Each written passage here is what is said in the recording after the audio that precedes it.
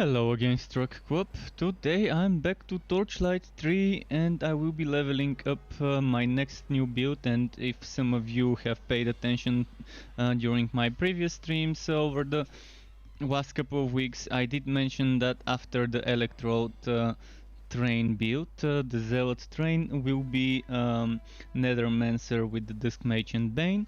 And after that, probably my next one would be I'm not sure what, but it most likely will be another sharpshooter, maybe with fire and explosive arrow, but for now let's go Dusk Mage style. I had a blast the last couple of days.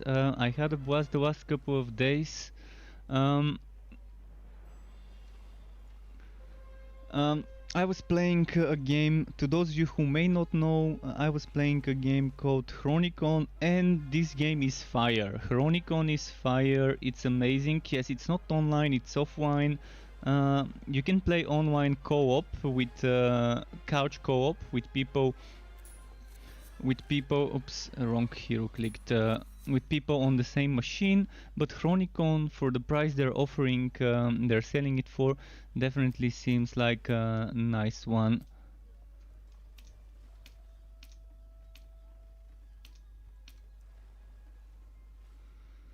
I have no idea what to select. Let's just select this one. Looks like the most basic face.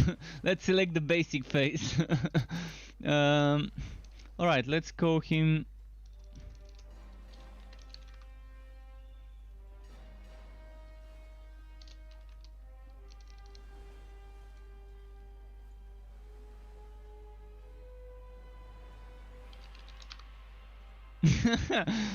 a weird name. So do we have something purple? We need purple to match his minions.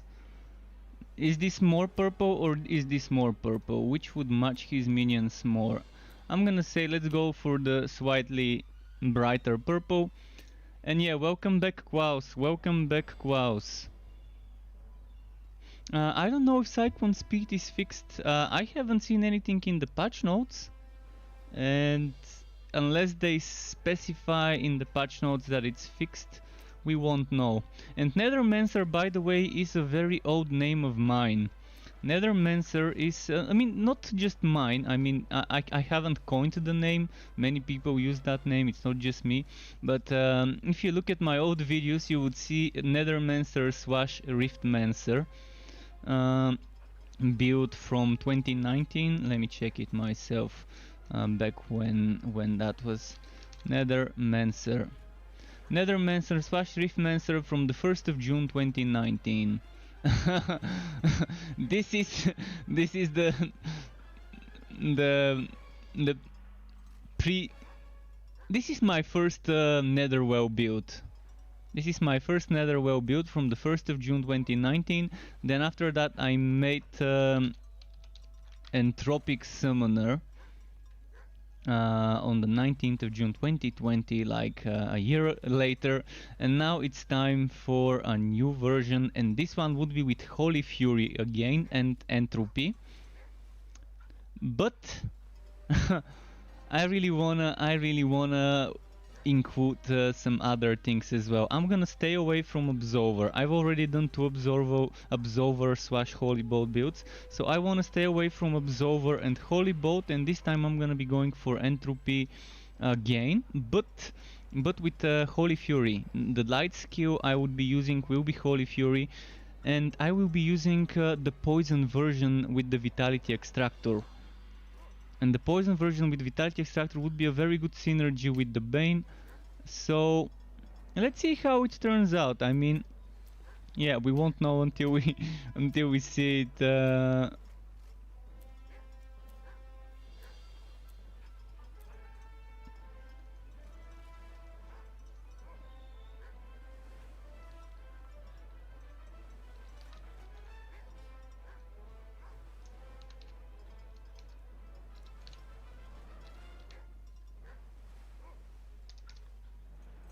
Alright.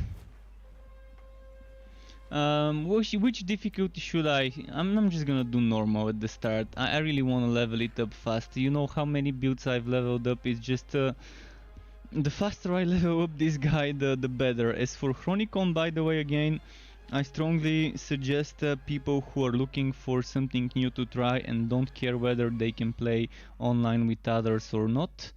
Chronicon is very fun. If you don't mind 2D pixel art graphics, if you love them, you're gonna love it. There's so much depth. I spent yesterday after my stream ended, I streamed for another 7.5 hours. I just couldn't stop. I didn't sleep this night. Today I didn't sleep because I was just playing until like 8 in the morning Chronicon after I finished my stream at 1. And then I decided, alright, fuck it, I'm just gonna drink coffee and do some Torchlight stuff afterwards. Because if I fell asleep, I probably would have woken up now and I wouldn't have had time to work on that thumbnail. Kind of spent 2 hours photoshopping the thumbnail of this stream, but I'm gonna be reusing this thumbnail for the build, and I will be using this thumbnail for the future streams while leveling this one up. So I guess it's a good investment of like the things I was doing, to try and make this thumbnail look better, and I still didn't get it to look as good as I wanted. But then I just gave up and I was like, fuck it, let's just leave it as it is.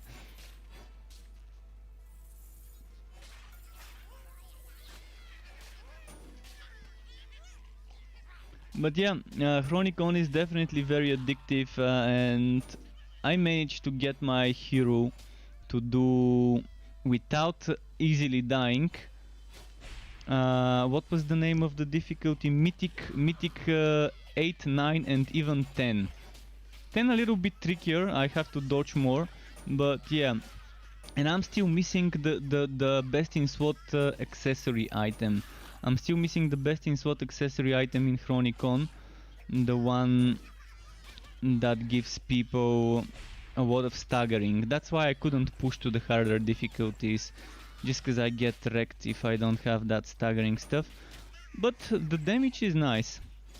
So I will be playing some more Chronicon 5-6 days from now, maybe 4 days from now. It depends how much time I need gearing up this build.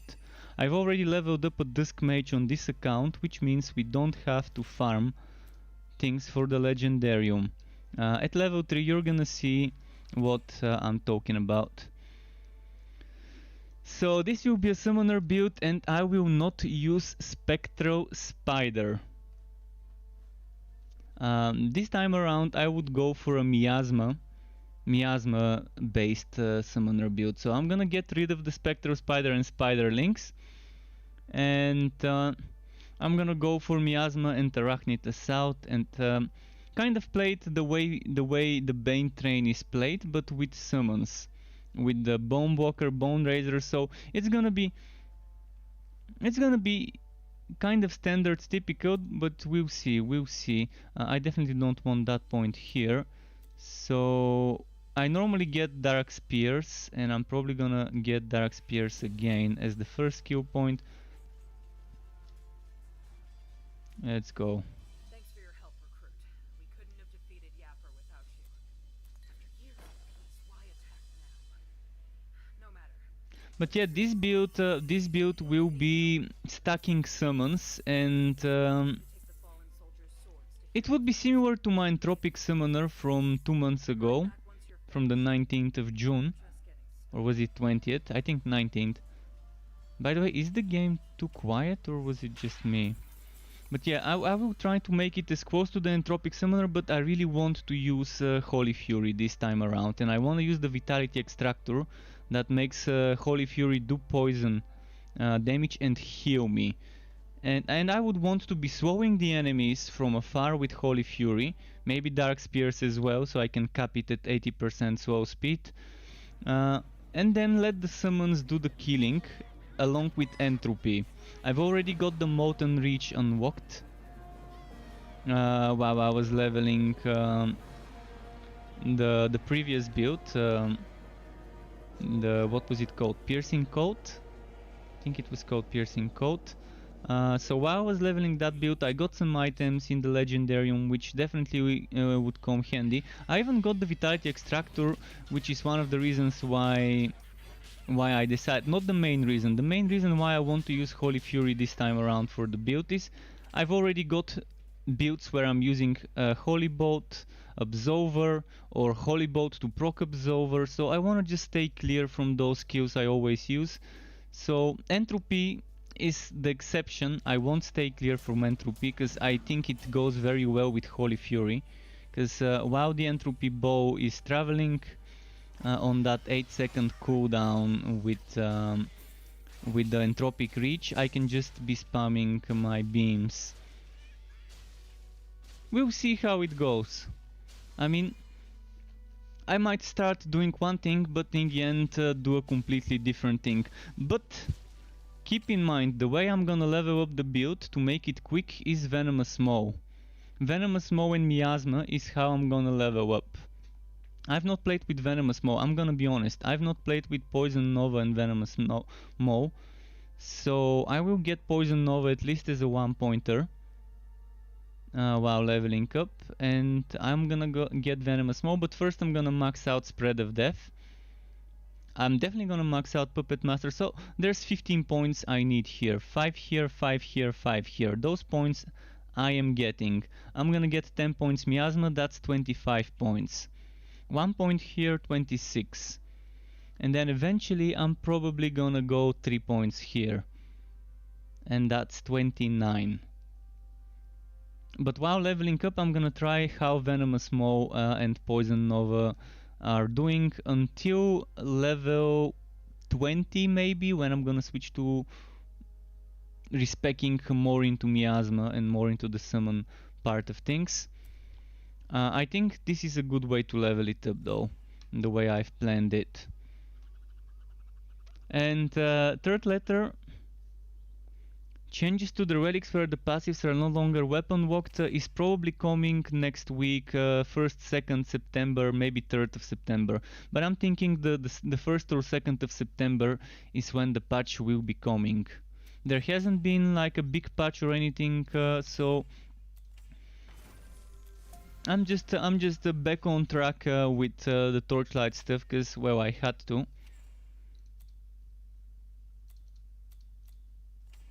Let me get one of those weapons equipped. Bonus damage to basic attacks. Well, don't mind if I do. But actually this one is much better than this, cause... Wait, what? What? Oh yeah. Okay, 6.7. But yeah, I've got plans for the build. Whether I'm gonna have to follow all the plans, we'll see. Thankfully I've got some items while leveling the previous mage, so things shouldn't be that bad. If anyone wants to level up a new hero with me, now is your chance. You can make a new hero and we can level them together. If you feel like co-oping. I wouldn't even mind going to a harder difficulty if it's two of us. But if it's just me, I'd rather stick to this one. Wait, how do I get to this statue? It seems like a place I wanna go to. Right, never mind, it's just props. But I almost missed a gravestone.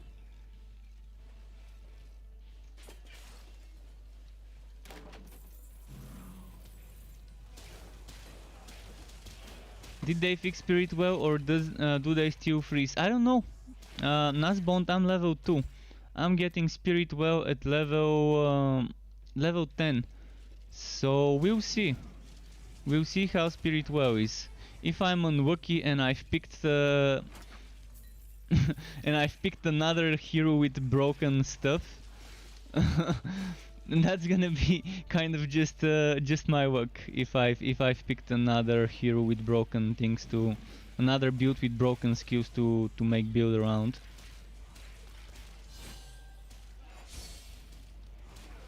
I know the Bane was fine. Last I played Bane, it was fine.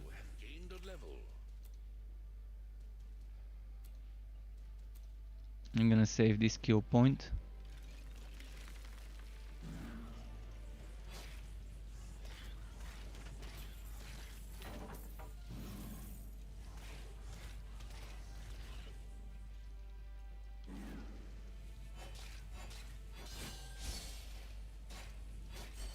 Troy saying patch will come on the 8th. Oh, patch is coming on the 8th? Okay, well, 2 weeks, 2 weeks.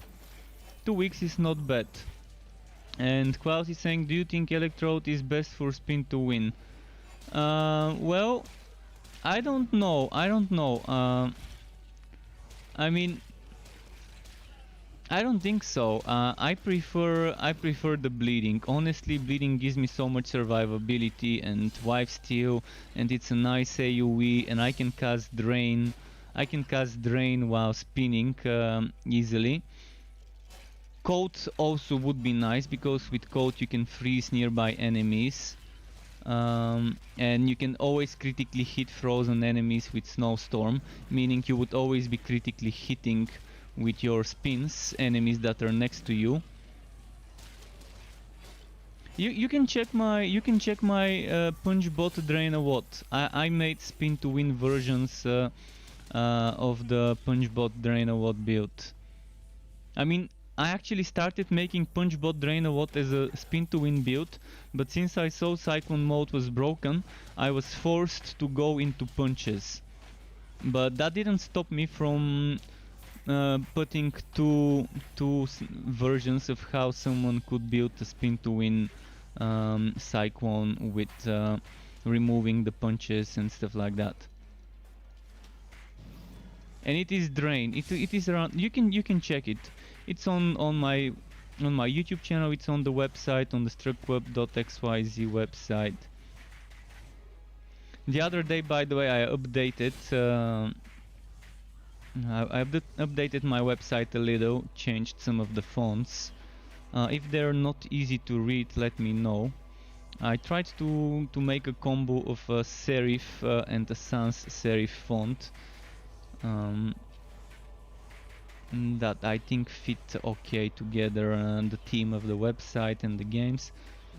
I'm also thinking of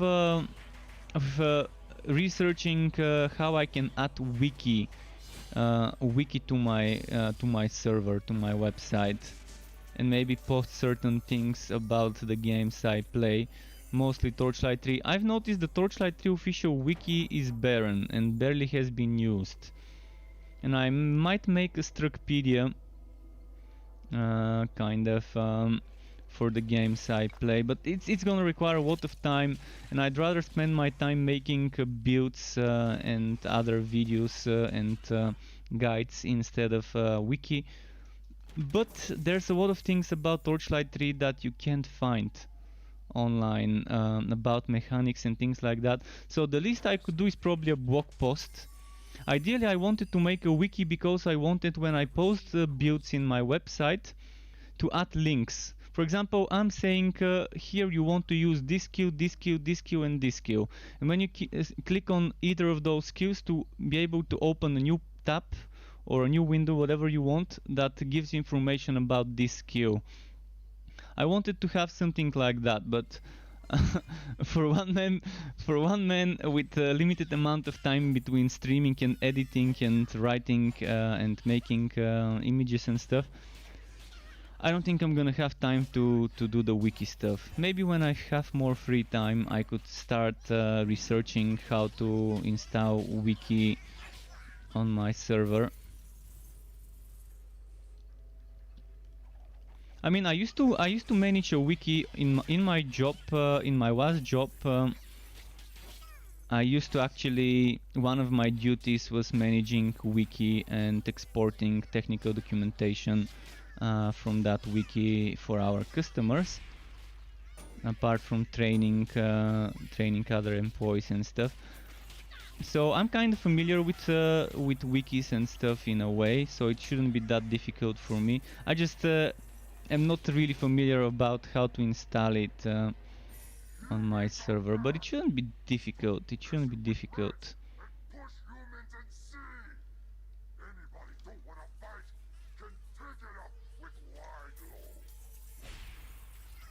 But yeah, that's probably coming eventually when I find free time.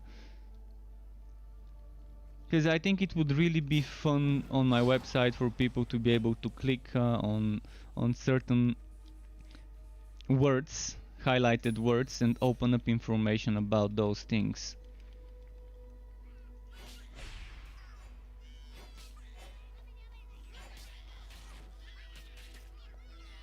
Oh, I would also be able to let the Struck Web community edit them. Yes, I would happily let the Struck Web community edit them. I mean, it's gonna be of great help if we make the wiki together. But first, let me research how to install. I'm probably gonna have to SSH install it on my server. So we'll see.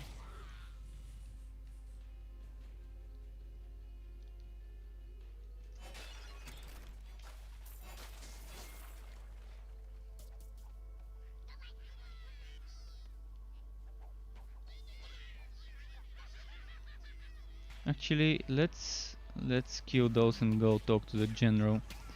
See, while playing what's its name, Chronicon yesterday, I realized how boring the quests in Torchlight 3 are. I mean, I didn't realize it then. I realized it long ago, but I could have a nice comparison between a game that does quests the way I like them to be done. The way I like quests to be done is to not make me go back to the city after every quest. The way I prefer doing quests is to have to meet the characters of the campaign throughout the level as you go.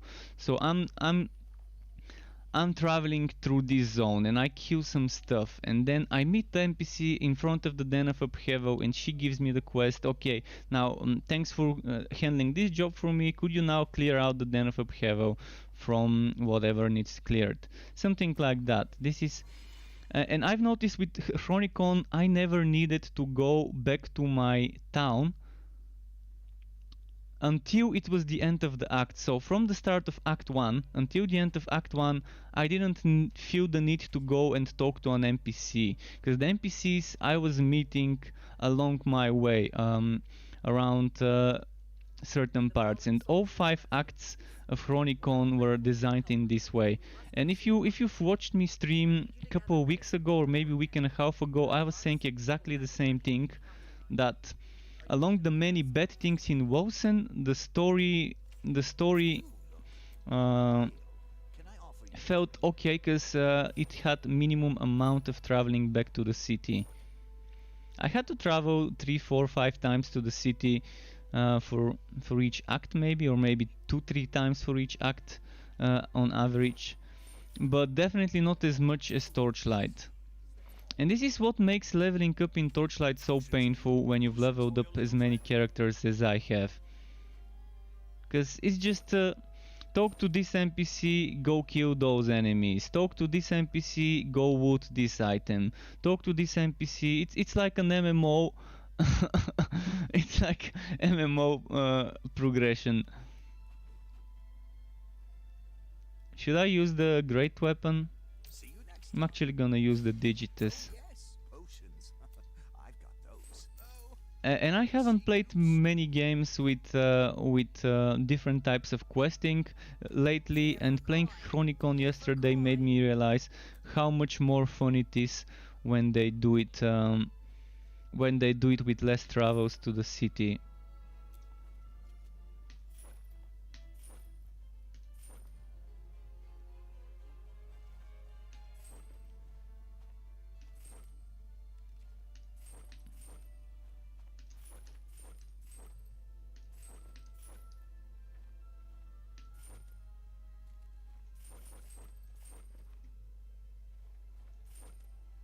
Alright, I just needed some stuff to equip. Some basic gear. If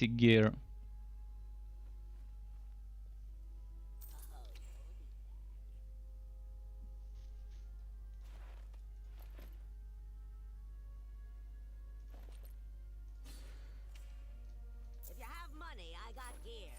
I'll see you soon, I'm sure. Oh, and I always forget this. Thankfully I remembered this time. I always forget about pet skills. Let's give myself that crit chance.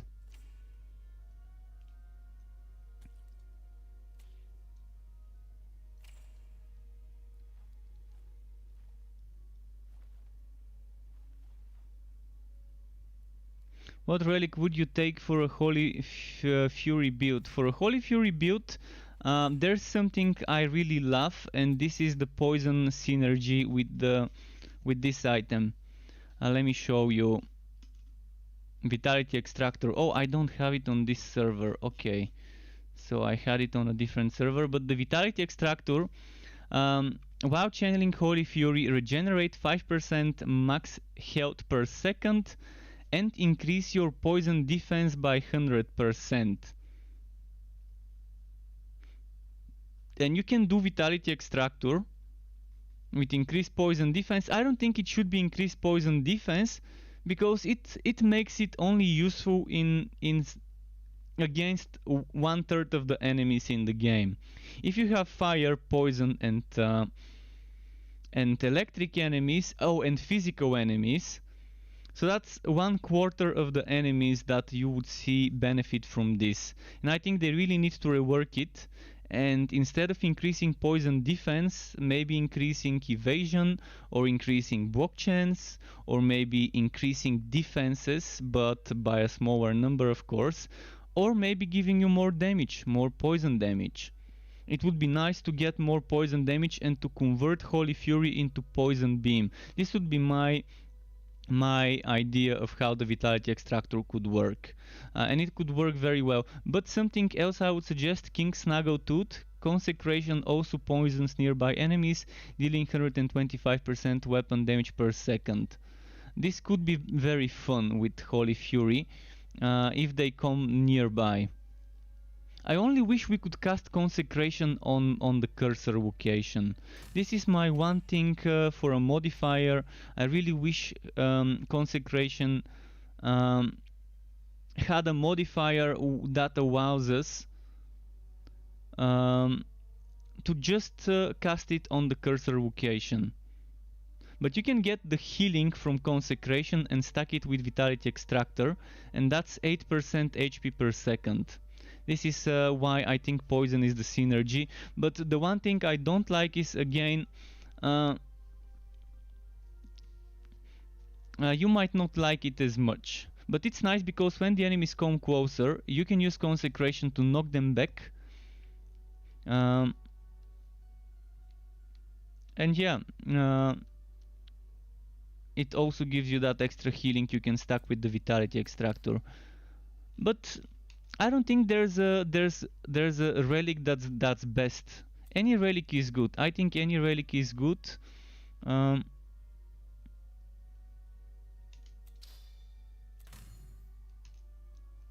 As long as you synergize your stuff. I mean, it's all about synergizing stuff. Sorry, by the way, if I sound a little bit tired. Sorry for that. But yeah, I really love poison with that Vitality Extractor and Snaggletooth synergy. I mean, you don't even need the Snaggletooth. The Snaggletooth is just optional for poison damage. You don't really need it. You can just use Vitality Extractor and max out Consecration and be fine. Holy Fury would also be very nice with code builds. With code builds it would also be very nice. I haven't tested Holy Fury with the Whitening. I haven't tested how casting speed affects Holy Fury. I can do it later tonight. Maybe later tonight I can go on the Electric Mage and quickly respec 1 point into Holy Fury just to see if casting speed does anything to Holy Fury.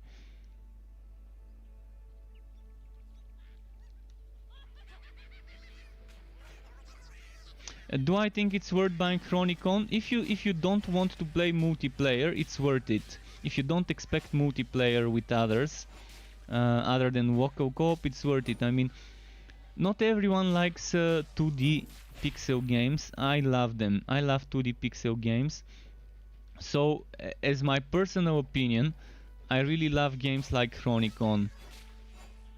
I don't feel like I need to compete with others, so I don't mind that there isn't online. I don't mind that there isn't any leaderboards. I'm just having fun, and there's so much build variety. And oh my god, how many things there are in Chronicon as depth of developing your character. It's just crazy. I mean, I managed to play another 8 hours or 7.5 hours after stopping my stream, and I just couldn't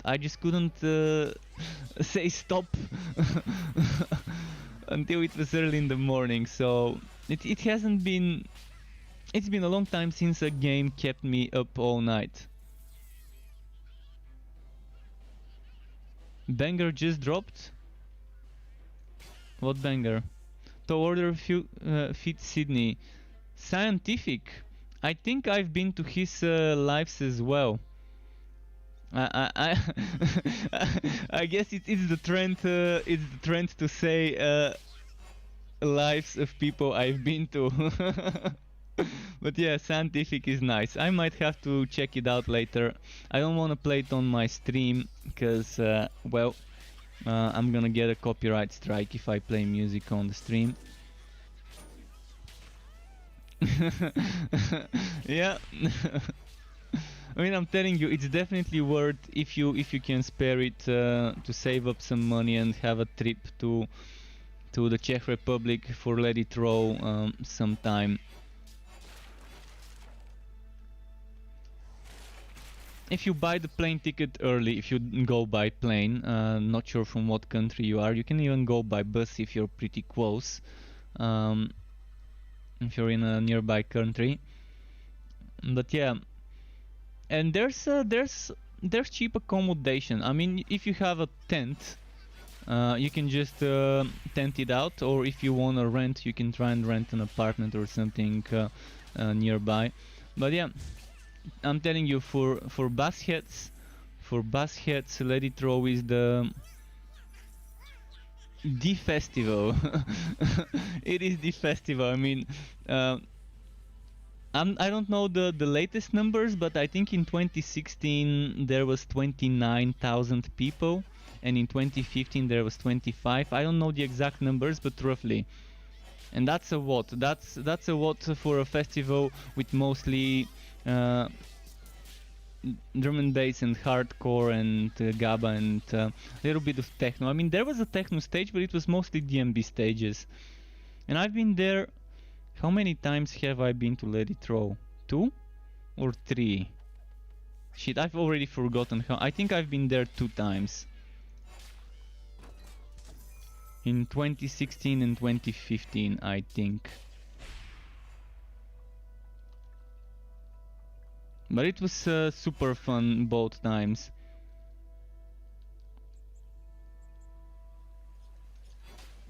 But yeah, Klaus, you're gonna love it there. You're gonna love it if you end up going someday. I'm not sure if there was one this year. I'm not sure how all the festivals were done this year with the corona.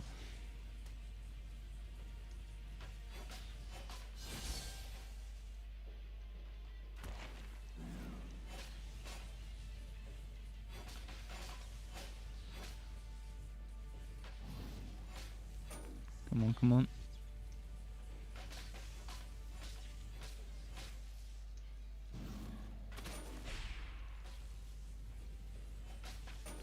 Rampage is also nice. Yeah, Rampage is very nice. I mean, there's some nice hardcore fests that are more for GABA and hardcore and crossbreed and stuff like that.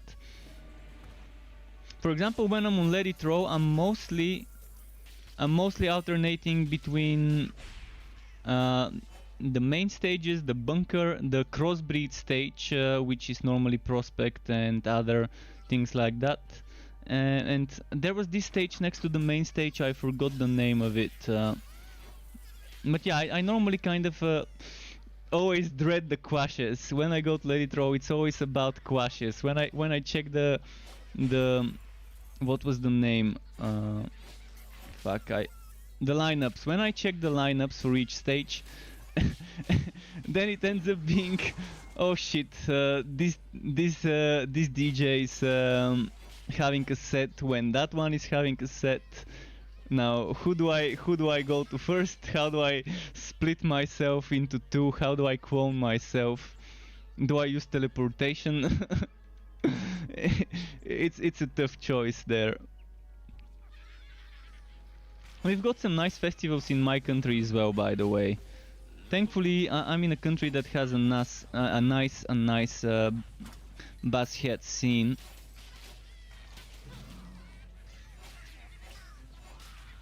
So they do invite big names every year, and not just for the festivals in the summer. During the winter, we've had I've had the pleasure of listening sets from Deep Breach, from Skeptico during the winter, Signal, and just so many. I mean, if I start voltage, and that's just the not so fast BPM guys. I mean, we've had who have we had? I think we've had Matthews, or was it Matthews? I'm not sure how to pronounce it. I always pronounce it wrong. We've had many. I mean, if I start telling you the names we've had here in our country, this is all thanks to the labels. The producers in our country are very active in promoting the scene and inviting big names into the country.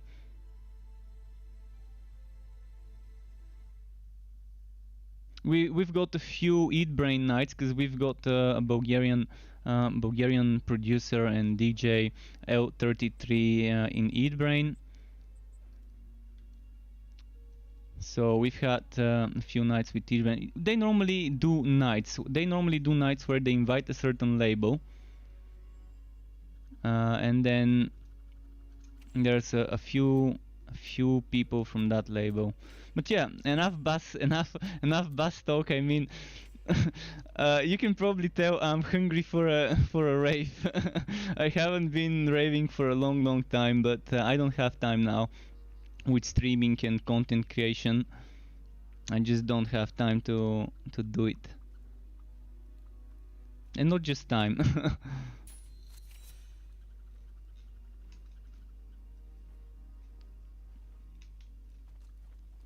But at least my last one was I was at was what was it? I forgot the name. What was the name of this guy? Come on, man. I got a brain fart and I can't remember. Big hardcore producer, biggest one. I'm gonna try and. Oh yeah, it was a fucking Anger Fist. That was it was Anger Fist on my last rave. So it was a nice one for a last one that I've been to. Definitely memorable.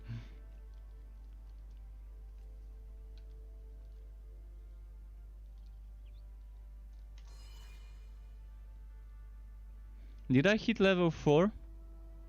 Oh yes, I normally hit level 5 before I go into this one when I'm doing Ridiculous. When I do Ridiculous, I get level 5 and then I go into the Den of Upheaval. I'm kind of playing on autopilot. Honestly, I messed up. I should have cleared this dungeon instead of getting the next waypoint. But it worked out well. I guess my autopilot plays better than me. my autopilot, when I'm just not even thinking about what I'm doing when I'm playing, seems to be a little bit more clever than me, because now I wouldn't have to return to that waypoint, and I did get some XP on the way to it.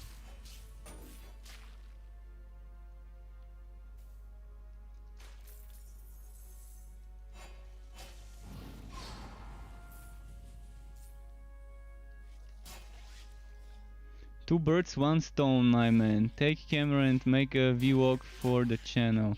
Games and music just go together. I used to actually do a lot of video recordings when I was raving with my mobile phone. I don't have camera. I couldn't get a camera, but I could record for personal uses. I've got a large gallery of videos and stuff. And I used to make a lot of pictures. I used to take a lot of pictures, but again, I'm not a photographer. I was just using my mobile phone for personal,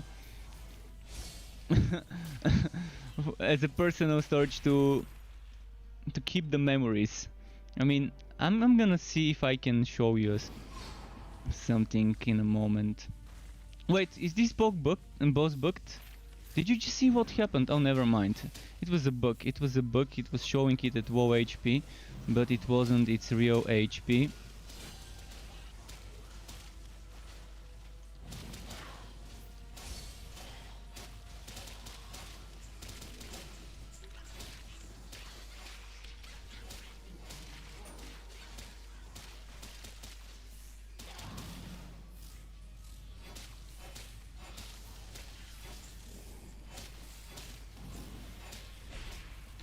Oh, no, no, no.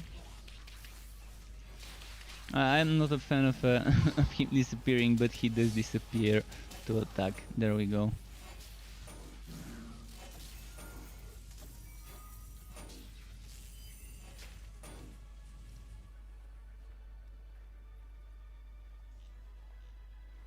Alright, just a moment.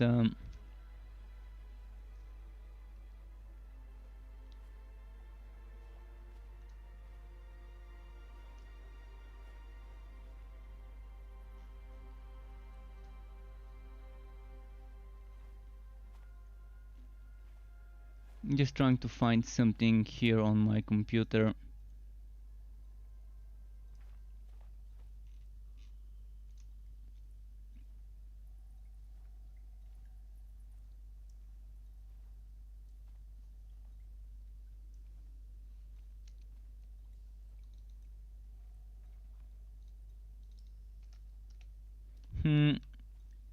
Maybe I moved it. I was just checking to find some stuff.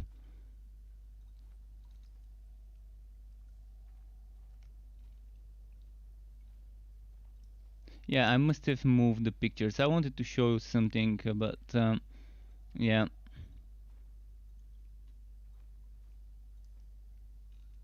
It's definitely not in this hard drive. It might be in my portable hard drive somewhere there.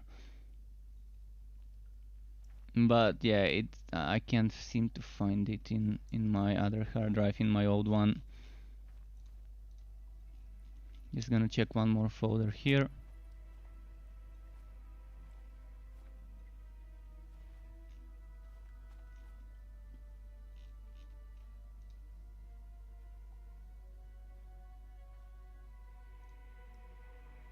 Alright, never mind. Alright, let's finish this quest.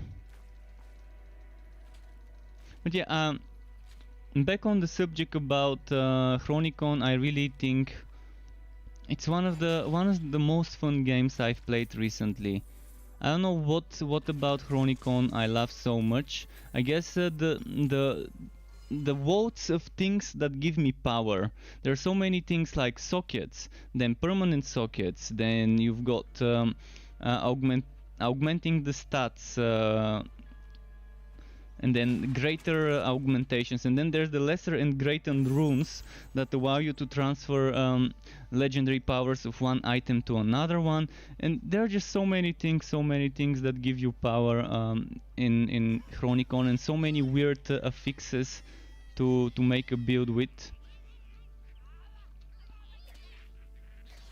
And this is probably the main reason why I enjoyed it so much, and it's super fast paced. The combat is amazingly fast paced if you're playing content that is Good job with the mushrooms, recruit. equal to your gear.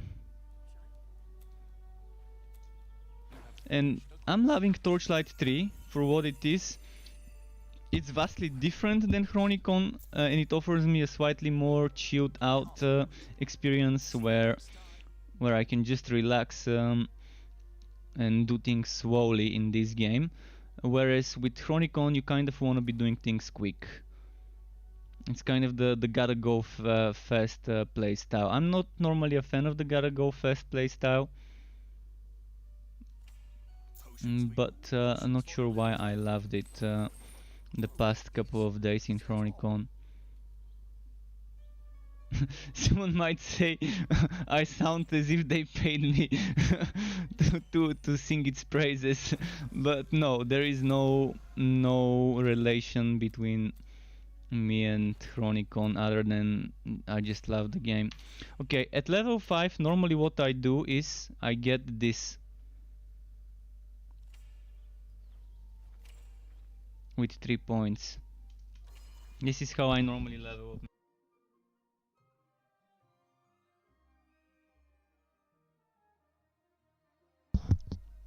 Are you gonna play it today? I don't think I'm gonna play Chronicon. I'd rather level up this build as soon as I can so I can play a little bit Chronicon. Basically for now the plan is get this build done, 3, 4, 5 days, whatever time it took, get this build leveled up and make the video, and then another 2-3 days of Chronicon, maybe leveling up a new character in Chronicon. I wanna try something melee. But I also wanna try I don't want to try the Berserker or the Templar. I want to try the Warder, because I think it's gonna be the holy damage buffer kind of thing. But I want to see if there's a way to make it melee. I mean, I can respec my mage easily. Respecing in Chronicon is easy, and I can respec my Warlock if I want to make it a nuker without summons. I found some items that give me some decent, interesting damage based on not having summons. But that's for some other time.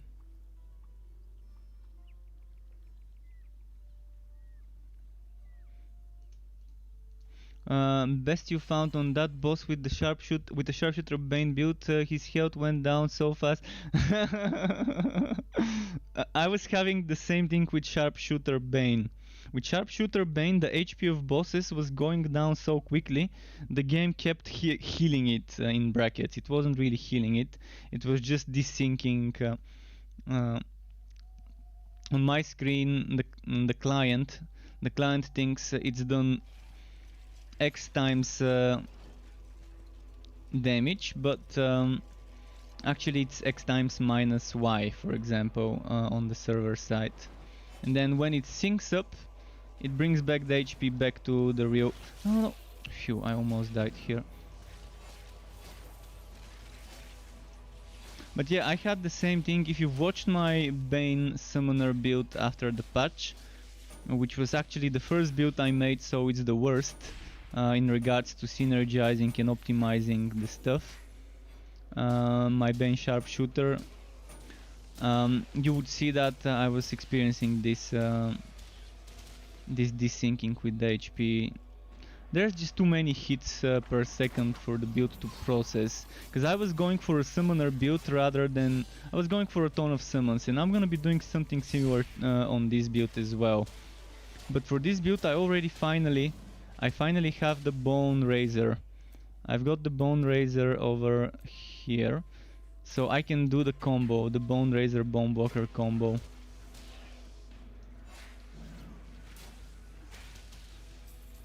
I guess I've been doing a lot of summoner builds lately, but I love summoner builds. I mean, even on Chronicon you saw me playing a summoner. I also want to do a Blood Mage summoner eventually, but my Blood Mage will not be summoner. The first Blood Mage I do will not be a summoner, but the next build would probably be Explosive Arrow, Fire Relic, Flaming Destroyer, Sharpshooter with Explosive Arrow. Will probably be the next build, and after that hopefully they would have fixed the Forge, so I can do maybe Electrode Spin to win to revisit, or maybe Code Spin to win. Code Spin to win would be fun with 100% crit chance versus frozen enemies. With what was the name? With Snowstorm.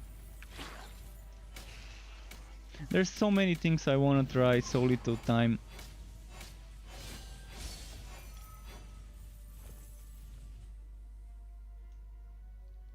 But yeah, with Chronicon there's some set rings that have the names of the 4 musketeers, and there's 2 sets. One set with 2 musketeer names, and the other set with another 2 musketeers names. And the one I was using, the way it works is, let me remember what it did. Oh yeah, it takes my highest. I think it takes the damage type of my. It takes my highest damage. Oh no, never mind. It takes all my wall damage bonuses that are not my highest. For example, anything that's not fire, and then adds them to my fire, which is my highest damage.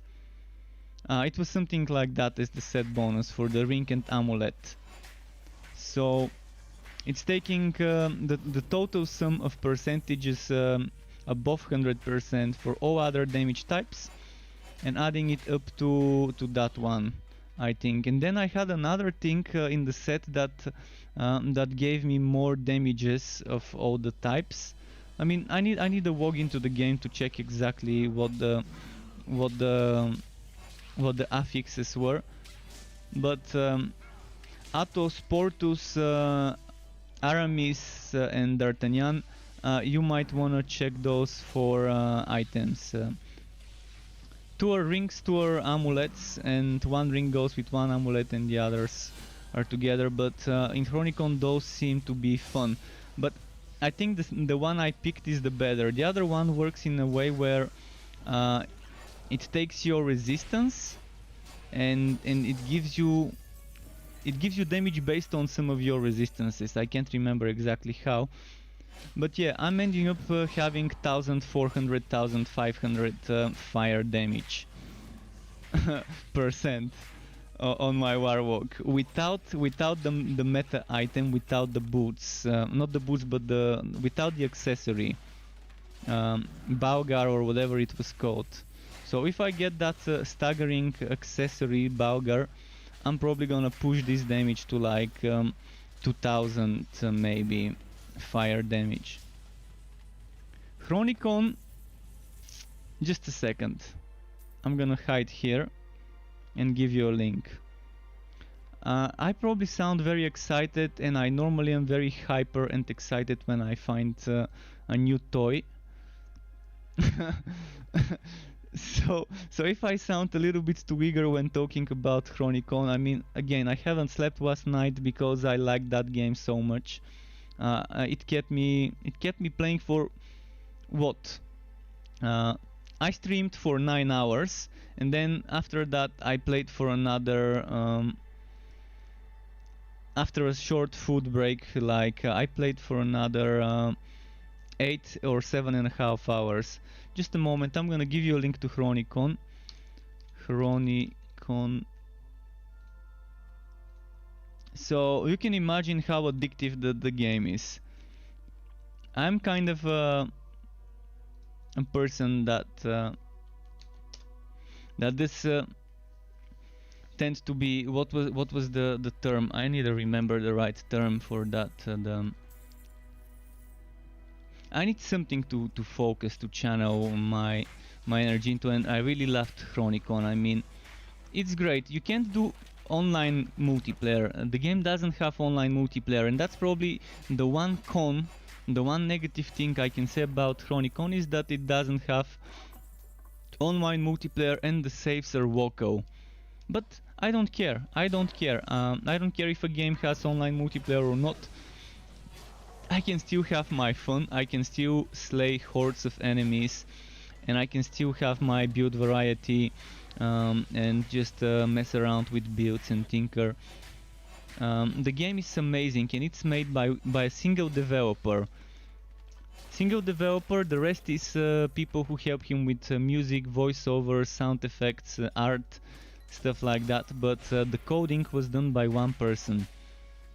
And I think the game has been in early access for 3 years, and now it's launched. It launched 5-6 days ago. I think it launched on the 21st of August.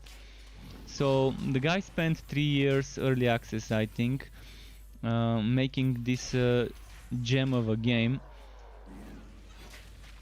One person, yes, one person.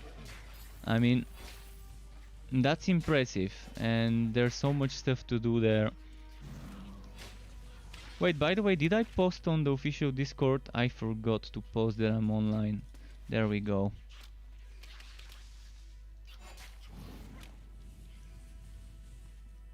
So So should I test leveling this build until level 20 as a Venomous Maw setup? Or at least until level 50 when we get Miasma. I should have some spare Respectacles somewhere in my storage.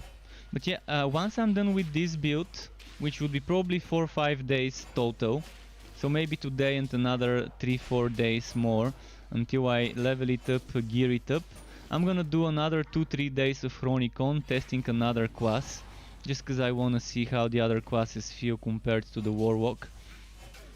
But I'm happy that I found myself another game I wanna play. And I've also not forgotten about Divinity Original Sin 2. I really want to finish my playthrough there. So I'm gonna have to find some time before the next Torchlight build, after playing some more Chronicon, to maybe try and wrap up Divinity. Oh, don't die, don't die, don't die. Phew. This was close. Alright, I forgot I saved up skill points.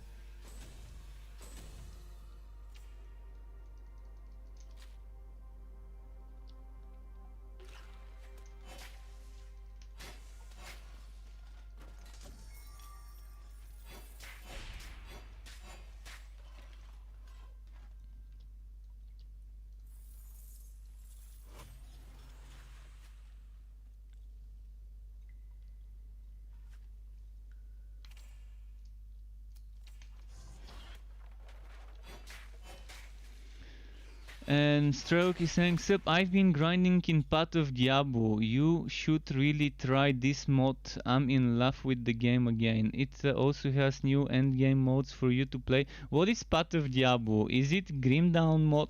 Is it Path of Exile mod? Is it a Diablo mod for Diablo 2? What is Path of Diablo? Is it Torchlight 2 mod? And welcome back, Strewok.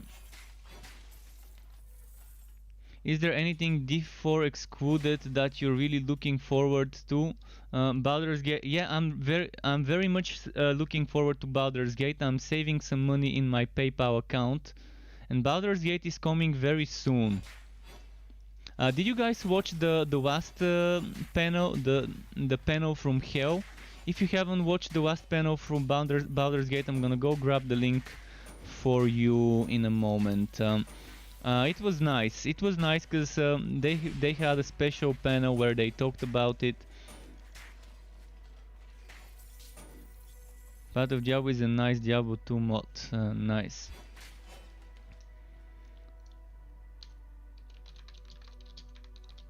Baldur's. I'm saving money in my PayPal account for Baldur's Gate, and I should receive in 2-3 weeks from Twitch maybe a little bit of money that I can save for Baldur's Gate as well. Cyberpunk 2077 is another game I'm interested in playing. I'm just afraid I won't be able to run it well, and I'm gonna have to run it on like medium or something like that. We'll see how it goes. Yeah, let me give you the link for the panel from Hell. Yeah, not everyone can go over 2D graphics. I grew up playing 2D games, so for me it's like a blast from the past, and I love it. I love playing 2D graphics games. I loved playing games like Realm of the Mad King or whatever it was called, and Survived by, before they ruined it and then shut it down. And Hero Siege is nice, but it's too much of a endless competition for no lifing with the leaderboards and everything. But this game probably would remind you a lot of Hero Siege. I mean, not this game that I'm playing, but the game we were discussing, Chronicon.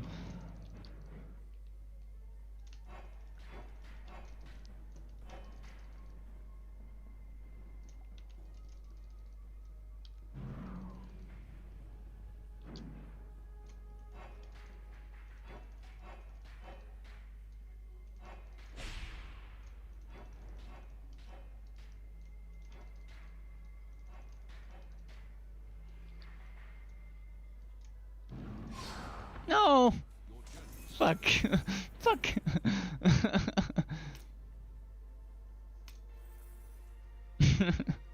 I had no potions, not much I can do. I'm gonna buy potions. I'm gonna buy potions. Oh yes, potions.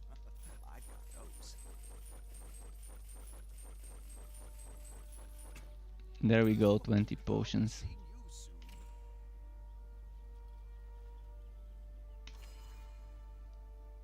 Thankfully I opened up a portal because I smelled the dying.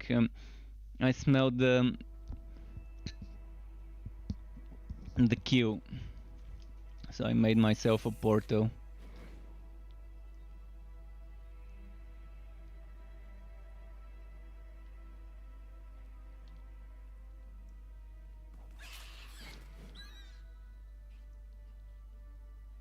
Yep. Baldur's Gate, man, I'm getting more and more excited the more I see. So Baldur's Gate is not gonna be launching, but it's gonna be starting early access.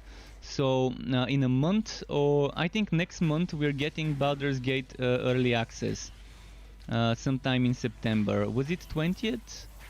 Or something? I forgot the date. Maybe they didn't say the date. Maybe they just said September, or maybe they didn't. I don't know. I think they said September though. I have to rewatch it because I was skipping some of the parts. I was focusing mostly on the gameplay of it. September 30th. Alright, perfect. So I've got time to play my other games and enjoy them. When Baldur's Gate 3 starts, I'm gonna take a small break from Torchlight 3 on September the 30th and focus until I finish my playthrough on Baldur's Gate. I'm probably gonna be streaming for a few days straight, only Baldur's Gate.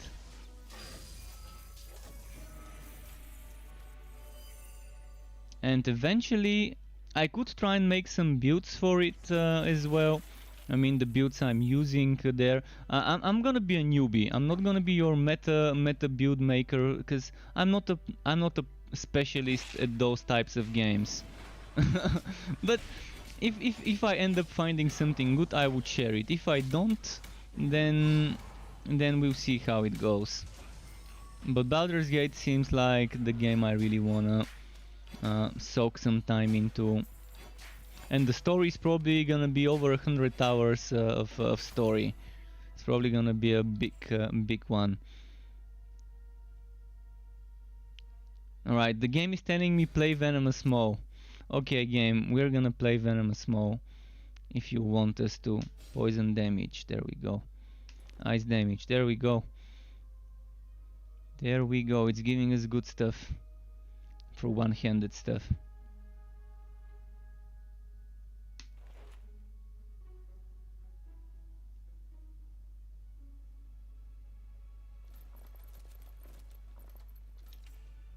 Actually, let's keep... no, we don't need it, never mind. Divinity... I'm not sure if I'm gonna have time to play Divinity and finish it by then, but I'm gonna have to finish it. I'm gonna have to find time to finish Divinity, so let's say I finish this build in the next few days, then I play a little bit of Chronicon to level up another hero, and then after that I'm probably gonna do some Divinity before the next Torchlight build, and then probably another Torchlight build, which most likely would be the fire explosive arrow sharpshooter, and after that probably would be already time for Baldur's Gate 3. I guess it's busy. It's gonna be busy month. September's gonna be busy. But you know, plans are to get broken and not get followed eventually, because you know how it goes. You plan on one thing happening, but then another thing happens, so we'll see how things go.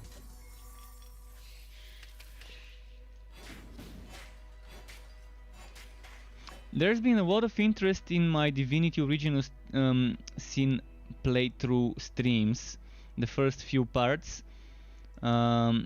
I guess because Baldur's Gate is launching soon and people are just looking it up. So that's why I really just want to finish it for the sake of the people and for my sake. Wait, what's happening? I don't see where the way is. The map is broken. Oh, I see. The map is so broken. It's telling me something completely different compared to what really is happening. So I think I'm right here, not where the game is telling me I am.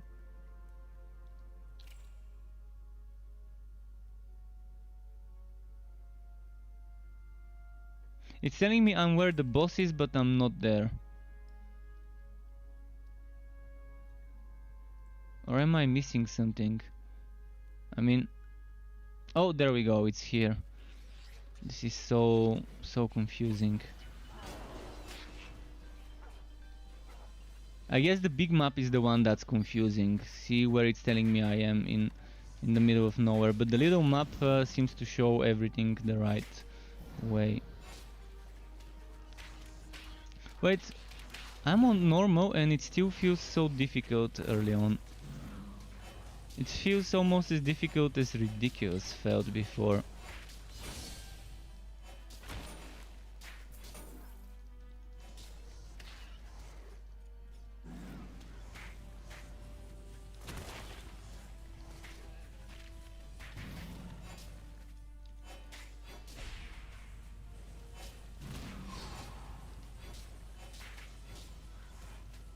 Ah.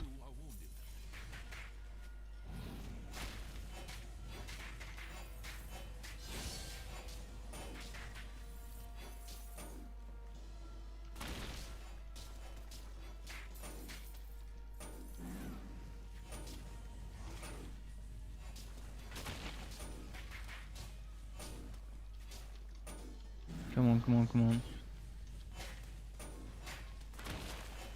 Quest complete. Quest started. Okay. There goes this.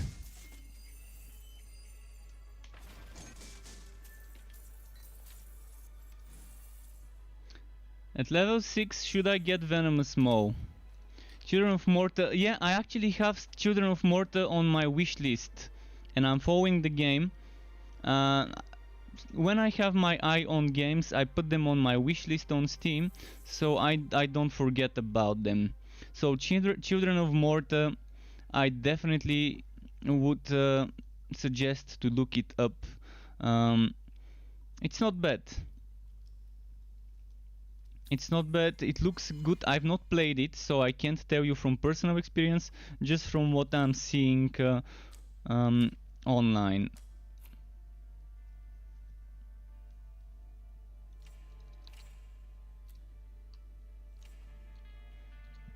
I guess with this Egg of Mayhem dropping this early in the game, I could maybe spend a point in Venomous Maw and just level up with that one early in the game.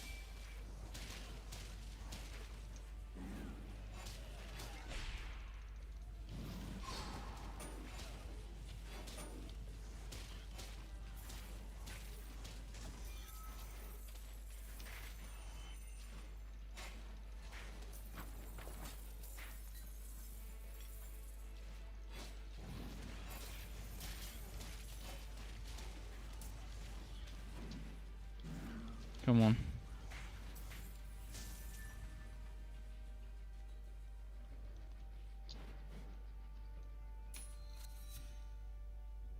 Where is the Wide Vault?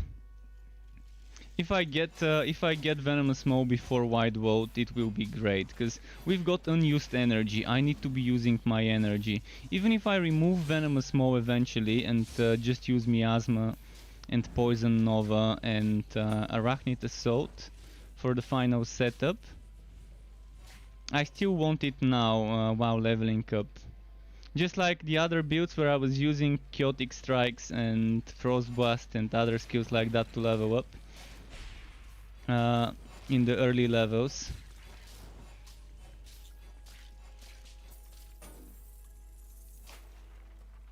I also need to start putting points into the poison passive. So I'm gonna go for 1 point Venomous Maw at 10, but until 10 I'm gonna put 5 points into the poison passive.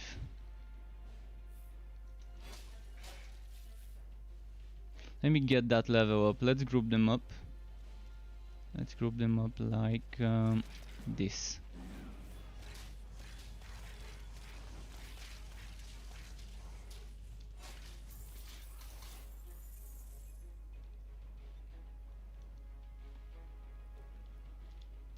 Early in the game, Digitus basic attacks are pretty nice stacked with Dark Spears. Because Holy Bolt is single target, but the Digitus, you can see, hits multiple enemies. Stacks very well with Dark Spears. Can probably get 1 point Consecration as well early in the levels, and then decide where I want to keep it later.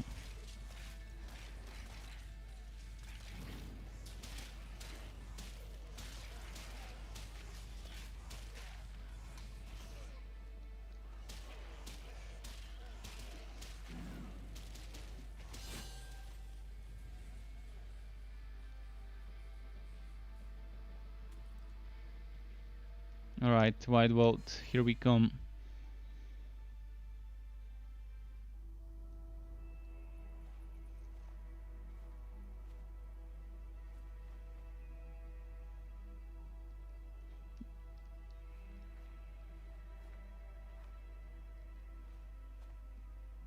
So, Path of Diablo, I really need to look it up. There's been so many Diablo 2 mods coming up the last 3-4 months.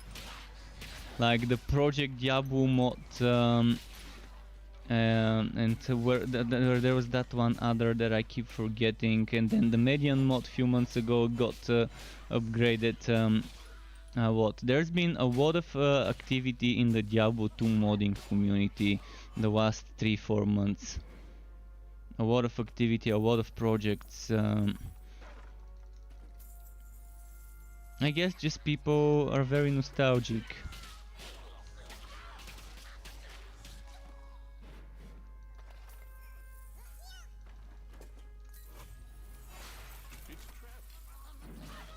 But yeah, Diablo 4 is definitely gonna be something I really hope makes a good impression on the majority of players. I will play it and stream it, even if it ends up being a shitty game.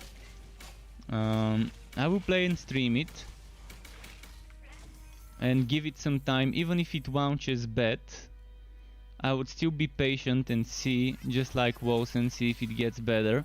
Hopefully it doesn't have a bad launch. Hopefully they launch as polished as a needed game when it comes to Diablo 4, but we've got time. I think Diablo 4 is probably a year and a half, 2 years away at least from beta, from a playable, widely playable version, early access or whatever. Just like the Warcraft Reforged, if they wanna go for it, it's Diablo. It's gonna make money. It's gonna sell well, even if it ends up being not to the liking of the majority of people. They're still gonna buy it, pre-order it. So Blizzard makes money from titles, even if they end up being bad. Hopefully it doesn't. I really want Diablo 4 to be good. I really wanna play that game. I mean, just the shape-shifting. I'm probably gonna make shape-shifting build first in Diablo 4. I normally play mages first, sorcerers and wizards and warlocks and stuff like that, but I'm gonna do the exception with Diablo 4 and do a shapeshifter. And I'm assuming the majority of people would be doing that, but fuck it, I want my druid. I want my shapeshifter druid with tornadoes and all sorts of other things. And whitenings. Oh, the struck build, the thunderstruck build. Should I go for wind tornadoes or maybe just whitenings to support my... I'm wondering if there's gonna be something in Diablo 4 where you can go for a whitening build but still retain the transformation. And maybe augment your attacks with whitening and shocks and stuff like that of the werebear or other forms. And someone saying disaster 1005, thank you very much for the follow, Disaster. Welcome to the Struck Web on Twitch. Shapeshift, man, shapeshift is just the way we wanna go. Welcome to the Shapeshift Club. Yeah, I'm normally playing mages, but I really wanna be playing that shapeshifter druid in Diablo 4. And I've seen some nice whitening stuff there as items that have been teased through the demos.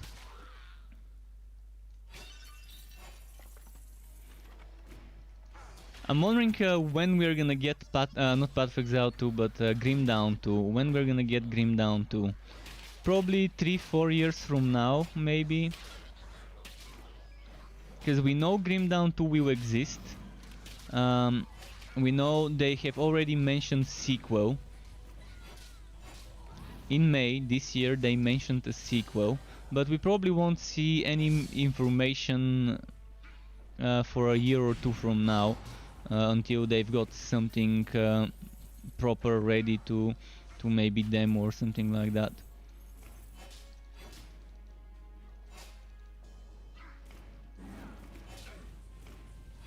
Yeah, but it's still fun. It's still fun. The way they've done shape shifting still looks very fun.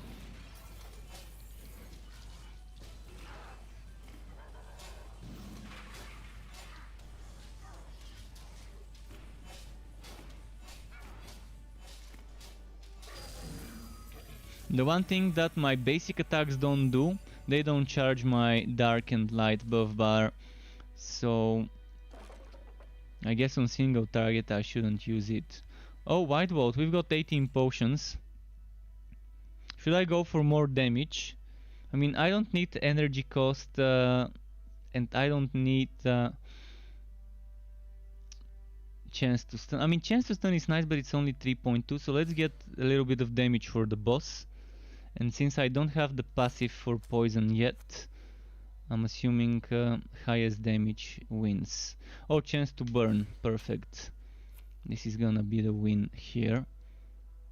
Or should I go for crit chance? I've got 15.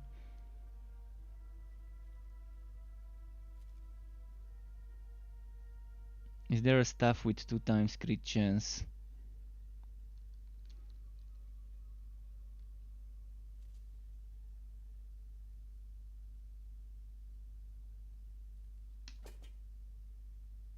Right, I'm gonna go for this.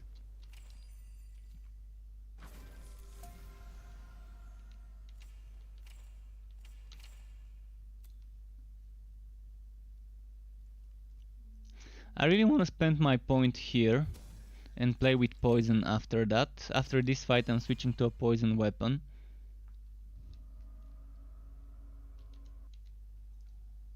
In fact, was this poison? It's poison. Let's go with the poison sword. Might not have the range and it might be a little bit dangerous. And here struck, I came in late. What is latest on D4? Also, how you doing this mage? There's nothing special about Diablo 4. We were just talking. We were just having a chat about Diablo 4 and other games we're excited about in the upcoming 1, 2, 3 years.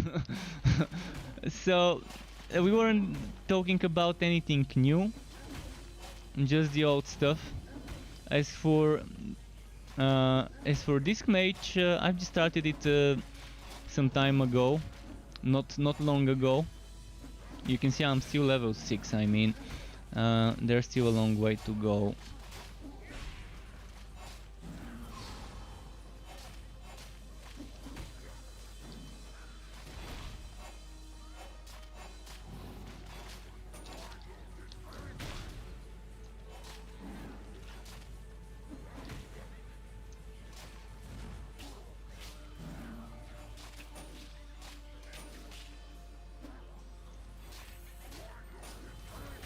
Let's try basic attack on him. Nah, not worth it. Not worth it.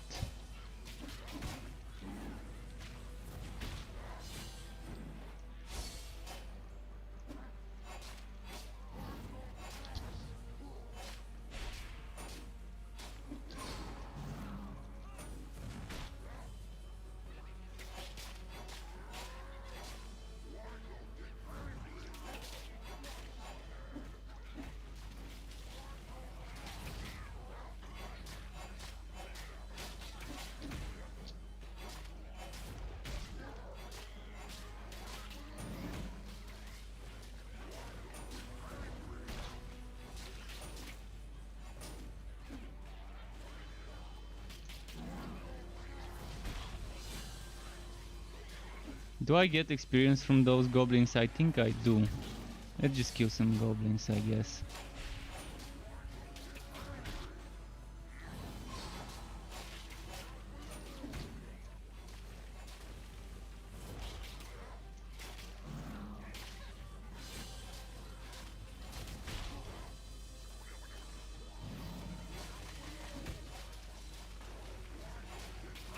Alright, drop the vault.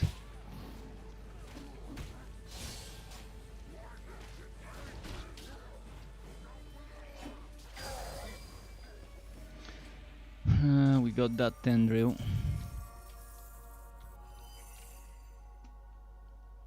Okay.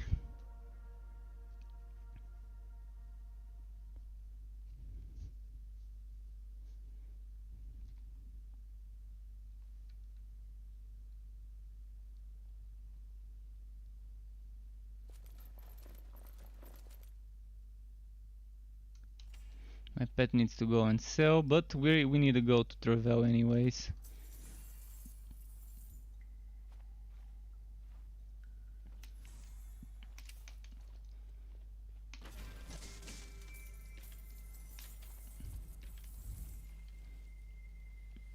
I'm actually gonna go for the next checkpoint and make a portal right in front of it. Should be around the corner over here. Disaster says I started the mage last night, running him on ridiculous, following similar path of your Dusk Electrode build, found an egg last night which opened me up to mess with other builds for Forged and Realm Master. Yeah, the egg is pretty fun. Early game, the Egg of Mayhem really helps. The Mayhem skills are amazing early game. I mean, most of them are amazing late game too. I think maybe Frost Blast feels a little bit underwhelming. After the relic changes, I'm still to test Spinning Blade on the Blood Drinker and the Venomous Maw. I'm gonna test a Venomous Maw today.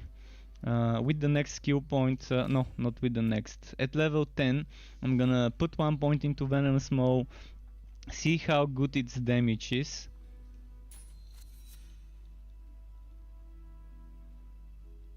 Alright, let's go to the town.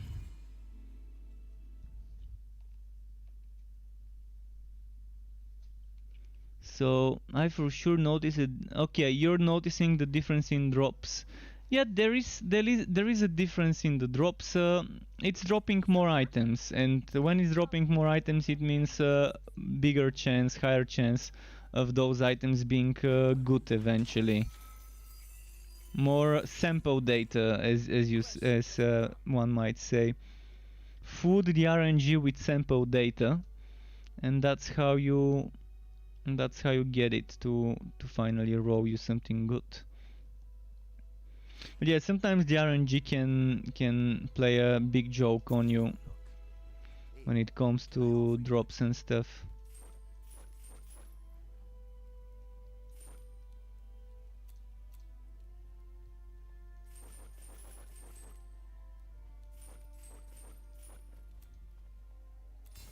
See you next time.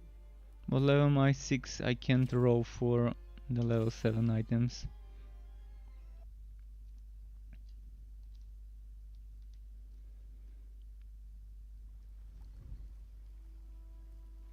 It's a little slower on bosses, but yeah.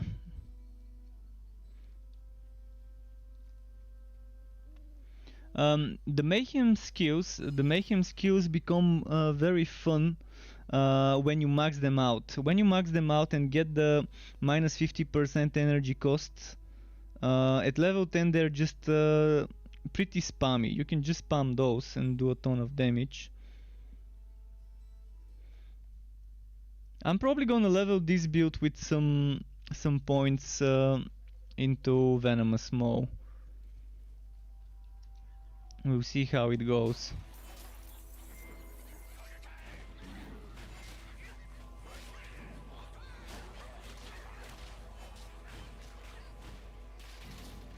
Wait, I don't need to fight those.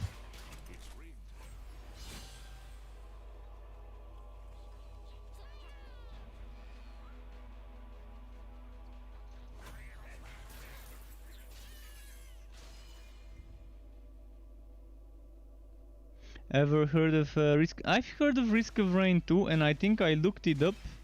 Someone mentioned it in my stream. It might have been you, it might have been another person. And it seems like a game that's not my type. Survival games, I'm just terrible at survival games like Rust, Age of Conan, and there was another, not Age of Conan, but Conan Exiles. And there was another one I've tested that shut down. That was similar to Rust. I forgot its name. But yeah, those games are just not my kind of games. I can't enjoy them. I'm terrible at those games. I mean, I can enjoy games even if I'm bad at them, but when it comes to survival games, I'm just the worst there. I'm bad to such a point where I can just no longer enjoy getting wrecked as much and having to... And it's kind of very slow paced. I've actually played another one. Let me check my Steam library for the name of that one game. That one game was called... it was something with W. Maybe not W in the first name. By the way, Rent is the one I was talking about, but there's another one I wanna remember which one it was. It's not in this account, it's on my other Steam account. Then there's Scavenger's playtest as well. There was that one game which I can't remember.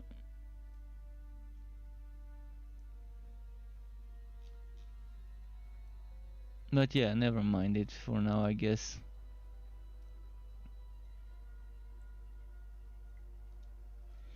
Okay, let's keep playing. But yeah, Rent, I actually pre-ordered it or something like that. And I didn't play it for more than like maybe 6-7 hours before I quit. But those games just take forever to make something and to actually... I'm feeling like the progression is very slow paced in those types of games for my preference when it comes to survival games. And losing, being able to loot everyone, all of the items that everyone's wearing, definitely doesn't feel like my kind of playstyle. To die and to lose all my shit.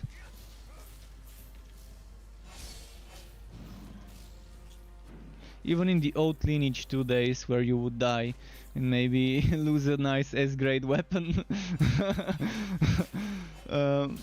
Still felt bad, but at least it wasn't you dropping everything. But yeah.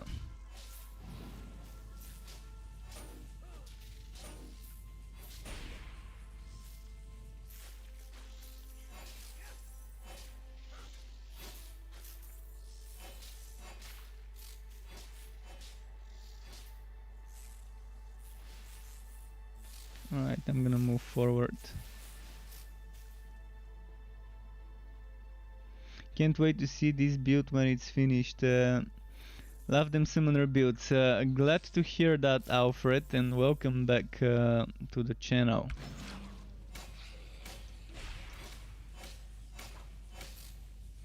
All those different summoner builds.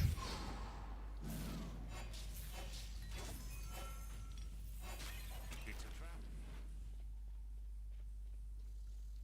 Come on.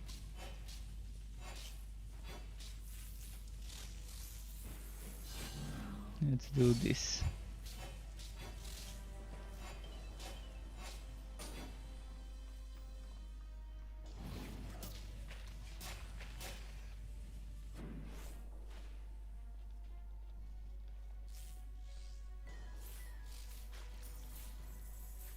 Actually, there's too many. I'd rather kill them.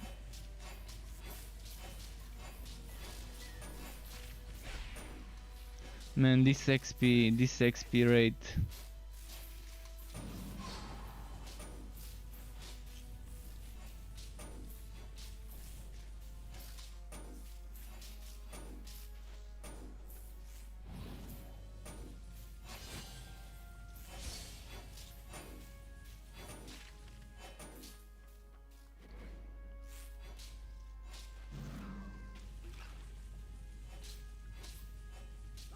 And then the knockback from the potion kinda trolled me.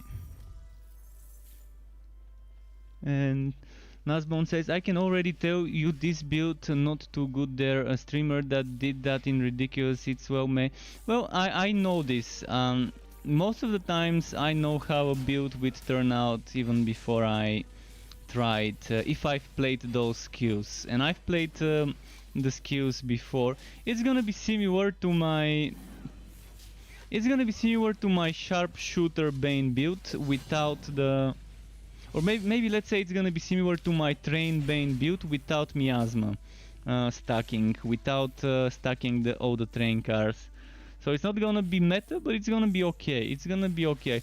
I don't make builds because I want to show people the meta stuff. I'm not going after meta, because in most cases the meta in this game is something that's completely against the way I feel the game is intended to be played. But I just want summons. I want to stack as many summons as I can, just like I did with the sharpshooter. So it's gonna be similar to my sharpshooter build. Although for my sharpshooter I didn't have a bomb blocker. For my sharpshooter Bane build, which was the first build I made after the patch. And I didn't know, when the sharpshooter build was made, I didn't know about spread of death being good. I didn't know that this poison damage applies to things other than spread of death on day one of the patch, so I just never intended it to be in that build. But here, even when they nerf it to 25%, it's still gonna be useful. It's still gonna be worth investing into it and going for poison weapons. So I'm still gonna use this. But it's gonna be a Holy Fury build. It will be a Holy Fury Entropy build. Holy Fury Entropy Poison Summoner build. Just like my old Summoner builds. But upgraded, I guess. For the Mage.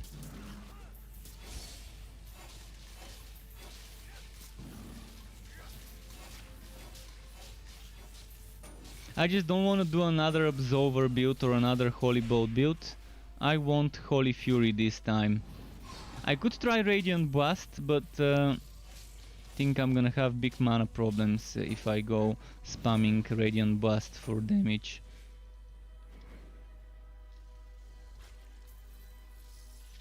Now I've got your attention. Where's Kennick? Please don't tell me I missed Kennick. Every fucking time I miss Kennick. Why?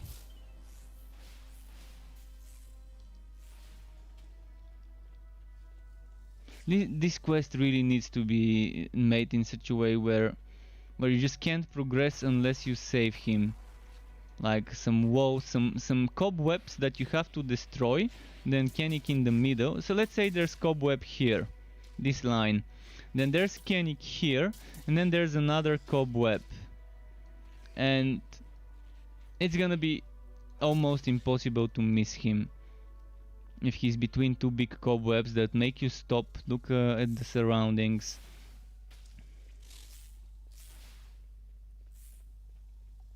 And you have to destroy the cobwebs with basic attacks.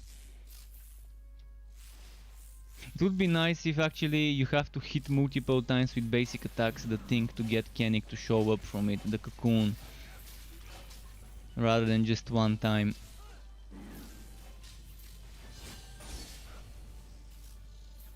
And to maybe see it a little bit glowing maybe, or something that indicates it if you don't watch the map and the mini map, to have some sort of indicator that there's a nearby thing you need to click on.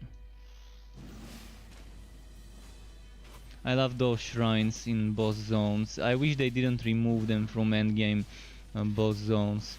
Some people were QQing why are there shrines in boss zones. It's too easy. Well, don't use them if it's too easy. Let people who wanna use them use them. No one's telling you, hey, use this shrine. I really loved having shrines in boss areas, even in the endgame. And now they remove them because people were telling the devs to remove them.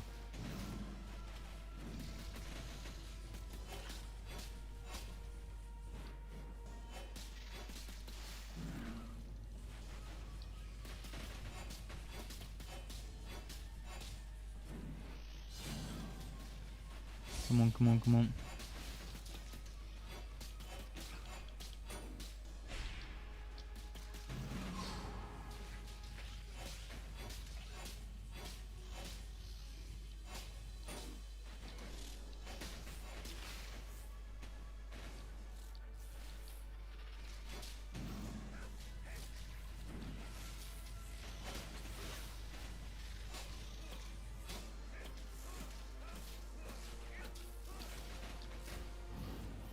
Come on, come on.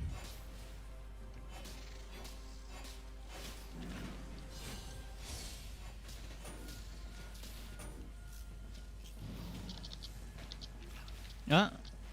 It wouldn't let me... I'm not sure why it didn't let me use my movement skill. This is feeling sluggish on normal. Maybe I should switch to practice. Normal seems a little bit slow and unnecessarily long to kill enemies.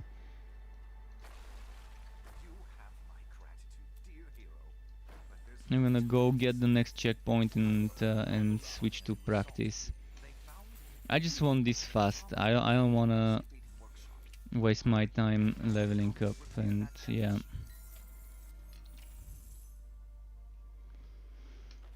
Nice.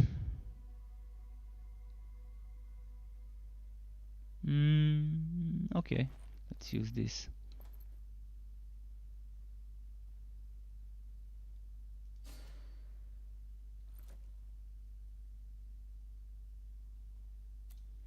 Let's keep it just in case once I spent one more point.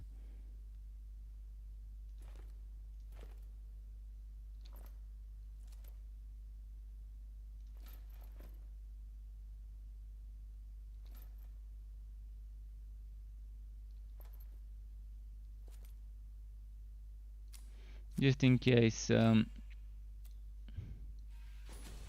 Let's compare now. Maybe this one now is better. No, still not as good. Too early to get a good bonus from that skill. Okay, now let's talk to General Grey, right? Oh no, the excavated workshop. Okay, good. So we need the waypoint. Once I get the waypoint, I can go and change difficulty.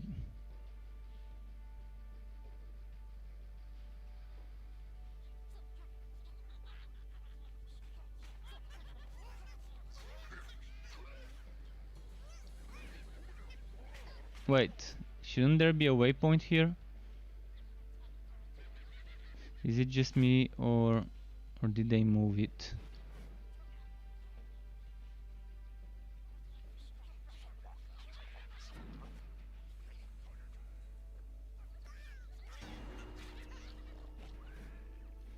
Look at how far the waypoint is.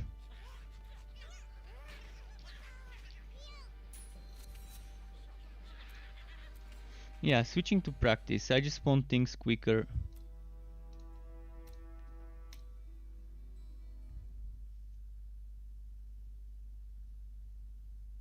Not sure I'm gonna notice a big difference, honestly. Oh yes, potions. I've got those. Oh, is that all? I'm gonna go gamble for a blue weapon to make things easier. Just who I wanted to see.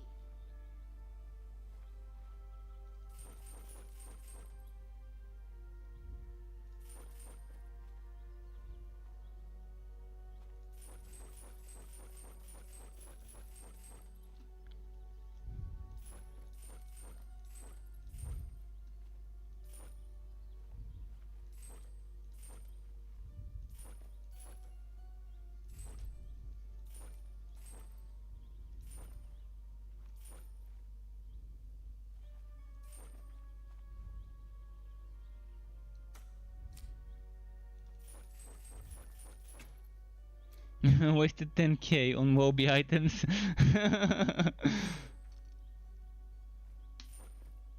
Well, we have some things that could be good. Hell Let's see yeah. which gives me more damage, this one or this one.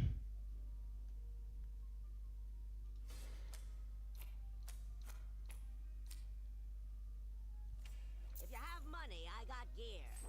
You come back with more coin.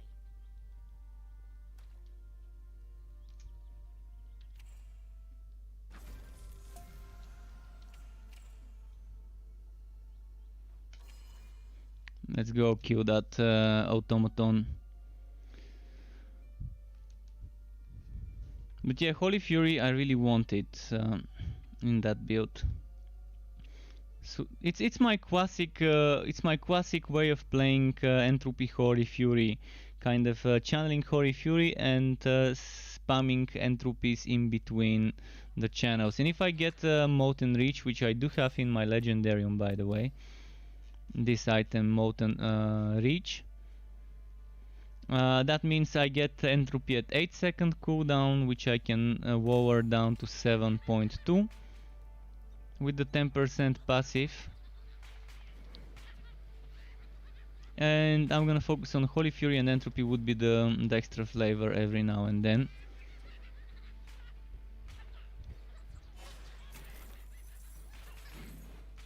I'm pretty sure it's not gonna be meta, it's not gonna be something to compete with properly set up Bane Train setup, but it's a nice combination of skills.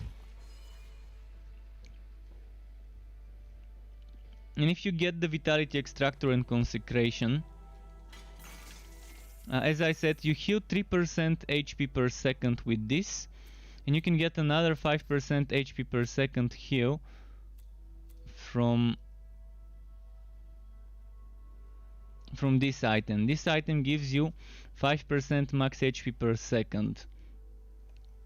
I just think they really need to change the poison defense. They need to remove this increase your poison defense and replace it with something that's not specific to only certain type. I mean, it's a weapon, it's not an armor, so I mean an offhand or whatever. Actually, it is a weapon. It's a digitus. It's not a focus. I don't think it fits to be increasing defense, let alone a defense just useful against 1/4 of the enemies. You've got physical, you've got electric, you've got fire, and you've got poison enemies. And this item only gives you usefulness against one of those types of enemies.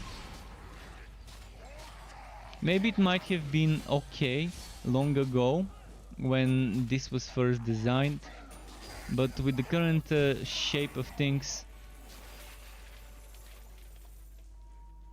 it is different.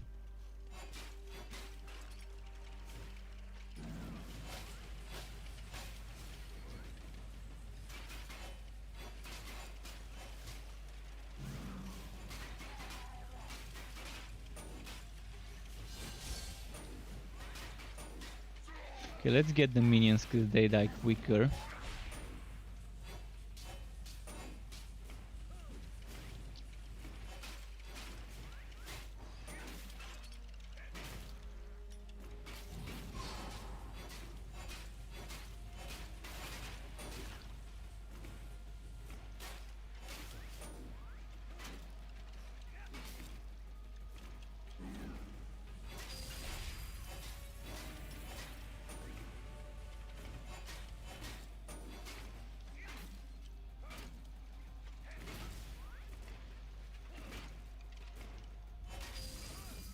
Okay, nice.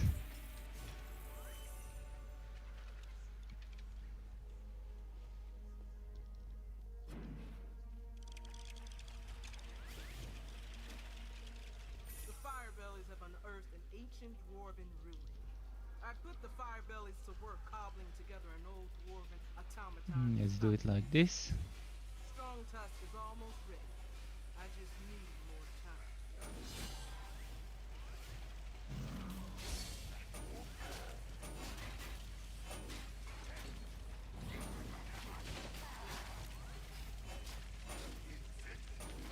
Ah, that hurt. I need to save my potions for the boss fights. Damn, even on practice it's taking forever to kill stuff.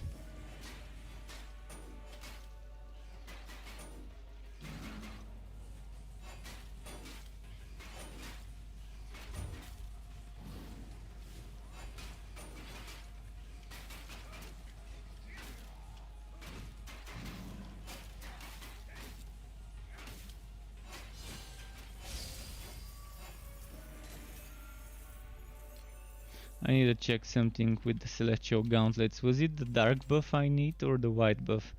Okay, white buff, so need to be using dark spears to build it more often. As for anything that can compete with the Bane Train build, right now I don't think there is anything that can compete this easily. Everything can compete with it, but you have to be very good at dodging and not getting hit. You can do it with other builds, with other train builds as well, but it's gonna be taking forever on the higher maps. As long as you can survive, any build can do. You just need to dodge and do DPS slowly and chip away at the boss's HP. But it's gonna be boring. It's gonna be boring to try and push higher levels with a non-meta build. Right now, Fazir in general, after level 20 something, becomes boring to me. I never do Fazir after a certain stage because it's just pointless. I'm not gonna get more rewards, I'm not gonna get anything special from there. And it just feels boring. It feels like fighting bullet sponges rather than something actually challenging. It feels fighting bullet sponges surrounded by overpowered hazards on the ground. So not only do they do a lot of damage and can one-shot you, not only are there a ton of hazards like blazing and the poison ones and the electric ones, but they also take forever to kill. So it's just boring. Because you can get... oh fuck. Okay, I'm gonna die here probably. Because he shocked my teleport. Now I can't out-teleport. See, bugs. This bug still hasn't been fixed. It's been here since the start of early access. And not just in this zone, in other boss zones too. And not just on the mage, on the sharpshooter too. How am I supposed to enjoy this shit when things like that still happen?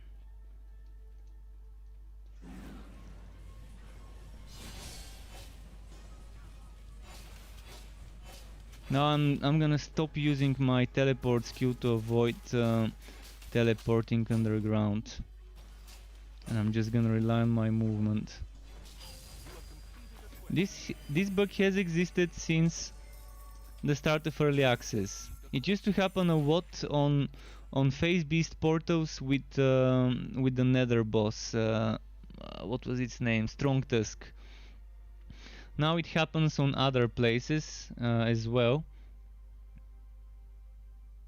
but it's only in boss zones where you can see this bug.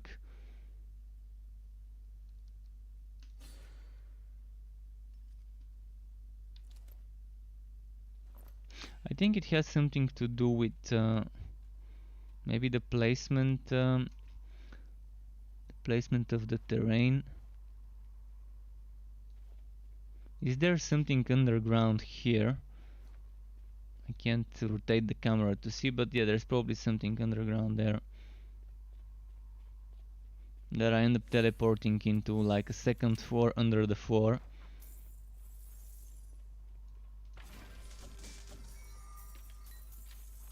The hidden secret basement floor. Damage with light skills, that's gonna be helpful while leveling up. Oh, damage with venomous maw, this is gonna be helpful too. Is it poison? It's not.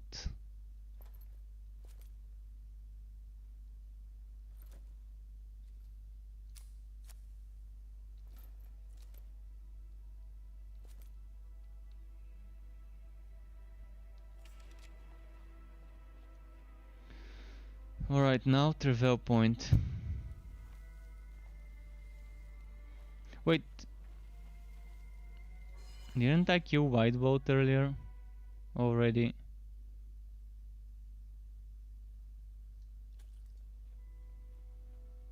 Recruit, good job on Oh, that rescuing was all not White Boat, that was the Frag Master, never Here's the mind. cappers. I forgot they changed the scenery.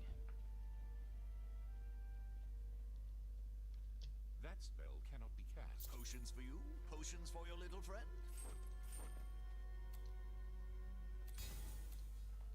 Oh, I'll be seeing you soon. Alright, moving on.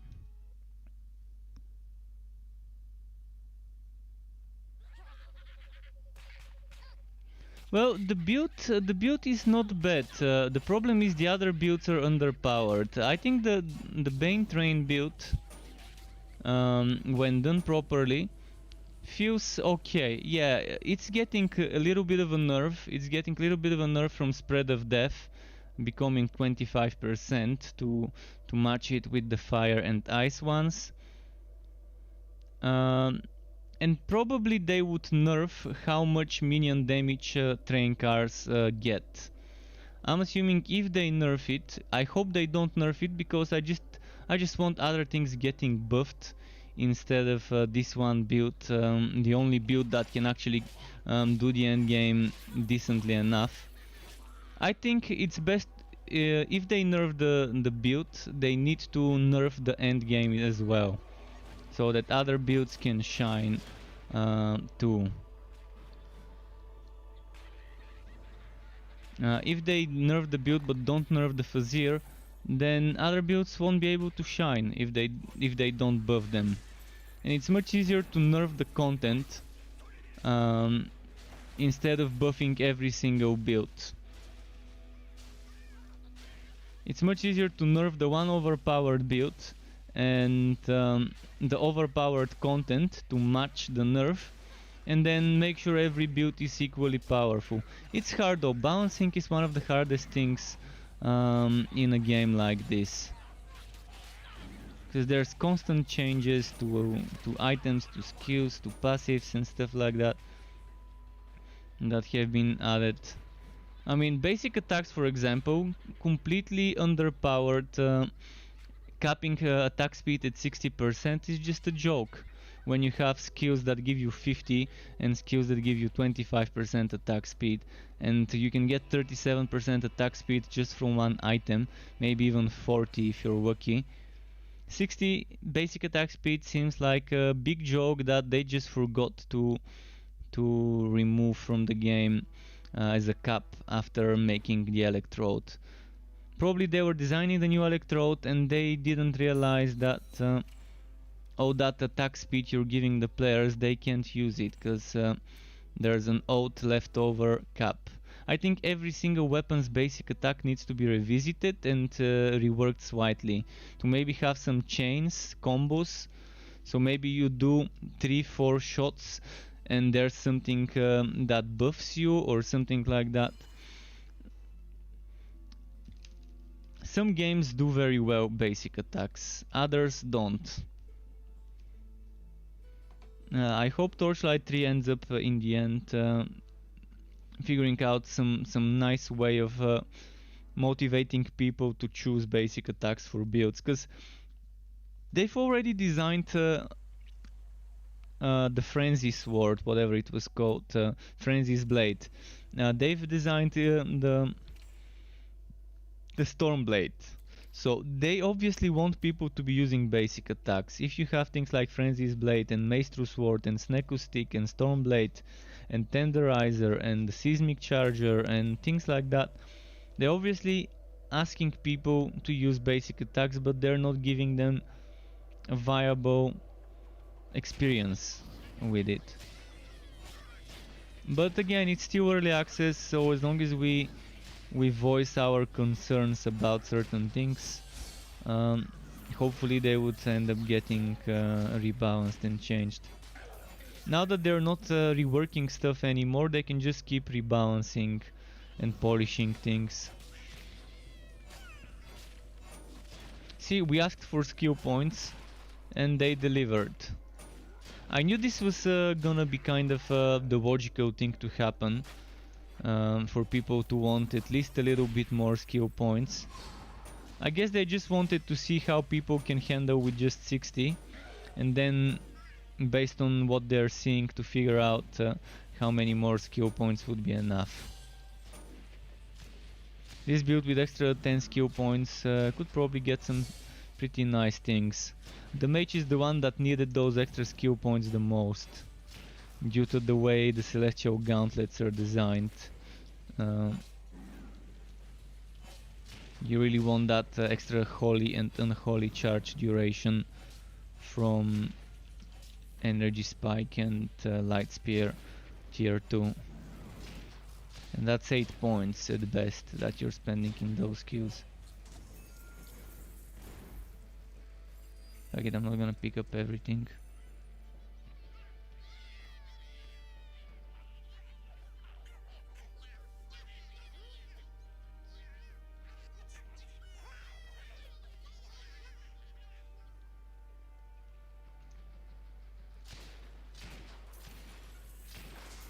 Ah shit.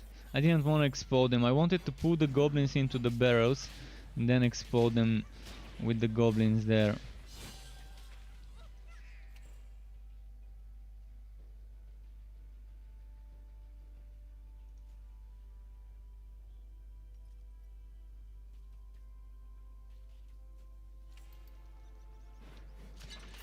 Okay, I can't wear that yet.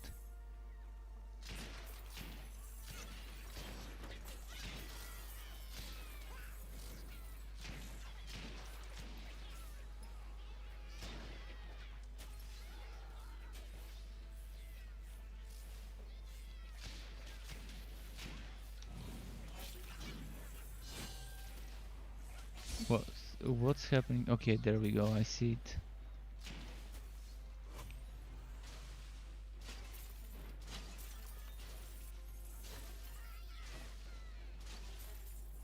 Kenna, was it a dog jockey there?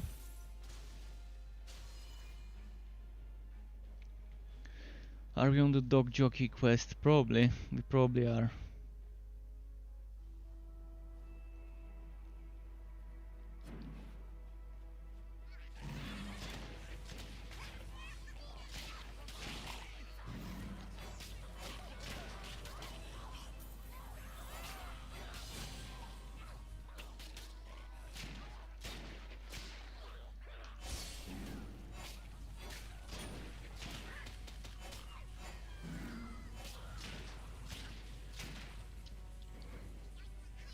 Come on.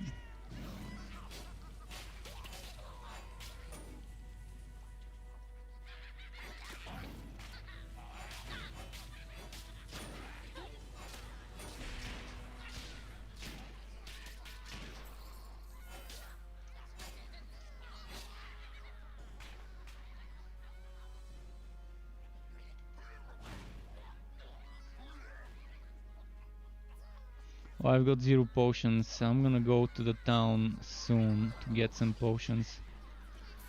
Once I reach the boss, I'm gonna open a portal and go resupply. Is he here?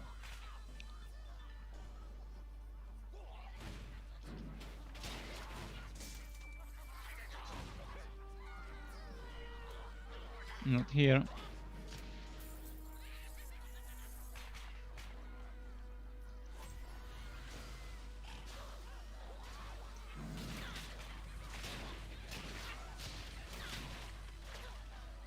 I really need an AoE basic attack weapon.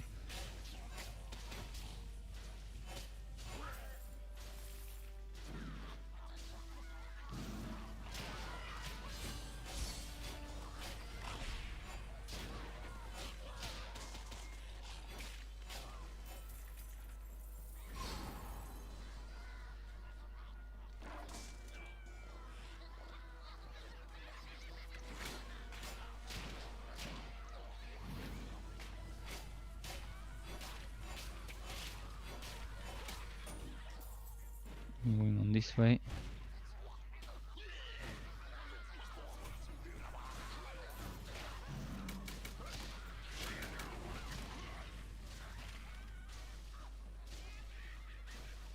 AoE resurrection, eh? OP goblins with AoE resurrection.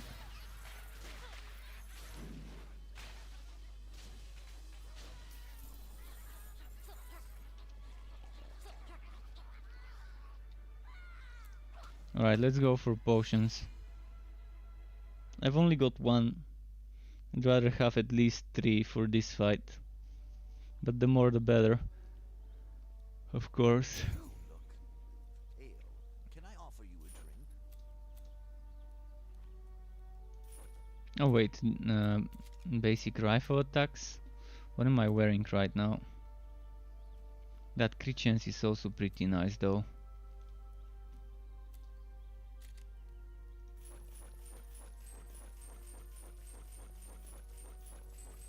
See you next time.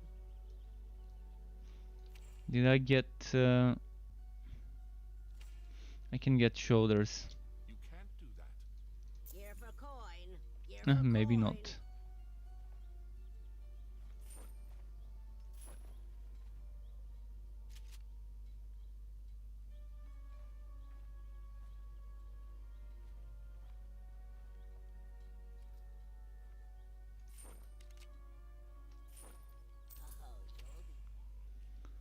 Okay.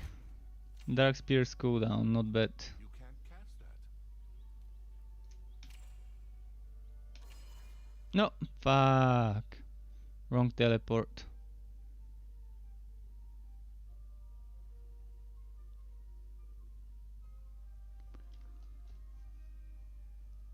Come on, game, let me vote in.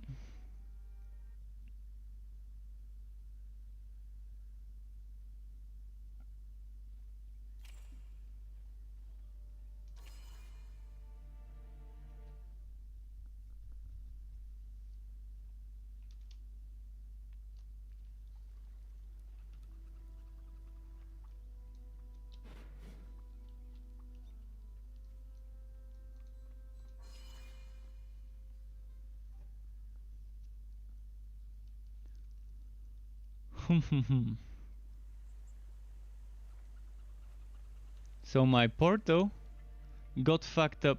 Did you see what just happened? The book. I was inside the damn map, and I ported to my portal, and it ported me to the wrong place. Did it? I'm gonna try it again. I'm gonna go get the waypoint and try and teleport to my portal. Maybe I just didn't click on the portal and clicked on the in-between zone, the passage. Let's go grab the waypoint and teleport to my portal. Hopefully it works. Maybe I'm just too tired because I haven't slept and I'm just making mistakes. But yeah, I probably haven't slept for like 26-7 hours, maybe 28. Chronicon is just too addictive. I've been playing a lot of Chronicon. Okay, now I ported to the right place, so I definitely made a mistake and clicked who knows where.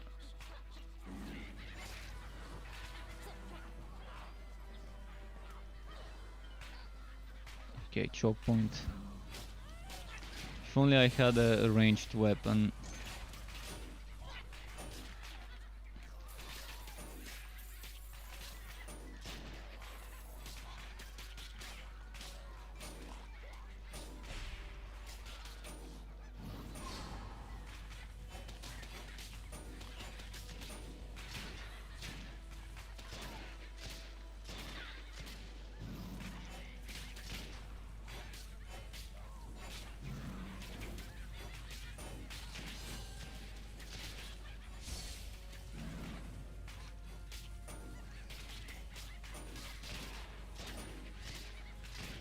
See, this is practice, guys. See? Why is it so slow to kill stuff on practice? On practice you should be just walking through the park. It should be a walk in the park. Walking by them, hitting them for a few seconds, and boom, champion group that. I'm spending probably more than a minute and a half, 2 minutes just on 4 measly elite enemies around 2 levels higher than me.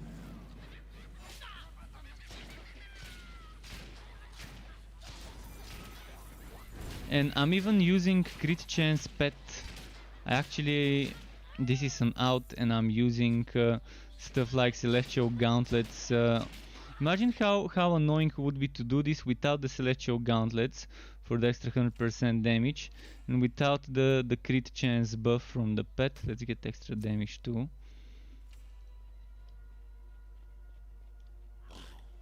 Hopefully with the next patch, with the tuning of difficulty stuff, they make the leveling up experience more pleasant, because right now it's like one of the worst leveling up experiences I've had in games. I mean, even in the alpha it was a little bit more pleasant, because I could just level up with mapworks and the story wasn't taking this long to complete. But the alpha we only had 2 acts, so that's why it didn't take too long, and each act was much worse. It was much worse in the alpha, but there were less quests, and I think they just need to rework the whole pacing to be a little bit more pleasant to do the quests and the leveling. They might have over nerfed it with the last patch.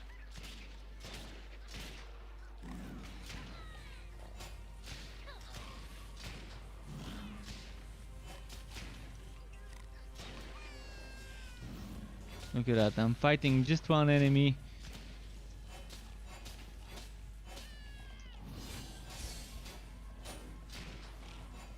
If it wasn't for those celestial gauntlets, I don't know what I was gonna be doing with this fight.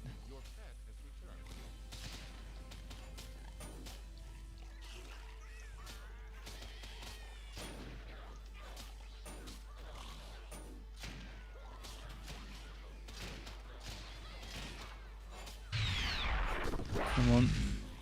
Oh, someone just was that a YouTube sub? Gabriel NG. Gabriel, welcome to my channel. Welcome to the Struck Weapon. Nice having you. If you're watching, that is of course. Appreciate the help in growing my channel indeed.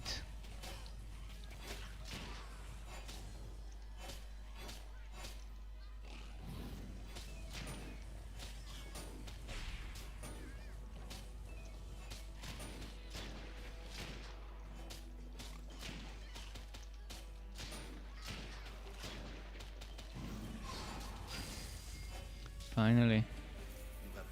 Didn't time it, but it probably took like 2, 3, 4 minutes, maybe more.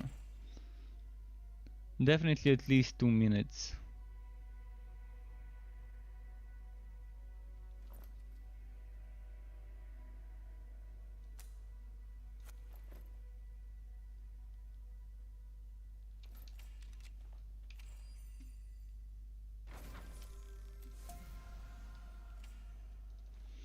We leveled up.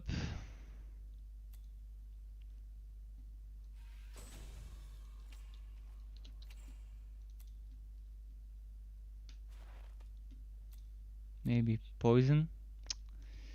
Not poison, but it's still better than a rifle.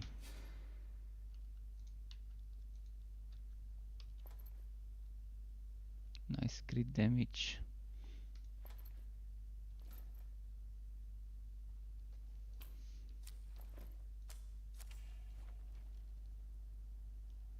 Let's go grab that chest. There should be one here. Maybe another blue item awaits us.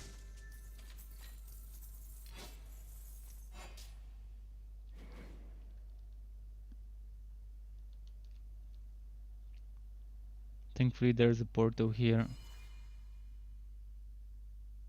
The good thing about Mosrat then is you don't have to clear it completely. You can just kill the first 10-20 enemies and then leave.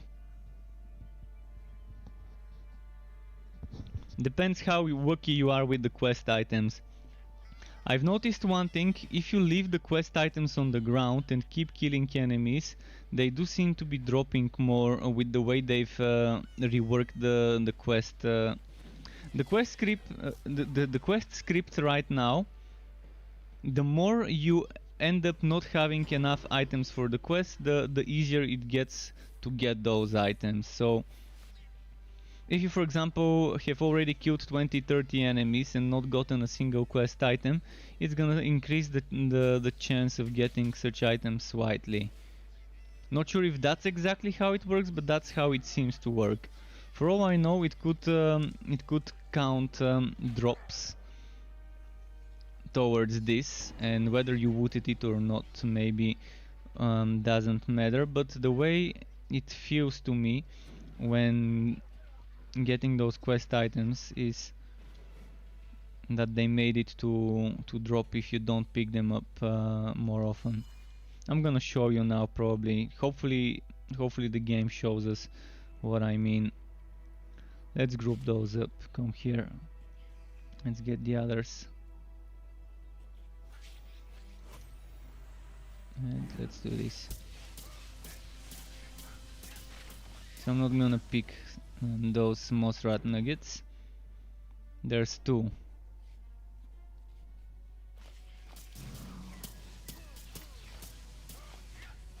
Three, 4, 5. 6. Alright, 4 more.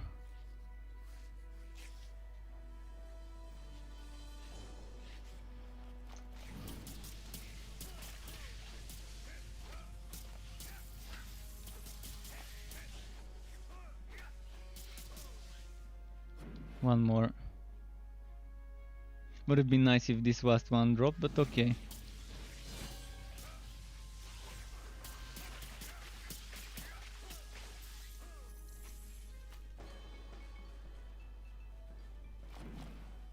Alright, we can go leave that cave now. We even got one extra drop.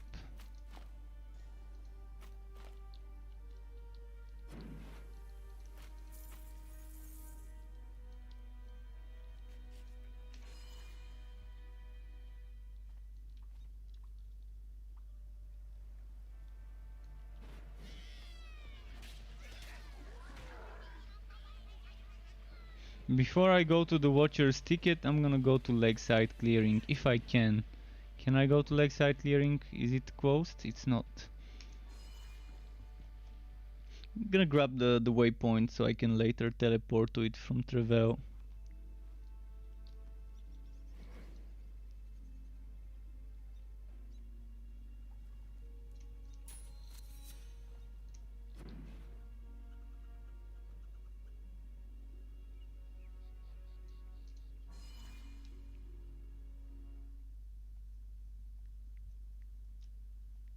Actually, I should have left the portal. I should have left a waypoint over here. If I left the waypoint over here, I could have teleported from... if I left the portal here, I could have teleported from the waypoint to my portal and saved myself a little bit of walking.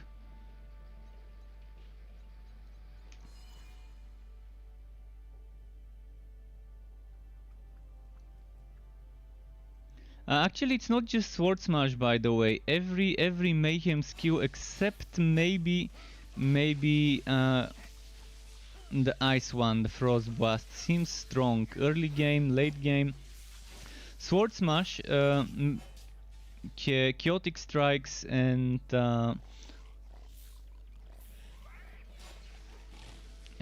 probably as well Venomous Maw. I still haven't tested Venomous Maw and Spinning Blade after the patch, but they were strong before the patch.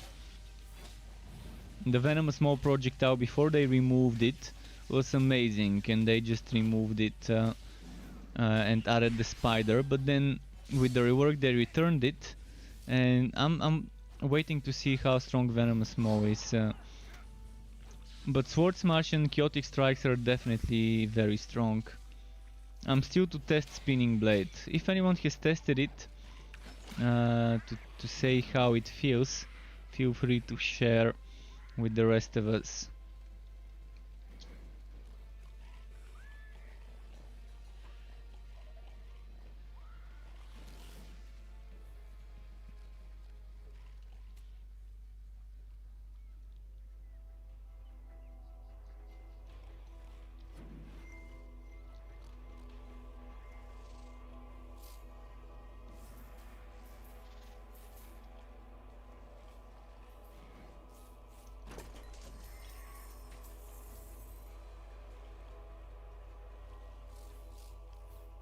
It's good to apply bleeding, but over it's not that great, really.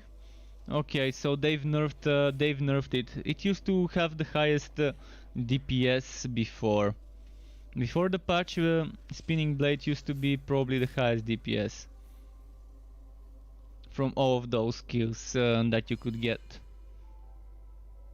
And before it was the highest DPS, it was Venomous Maw. Venomous Maw was better before they removed it and replaced it with a spider, before the Relic subclass patch. And now I just wanna test both of them and see how strong they are compared to the rest, I guess. But keep in mind, Sword Smash gets 25% extra damage from the passive. So does Chaotic Strikes, and so does... oh no, Sword Smash doesn't. Keep in mind, Sword Smash doesn't get 25% extra damage. But the Spinning Blade will get 25% nerf, Venomous Maw will get 25% extra nerf, and Chaotic Strikes will get a 25% nerf. With Chaotic Strikes, I can guarantee you it's still gonna be a good skill and strong skill, even with the 25% nerf from the passive. But Sword Smash already is using only 25% damage from the... I forgot the name of the skill. The equivalent to this one, whatever the name was. The 25% fire damage.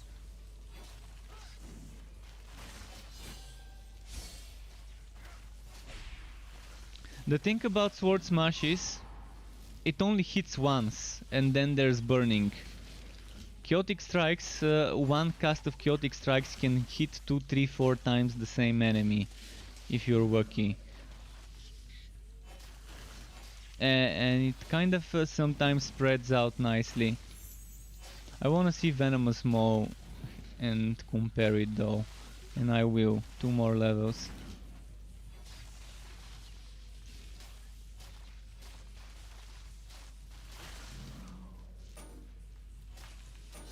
And I'd rather compare Venomous Maw while it's still buffed to see.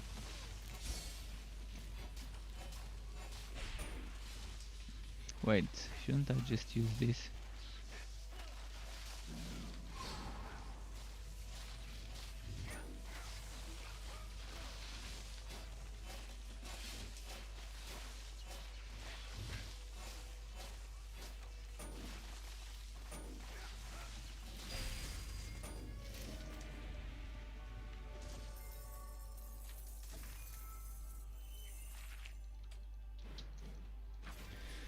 Alright, and dropped some stuff.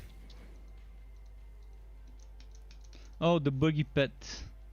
The buggy pet that can be opened.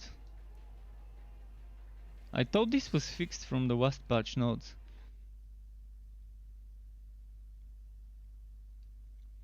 But I can two-shot uniques with the chaotic strikes as well. With the right build, with the right items, 2 uses of chaotic strikes if I hit multiple times per use. I've almost one-shotted, even one-shotted certain uniques. But again, you need a good two-handed weapon to do that. Oh, we're going to the town, and you need to make sure the enemy gets hit by every chaotic strike, because chaotic strikes maxed out gives you two hits, 2 storms. Each storm can hit 3-4 times or whatever times it can hit. I think it's 4 times, so that's like 8 hits Oh, with yes, one cast. potions. I've got those. Oh, you mean no item while leveling? But still, while leveling it was strong. I mean, I've leveled up 2 builds already with Chaotic Strike, and I really loved it. Both of them were actually 3 builds. I've leveled up 2 Realm Masters and a Dusk Mage. But it's a good skill for leveling. Let's see how the poison is. Let's see if the poison is just as good as the other one.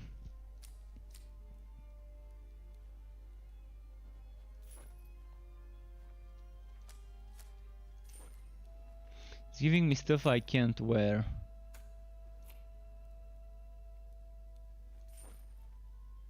It's giving me stuff I can't wear, and maybe it's time for Mapworks, but the problem is I sold my Mapworks. Potions for And you. I doubt... Potions for Oh, your it little friend. no, it doesn't See you remember. next time. So no Mapworks for us.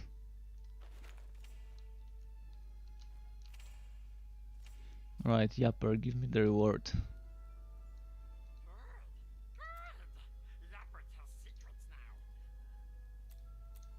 Quest complete. I should have known Yapper would try pulling a fast one. But you have to wake up pretty early to get one over on me. Now I have to come up with an adequate punishment for that rat. So there was Maybe since he 27 loves here. Mossback nuggets so much, he'd be well suited Not the to a stuff, treat. but still something. 14, 12, damn, I'm getting some higher level items. You can't cast that here. You look pale. Can I offer you a drink? Not just on paper, I'm telling you, it is strong, but it's not as strong early on, but later on it becomes even better. But it's still strong. Honestly, it's still a strong skill. Especially if you stack damage. If you stack items with % damage to chaotic strikes and cost reduction, and that applies to any of the mayhem skills, not just to chaotic strikes. While leveling, stacking energy cost reduction and energy recharge rate and damage to that mayhem skill. It's good, it's definitely good to level up builds with those skills. Frost Blast is the only one that seemed a little bit underwhelming after they nerfed its range and its damage.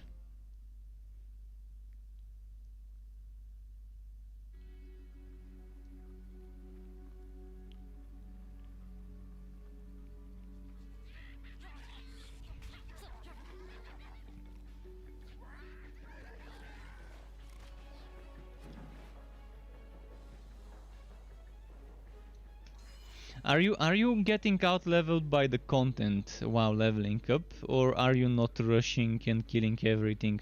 Because as you've noticed, I kind of get out leveled by my content because I'm just rushing the boss fights. Oh, this unique is probably worth killing, although it's probably gonna take a while to kill it, and it's a shaman, so he's gonna constantly resurrect. Let's kill the other shaman at least. So there's only one resurrector.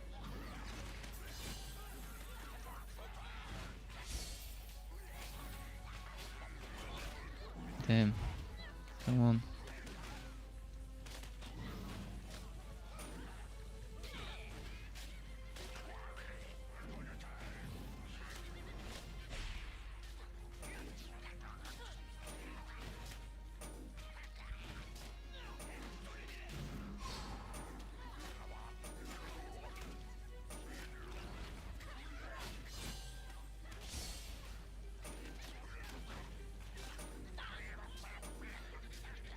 Yeah, this one's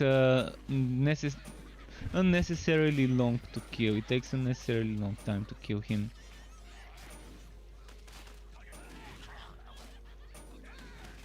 Word I go. Igu. Word Igu. Keeper of turnips.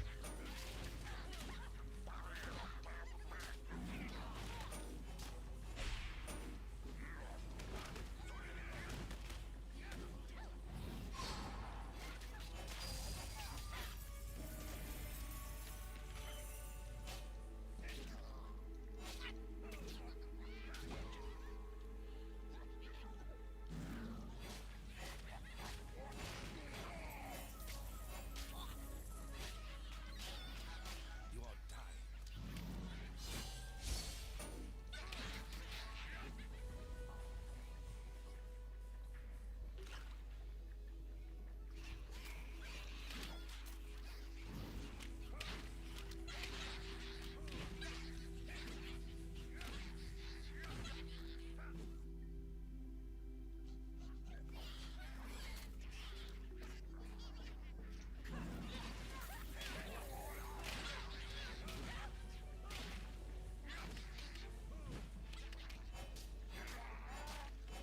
Okay.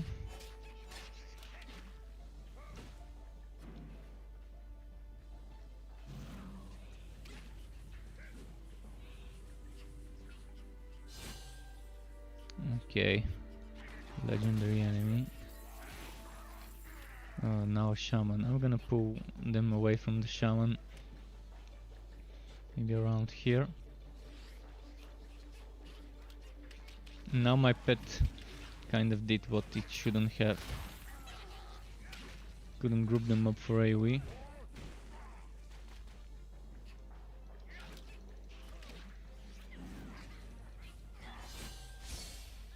Ah yeah, I'm not fighting this goblin brute. It's just gonna take forever to kill. Your health is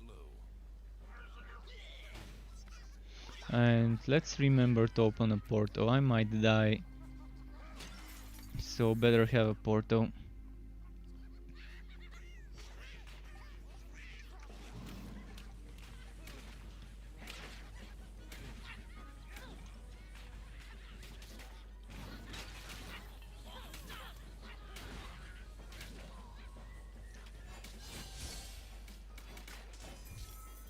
Okay, there we go. On your mage, the burn from Sword Smash goes to over 2 million. 2 million? There must be something broken there, 2 million. What the hell of a weapon are you using? Are you using a two-handed weapon?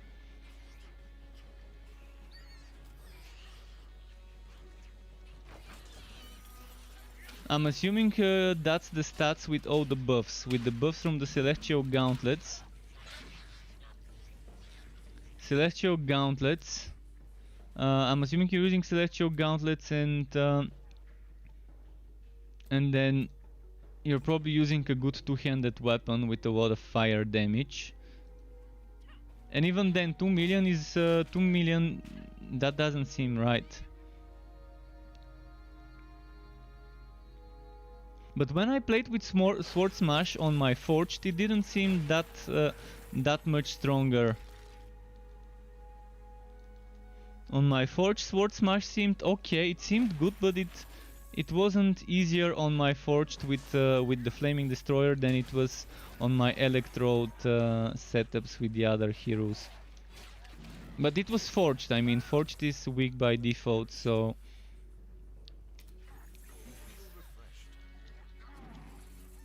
And it was a ranged Forged build. But I still leveled it up with Sword Smash because it's the easier way.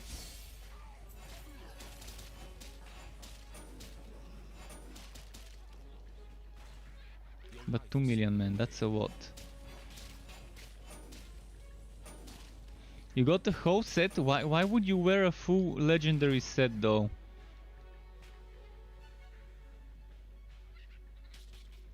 You would need ideally, if you want more damage, you would be wearing a blue chest, blue legs, and blue boots.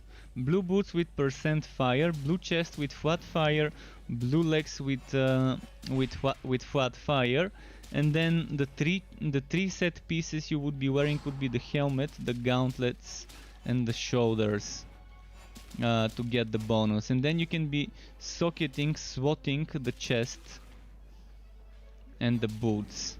Or you could wear the boots and ignore the percent fire. It's not gonna be that big of a boost, but it is a good boost still. And you can just wear blue shoulders then. But you would want to be swatting the breastplate, the cuirass. I'm not sure how you're getting those high numbers. I never got high numbers like that. There must be something wrong with the last hotfix. When did you start leveling this mage with the fire relic? Because when I got my forged, it was probably 2-3 weeks ago, maybe 3 weeks ago. I need to check the date. But let's say around 3 weeks ago is when I tested.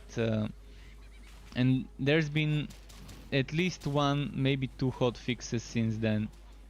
You tested it last week. Definitely after me and definitely after the update and the hotfix. So maybe something broke then. Or maybe there's an item that's causing this.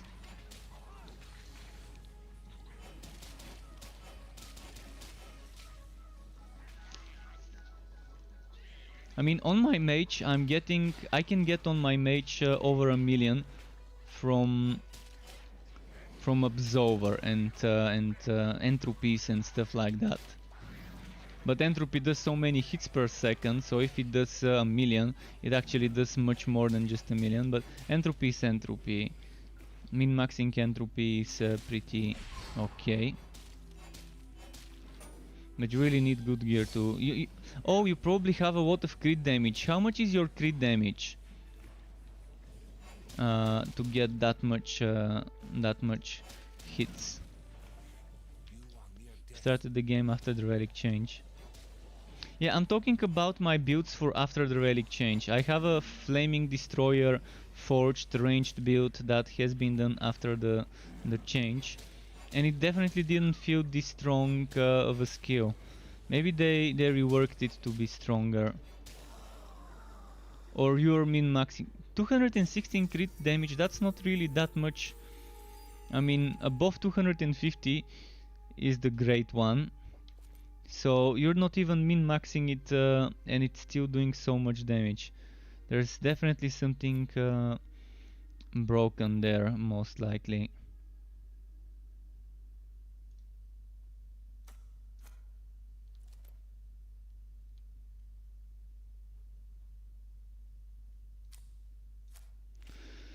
Okay, I can wear this, but do I want to? I mean, it's a staff, but too little damage.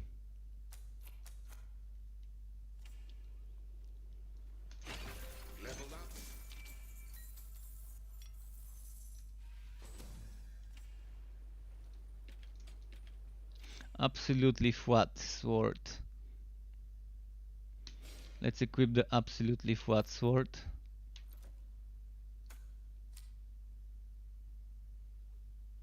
You're saying it burns the enemy before they even the passive level 3, but you don't think it should? Yeah, probably there's something wrong with the... Let me quickly read the patch notes from the last hotfixes, just a moment. I'm gonna check, I'm gonna share my screen. I'm just gonna open it first. So August 17, I think was the last hotfix, was it? So my screen is here. So let me quickly check Torchlight events. There was the state of the game and then August 17th.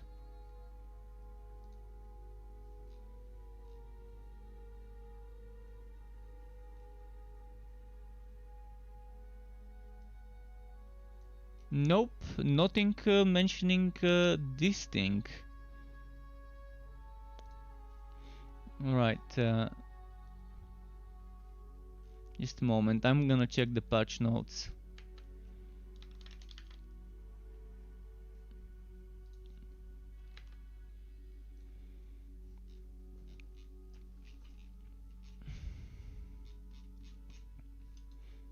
It's not this one. I'm gonna check if there's something mentioning those things in the patch notes.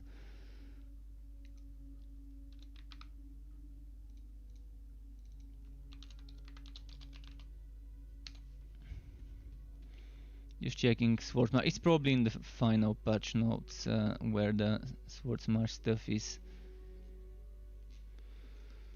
Maybe it's in the second one. Sword Smash. I'm looking at the changes for balancing and stuff like that, but there doesn't seem to be anything. Yeah.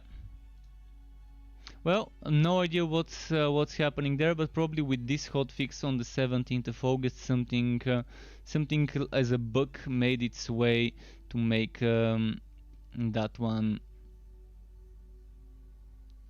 that one stronger, OP. Okay, let me stop sharing this.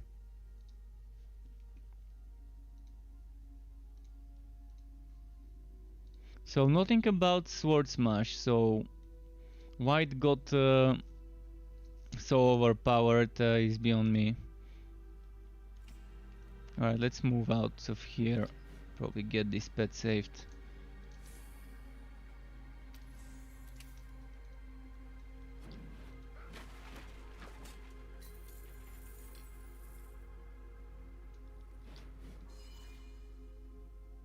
You heard in Discord some people saying Sword Smash is passing defense of mob or something. Yeah, maybe. Maybe that's happening.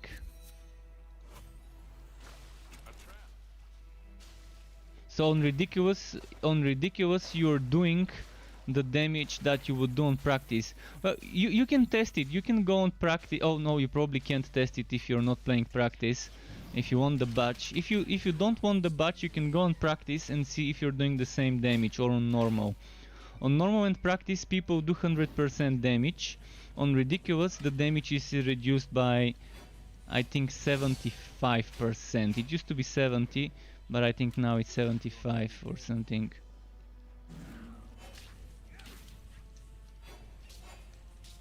Damn, I'm getting one shot on practice. Really? On practice I'm gonna be getting one shot by some elites.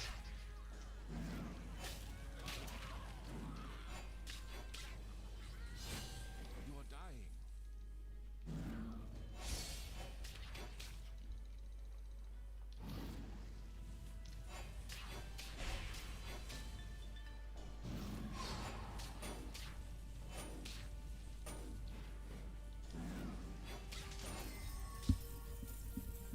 And of course it doesn't drop a potion.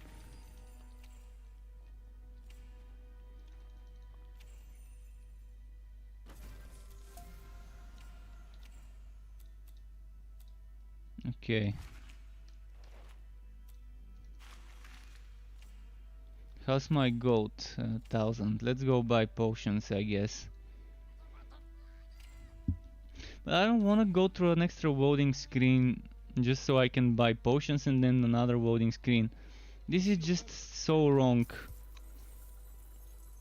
I really wish they would remove the fucking potions as drops and just make them on a cooldown and let you select the one you like.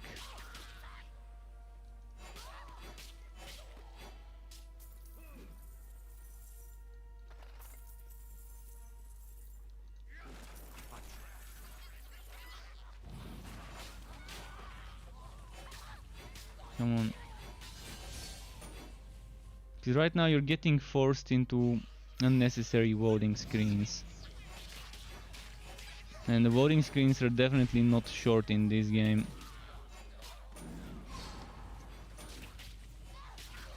Even on a Generation 4 NVMe SSD, it's still loading slow.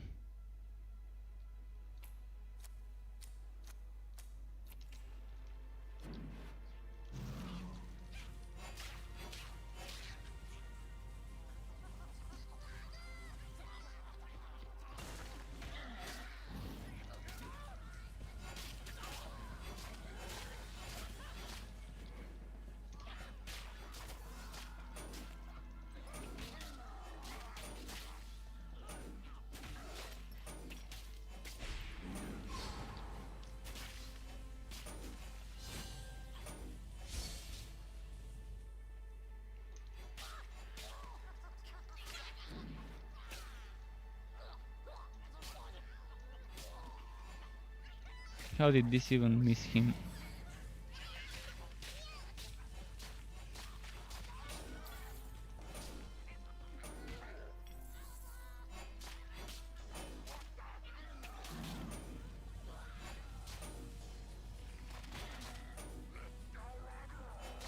Wait, did those just spawn dead? 4 netherlings seem to just spawn dead, maybe? I don't remember killing them.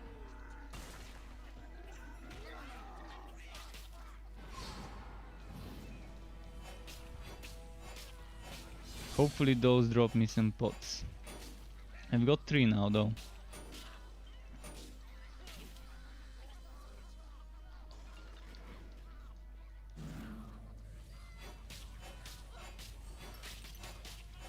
No.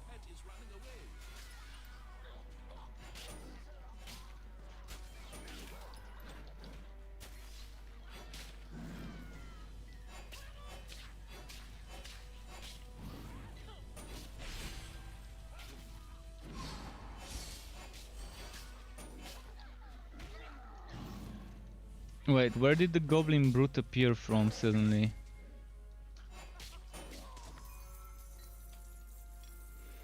Here, more potions. Let's try and find the next crystal now.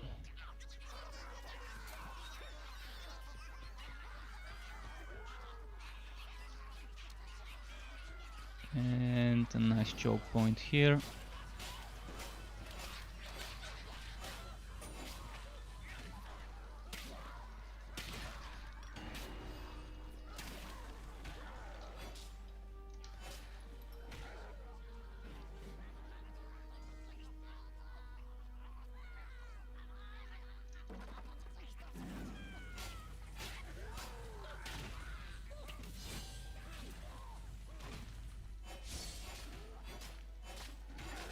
Okay.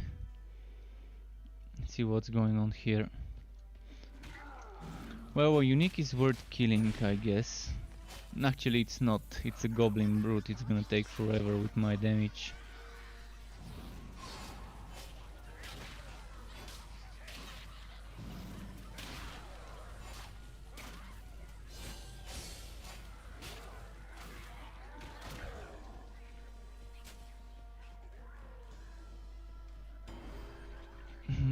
Let's keep moving. Those are worth killing though. Those die quickly.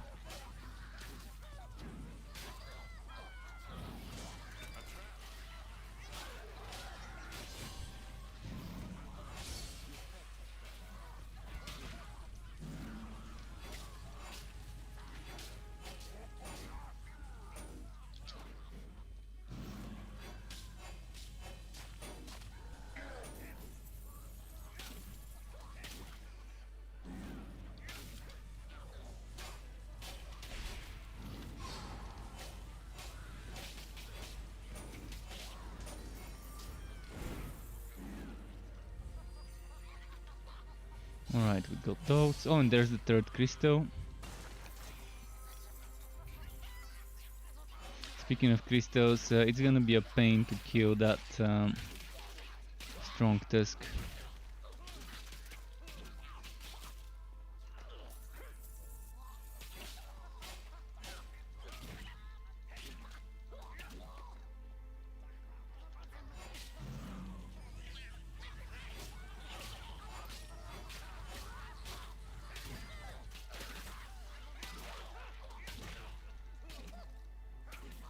Come on.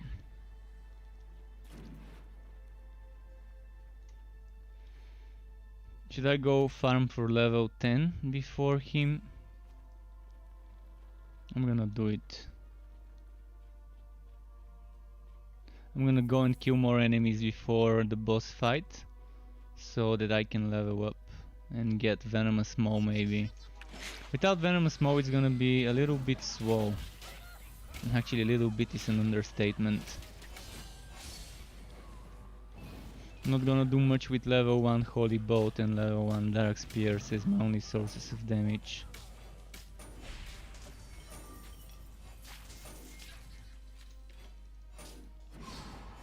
Should not have sold the map bundles.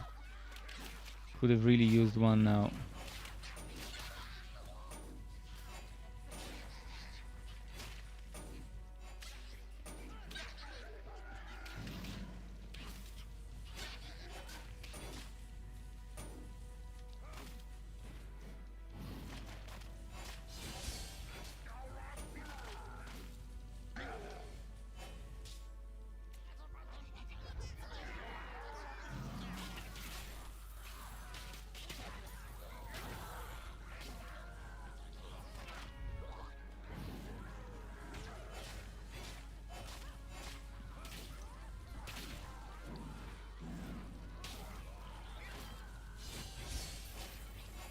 Okay, we're getting low, it seems, soon.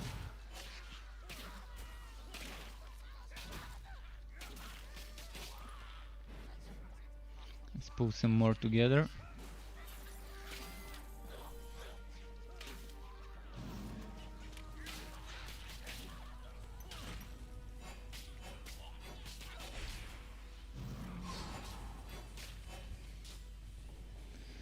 Alright, 2 more enemies.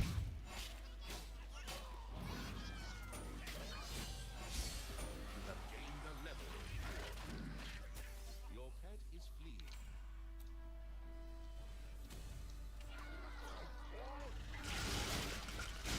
That spell can't be cast. Oh, not too bad, not too bad.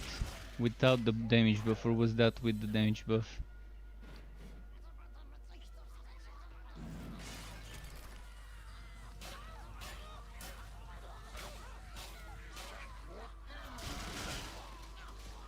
Yeah, it's doing more than my holy bolt at least. When it hits. So this is 210, this is 180. So yeah, a little bit more. And it's something that doesn't cost mana. So pretty good to have an energy and a mana skill before the boss fight.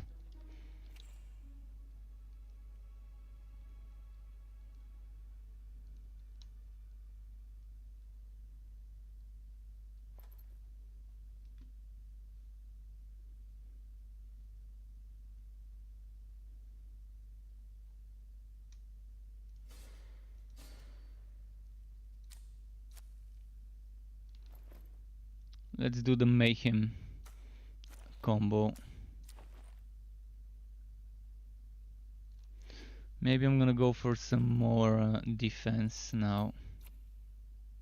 Or do I wanna go for more HP? That's a lot of HP.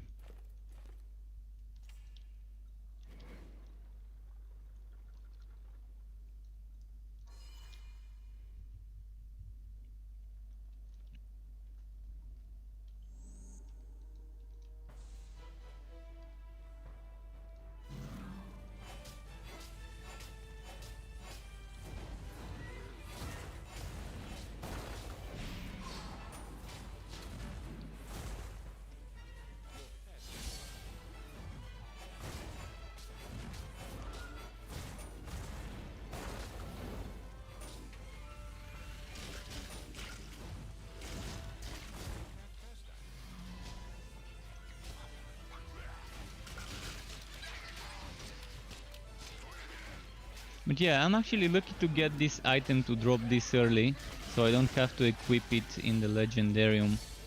I've got it in the Legendarium already, but I don't need to use it there, since it dropped at what level did it drop?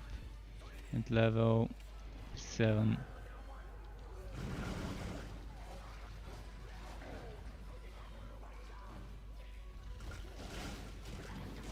Oh, and my potion is bugged, it's showing I've got 9, I probably got 0. I just love it, I just love it. No, it's not 0, then why is it not letting me use my potion? Oh, game, please stop bugging on me. Really? It's not letting me use my potion now.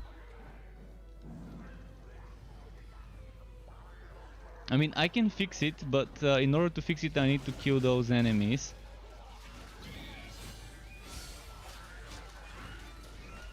And that's not gonna be happening soon, and my pet is dead. Might as well just focus on the pure for now.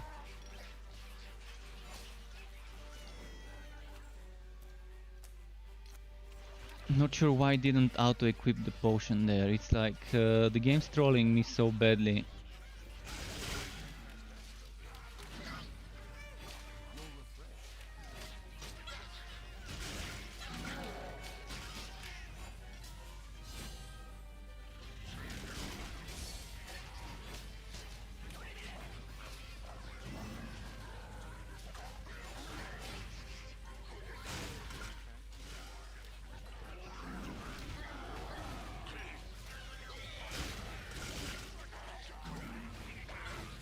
This fight is gonna take forever, honestly.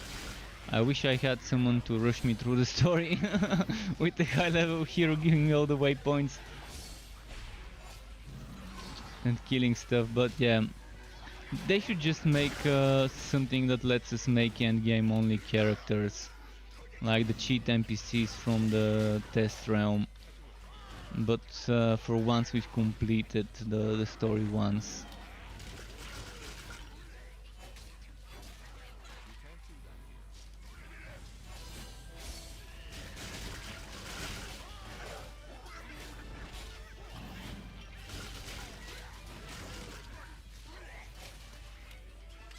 It feels like I'm playing on ridiculous and I'm playing on practice. I'm not sure what's happening here. I'm even using celestial gauntlets at level... I actually started using them at level 3. I'm using Keg of Mayhem, I'm using celestial gauntlets, and yet my damage is just so bad. It's kind of sad. I never felt this bad while leveling. Even on the mage, when I was leveling my other 2 mage builds after this patch, it never was that bad. So what changed in the past 2 days or 3-4 days? I have no idea, but it's even worse now.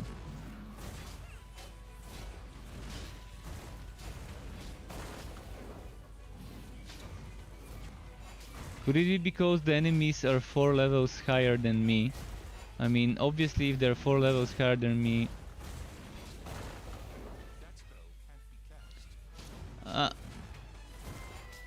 I'm not playing on a higher difficulty, I'm playing on the easiest difficulty. G-Rabbit, I'm playing on practice. You can see here I'm playing practice, the easiest difficulty in the game. So even if they reduce the stuff, yes, I'm playing on the easiest difficulty. This is the easiest difficulty.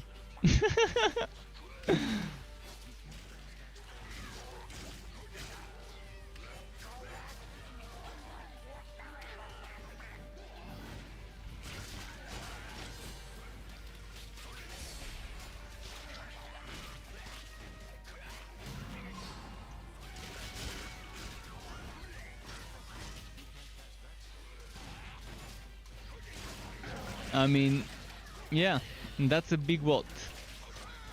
If the easiest difficulty takes forever to... I know what the problem is. The problem is the enemy scaling. They're getting a lot more defense when they're a certain level above you. And the enemies here are 4 levels above me, meaning my gear is suffering and it's lagging behind, and yeah. I'm using a level 13 weapon, right? Level 13 weapon, so my weapon is only 1 level under the enemies. My armor is kind of not great, but still, it's not terrible. I mean, for my level, for practice, I should be one-shotting the little guys, and the other ones shouldn't take more than 3-4 hits. When not buffed, and when I'm buffed with the celestial gauntlets, I should be one-shotting even the brutes on practice.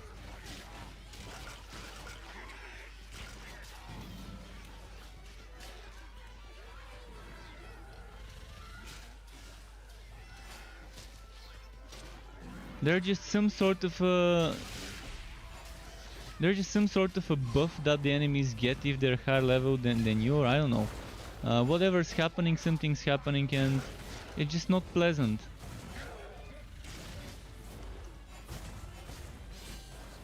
And just making things unnecessarily slow. And the thing is, you can't buy maps. I can get a ton of maps once I reach endgame and once I start killing stuff. I'm getting more maps than I can handle, but while you're leveling, you can't go and buy maps from the NPC. In the alpha and in the beta, you could go and spend 500 gold coins and get a green map. You can spend 250 gold coins, get a white map, and this could help you catch up with the XP. if you needed to.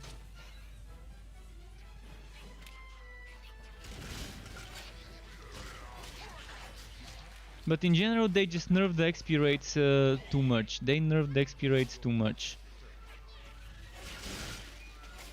That was a pointless, unnecessary nerf of the XP rates. And the nerf of the drop rates as well.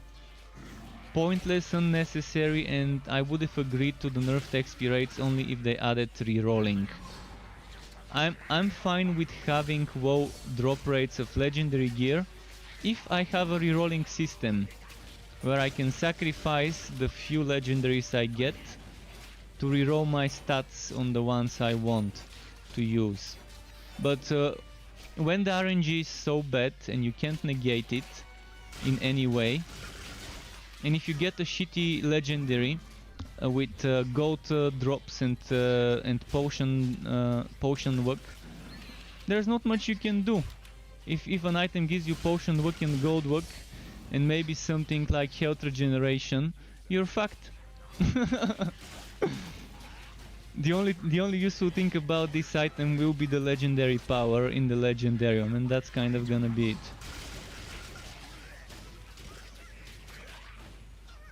I don't even see why we have to have stats like gold pick, like gold work and like potion work, and why the potions need to even be a drop.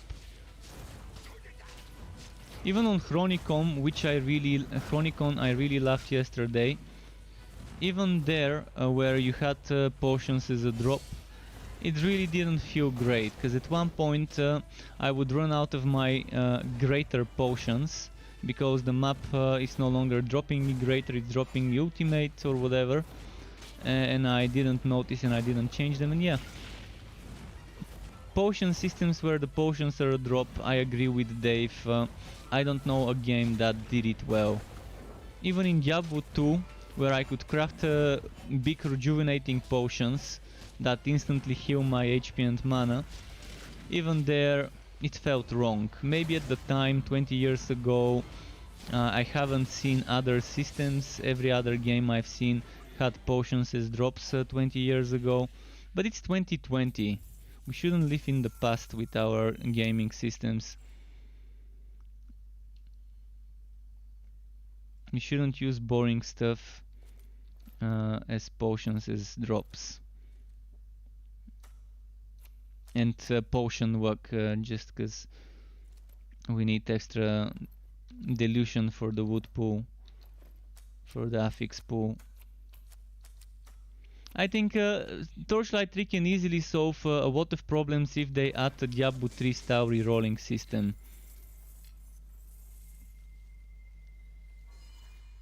And if they make the wife-bound system a durability system. You die on ridiculous, your item breaks. You die on hard, your item only loses 50% durability. If the item breaks, you can still repair it. You just need an item you just need some sort of a consumable that drops the same way as respectacles. Some magic hammers. This would be super easy and nice way of handling wife bound. To make sure it's not a permanent loss, but it's still a punishment, and you would still need to spend some time before you can fix it. Some sort of legendary consumable.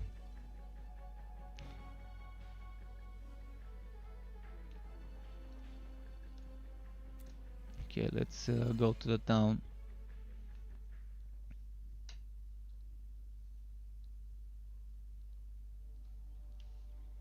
I mean, I love this game. I've spent so many hours playing this game, and it is still my favorite game when I consider the potential of the game, when I consider how good it can be, how good it can become.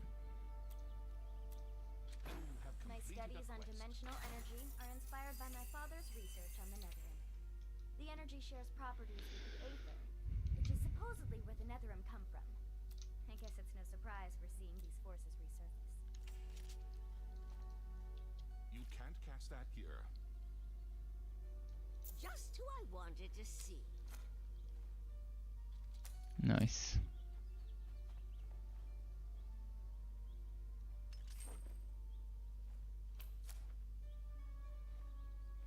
Oh, you'll be back. Alright, which way do we go? Don P says, hi, any reason you wanna try out this build? Cause I love summoners, that's the reason.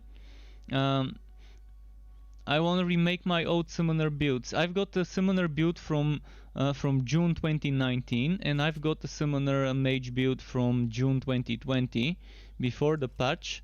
I wanna do Holy Fury. The build is Holy Fury, Entropy, Spirit Well, and probably Damnation for mana. We'll see. Damnation may not be needed, but I'm definitely gonna go for Consecration. And I'm gonna try and stack the Vitality Extractor. The Vitality Extractor with the Consecration tier 3. So Vitality Extractor gives you 5% HP per second healing. Although that's not gonna help you with one-shots. It's not gonna help with one-shots. The Vitality Extractor is 5% max HP per second. Tier 3 Consecration is 3%.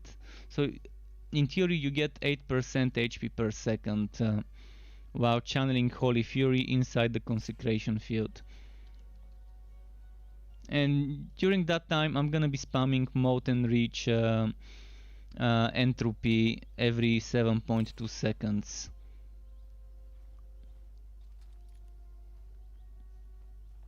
We'll see. I mean, I wanted to do a Holy Fury build for a while, and it's about time I do it as a summoner build.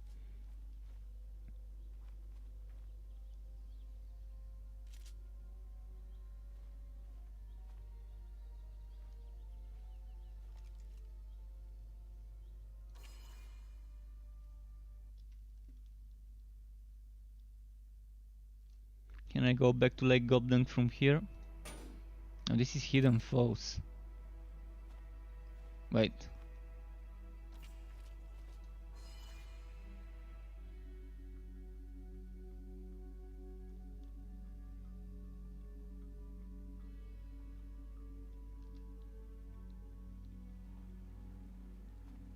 As for G-Rabbit for maps, okay, why am I here? This makes no sense.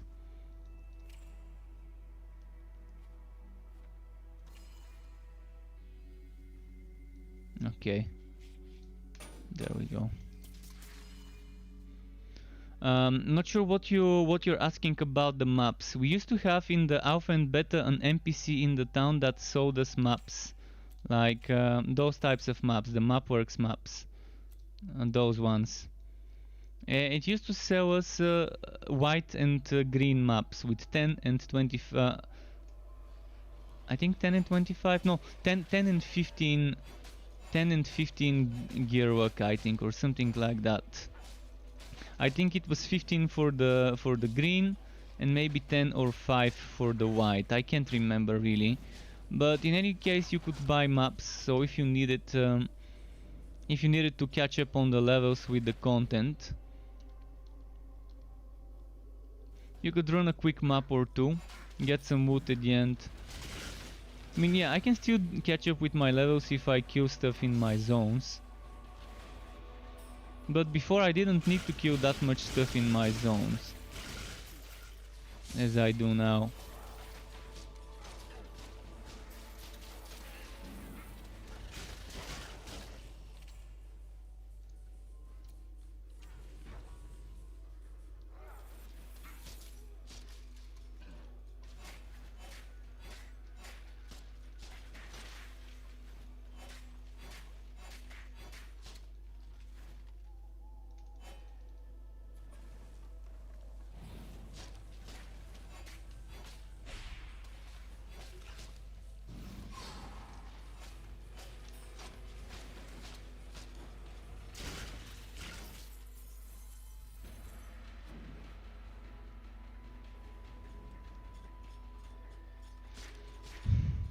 Let's see if I can die from the traps.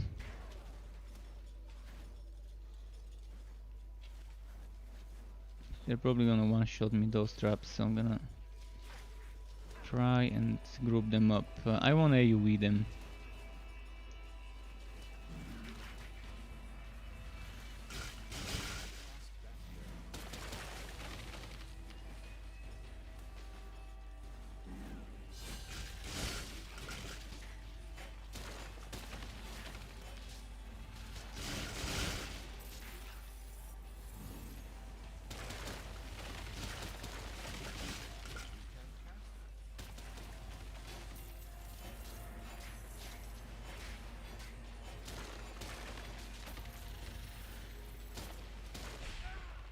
Fuck, I knew it. I was gonna get killed eventually.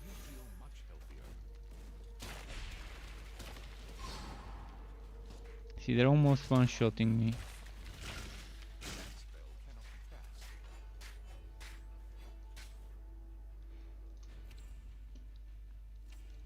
And there aren't enough drops that would provide me the survivability. Even on practice, I can't believe this is the easiest difficulty of the game.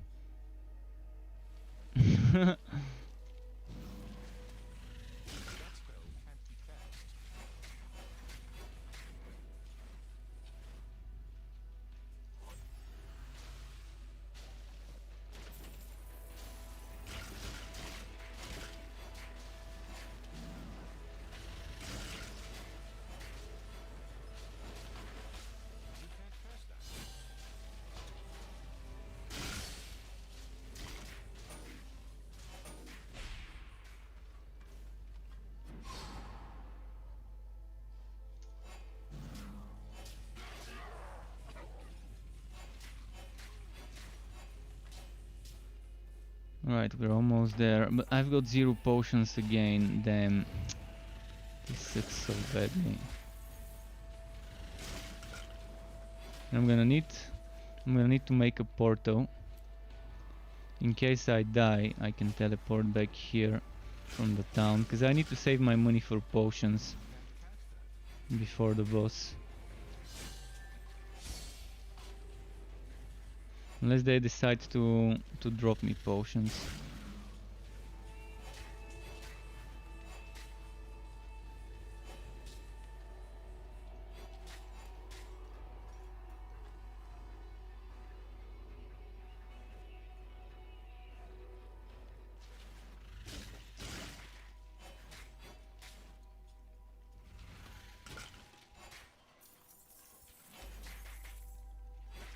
Come on, die.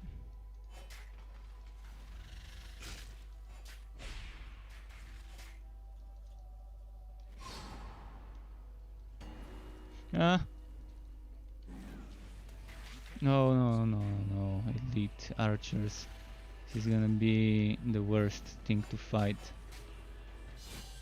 2 hits and I'm dead now. Maybe even 1.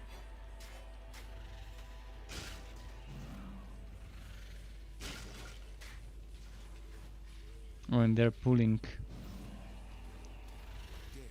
Not just the strings, me as well. Ah, fuck. Give me a potion. Come on, come on, come on. Come on, give me a potion.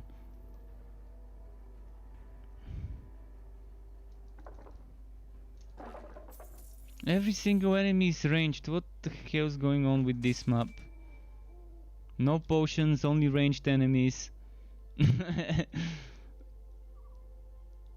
Terrible, terrible.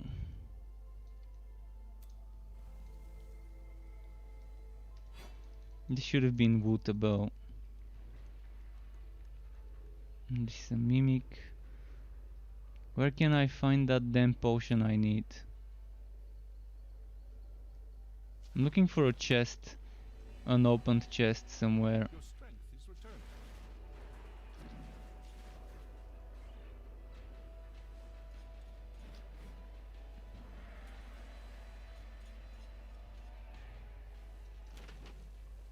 No potion here.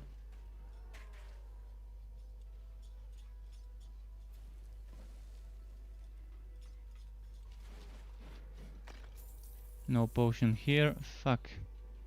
I got healed by the pet.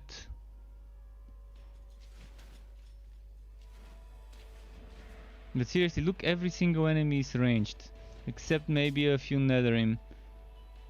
let's say 90% of the enemies are ranged in this map that I've encountered.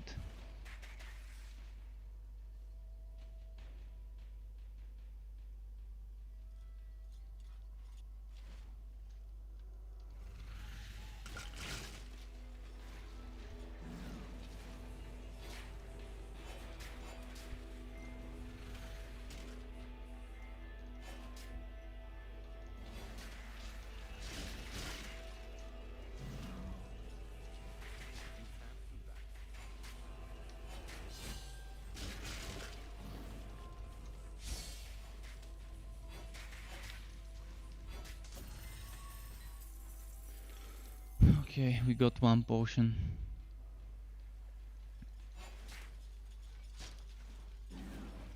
Oh, there's a melee enemy here.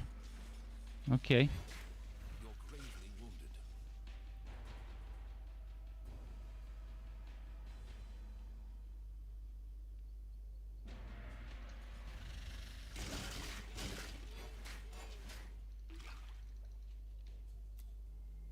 Let's go buy pots. It's gonna take forever if I don't buy potions. Potions for you, potions for your little friend. Playing Torchlight 3 after playing for 2 days Chronicon just feels like crawling on the ground after sprinting. That's how it feels.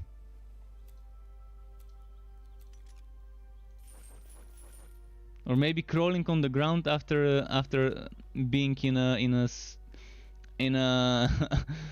in a car, let's say, or in a plane, and comparing that tempo with the other tempo. Okay, let's go get some of those. Oh, and they're dropping potions I can't wear. They still haven't fixed this bug where if you're fighting enemies 4 levels or 5 levels higher than you, they drop potions that you can't actually use because they're higher level than your level. See, this is such BS. The potions don't have a level on them, but they do have some sort of invisible level. So if you kill an enemy that drops 4 levels higher gear, like, see, you can wear gear up to 3 levels higher than your. This is 13 and I can wear it. This is 14 and I can't. So if you kill an enemy level 14 at level 10, it drops a potion that you can't use, and this bug still hasn't been fixed. I was hoping it would be.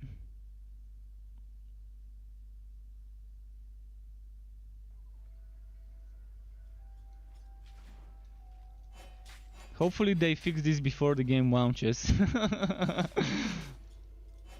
Because all the speedrunners from Path of Exile and other games would definitely be out-leveled by the content they're doing. Because they're probably gonna be skipping some enemies.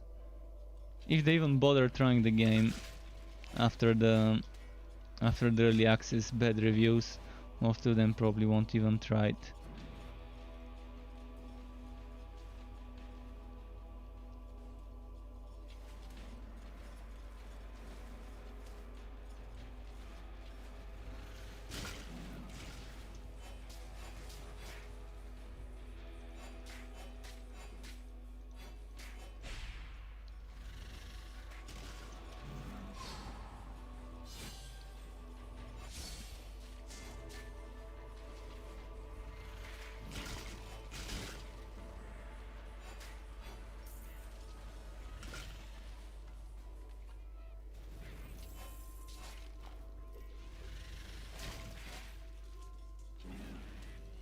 She's constantly gonna be summoning them, right? I need to focus on her.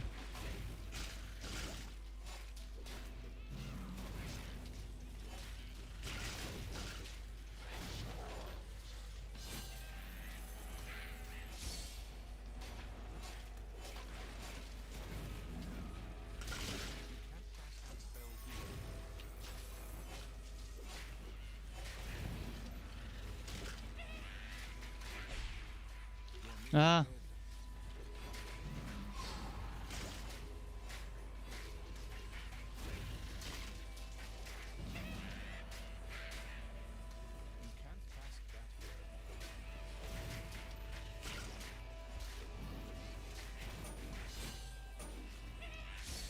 Yeah. Damn rangers. At least she's not summoning only rangers, so... And they're not fire, which could actually be worse for me, because maybe my fire resistance is better than the physical. Is it? A little bit. Actually, half. So, yeah.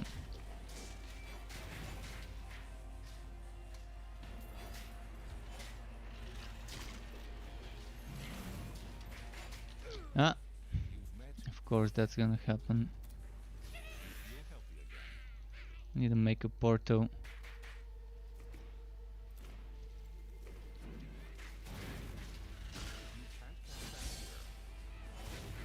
See, I never had this much trouble on practice. It's getting worse and worse with every playthrough for me, I guess.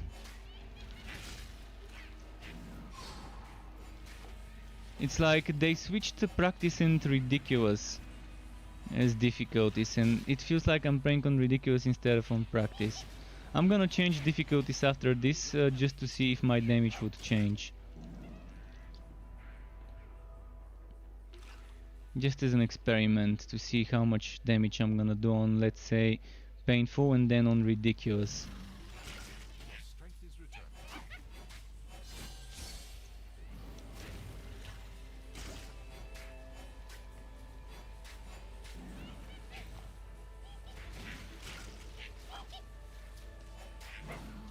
Without changing gear. I'm gonna do that test. Without changing the gear.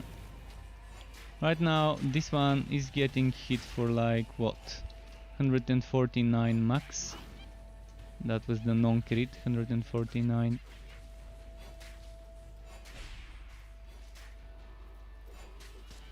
(142 crit with Holy Bolt, 213 crit with just the dark buff, 213 crit with just the dark buff. Quest finished. Level up. Okay, I'm level 11, so right now the damage is gonna get a little better. Now I'm gonna find another enemy and test it, and then switch difficulties and test again.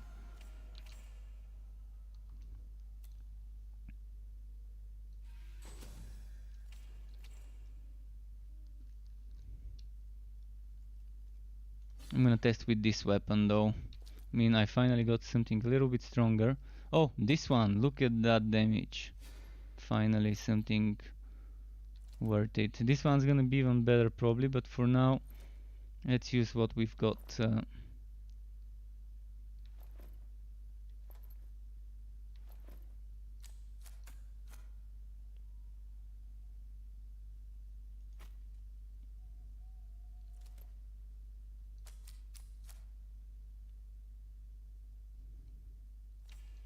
Range with light skills probably would be the better one to wear. But I don't have a socket, but yeah, maybe get rid of the Egg of Mayhem and wear this.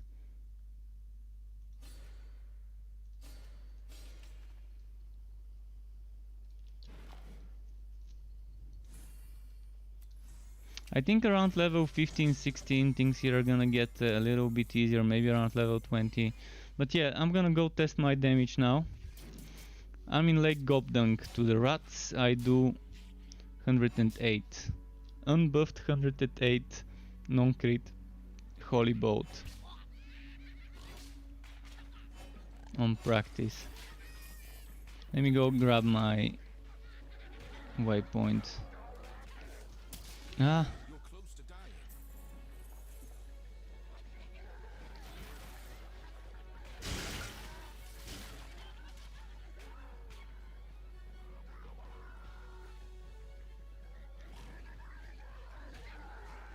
yeah.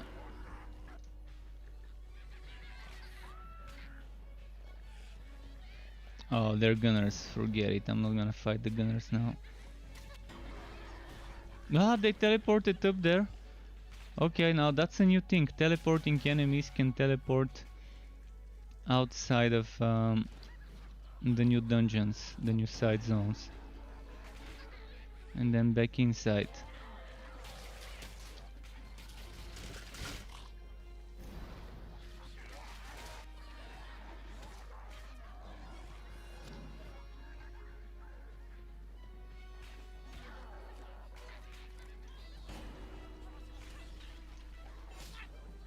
So 108 unbuffed. I'm gonna remember that and get the waypoint and try again now. Let's check painful first and then ridiculous. Or let's check ridiculous first and then painful. To see if I'm just super underpowered or whether something's buggy with the difficulties.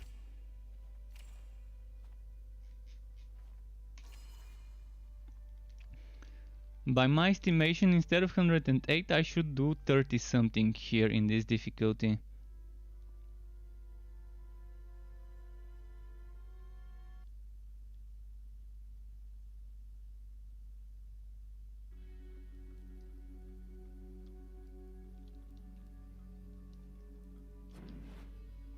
So from 108 it should go down to 30 something. 32, okay, so it's actually correct, meaning my DPS is just terrible.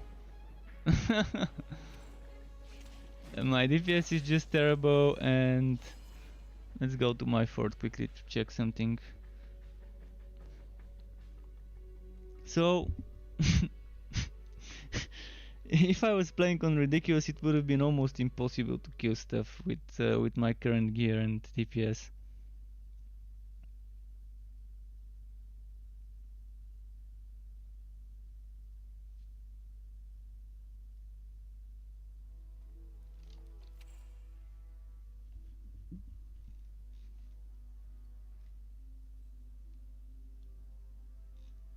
Okay, let's I want to check the damage on normal. Let's check hard. Let's check hard quickly.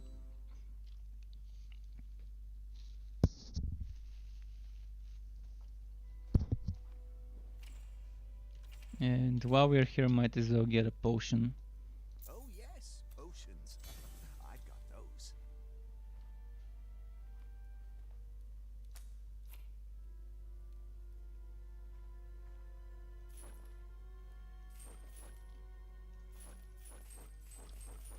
See you next time.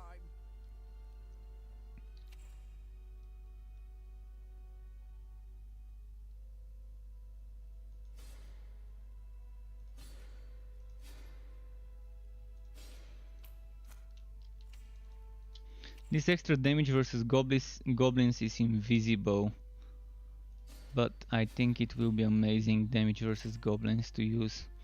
Okay, let's go back to Lake Goblin and now see my damage on heart. Actually, I'm with a different weapon, so I'm gonna switch back to the old setup just to confirm whether anything's buggy. Let's switch weapons quickly and then switch them again. So switching back to the old weapon just to make sure I'm using the same stuff. It should do 108. Or was that only for normal and... Okay, it's doing 54. So it's doing exactly half of the damage. Exactly half of the damage on hard. So on hard, yeah, 50% less. Let's see with this one. It's probably gonna do to goblins 63. Let me hit it without critting. 69. Alright, interesting amount of damage. 69.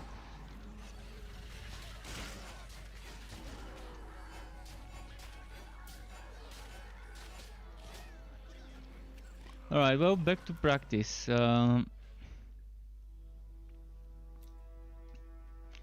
Just wanted to check if something's broken with the damages, but yeah, it seems to be that just things are too hard right now to kill because of my level. Potions for you, potions for your little friend. I don't think there's another explanation. Look at that, I'm getting such bad gear. You look ill. Can I offer you a drink? Oh, I'll be seeing you soon. Okay, it's finally time to keep questing.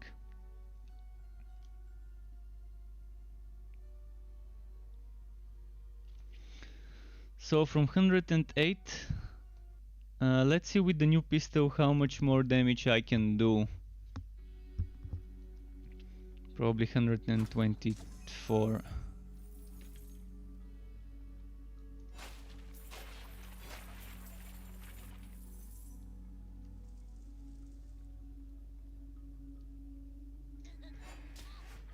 $137. All right, fair enough.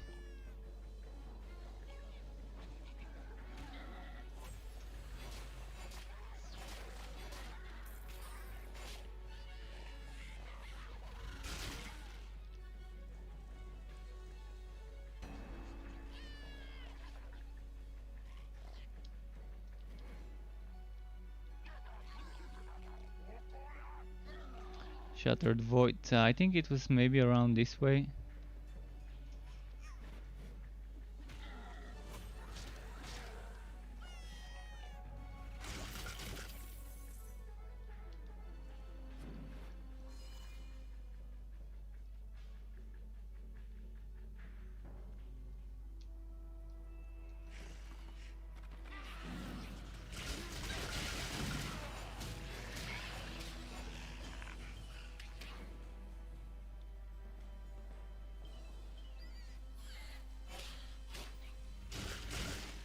We're still fighting enemies much higher level than us.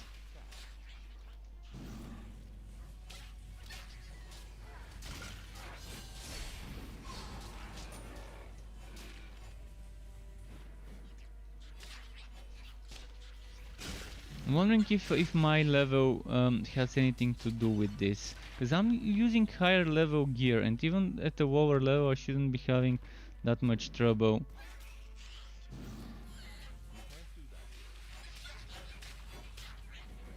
Let's see here. Ah, almost killed me again, those. The defense and the damage both seem to be terrible. I'm wondering if they just nerfed some stuff silently.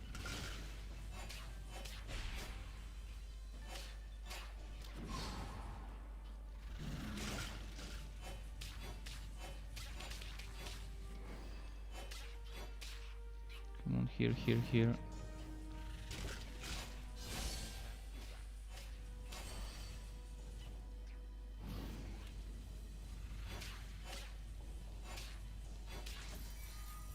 Alright, we got this one.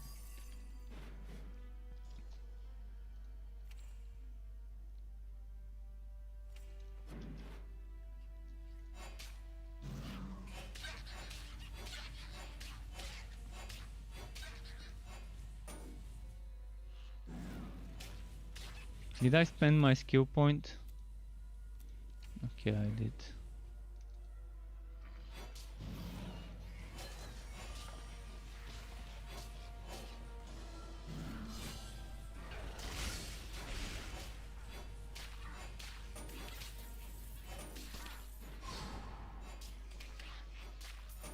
I'm wondering if I should respec my points from Ghost Visage, from Shadow Step. I mean, I really need the mana regeneration, but maybe not still, and just put them into something else. Like, can I get Poison Nova already? I can already get it, so maybe 1 point there would be pretty nice. Let's do it quickly. And remove 2 points. Because we no longer get an additional charge. I'm not sure if we got that additional charge at tier 1 and they just swapped the places, or whether I'm just mistaking it with Ghost Visage and the other movement skills.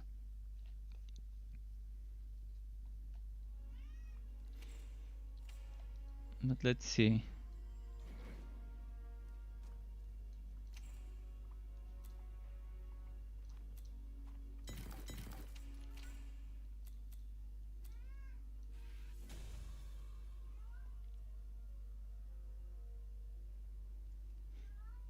I could use this as a one pointer. Last time I leveled up a build with this relic, I used Spectral Spider, and it really helped me. Right now I need a quick moment to feed the pet, because he's just someone came home, and whenever someone returns home, he wants to eat. I don't know. He just associates it with people returning from home and being feeding time. Oh, Spirit Well. I can get Spirit Well finally. I really needed Spirit Well. So let's say I put this here. And over here I put this. And I'm gonna feed my pet. If you're on Twitch, I can play some ads on the screen for like 30 seconds. But yeah, I'm gonna be here. I'm gonna be feeding the pet. Just give me a moment. I'm gonna unplug my headset. And oh shit, there's almost no room because I was rearranging. Okay, there we go. Come, Sky, come.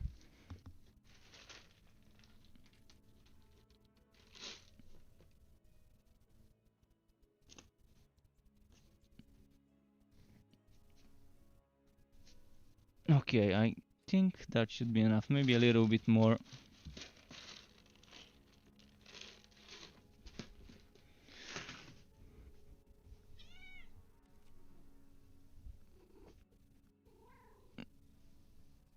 Okay. I gave him the food now. Sorry for that, but he was just saying stuff like meow meow meow meow meow, and he was just being persistent. He was being persistent. Okay, let's try it like this. If I've got Spirit Well to tank for me, and Poison Nova for defenses. I mean, ideally I would have Poison Nova in the build anyways. And Spirit Well is a must-have. It is a core skill of the build. Venomous Maw is not part of the build. When the build is finished, Venomous Maw will not be there. It will be replaced by Miasma, and I will be using Miasma to buff myself and the pets. I've never used Poison Nova, by the way, so... Okay, that's what it does. It's not for long, though. It doesn't give me the bonus for too long. Alright, perfect. We can test this now on that enemy.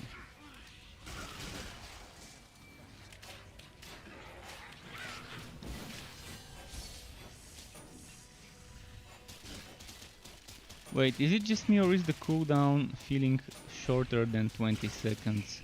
Or at least just earlier it seemed like it was shorter than 20 seconds between my two uses.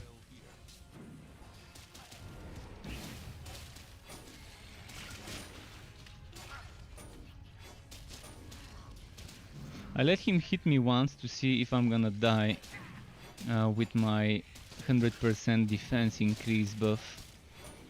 I didn't, which is nice, because that would have been one shot without the Poison Nova buff.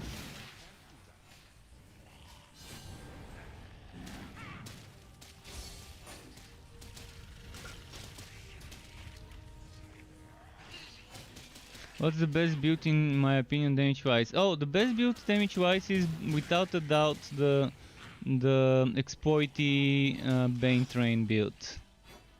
If you want to exploit a good build, you can make a Bane Train build with Miasma. I'm gonna show you. Just give me a moment. So you go on the Realm Master, you get Shotgun Car, you get Flamethrower Car. You maybe get 4 points into the basic car for conductor damage.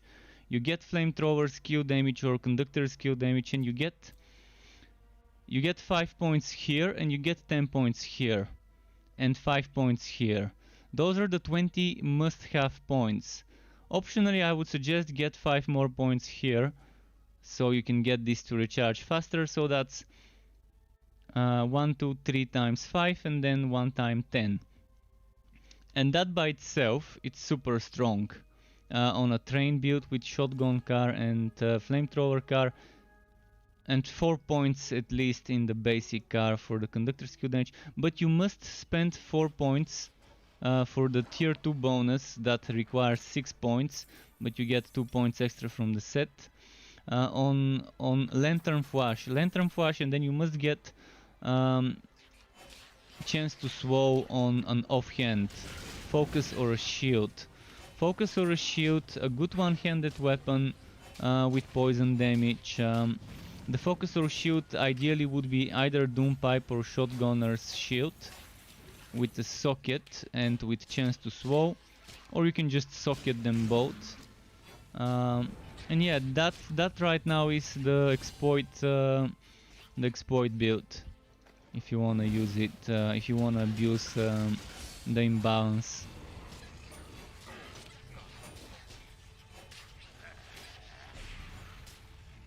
We'll see how it will be in 2 weeks time after the next patch, but for now that's the clearly overpowered build.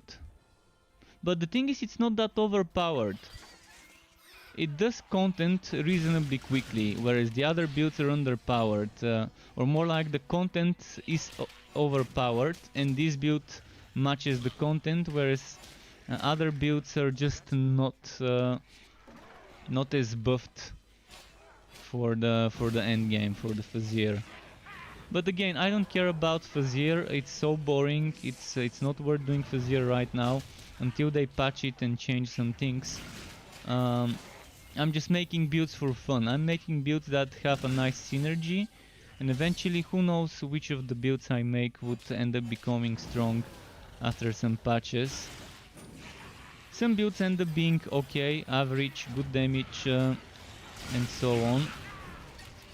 Others end up becoming underpowered, like my latest build, my last build was super underpowered. The basic attack, what's it called? Realm Master build with the Electrode. It was underpowered because, well, they've capped the attack speed at 60%, so if you want to make an attack speed Zerker Zealot build, you can't. You can make Zealots with casting speed, it works pretty nice. State of the game week 11 is out. Let me check it. Let's check it.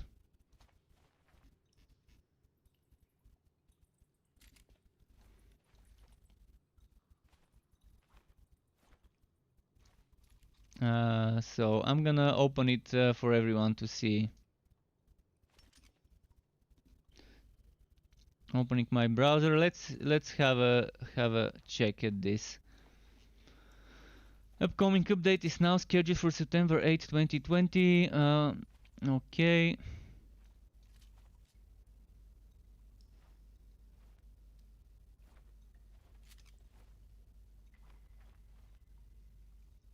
New sharpshooter, welcome to the party. Nice.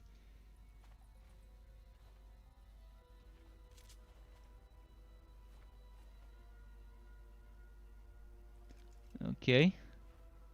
Okay.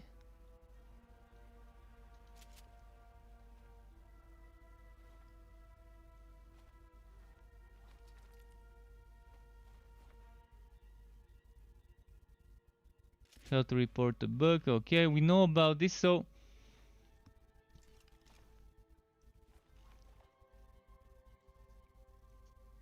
I don't think there's something really important to read that wasn't in last week's state of the game.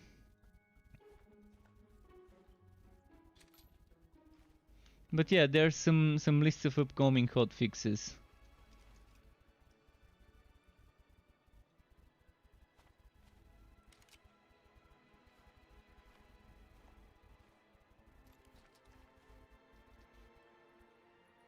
Yeah, I'm not seeing anything different, anything that we don't know about. But okay, that's fine. So September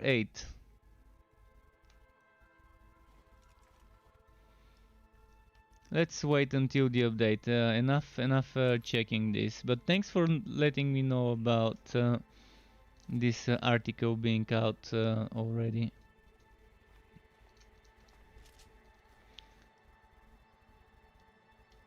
Can't wait to see how they end up tweaking the difficulties.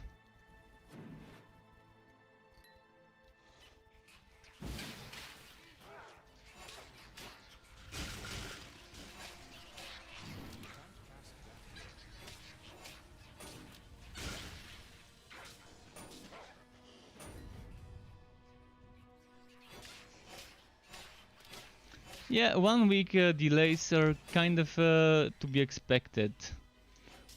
Update delays within a week or two for bigger patches. Sometimes shit happens.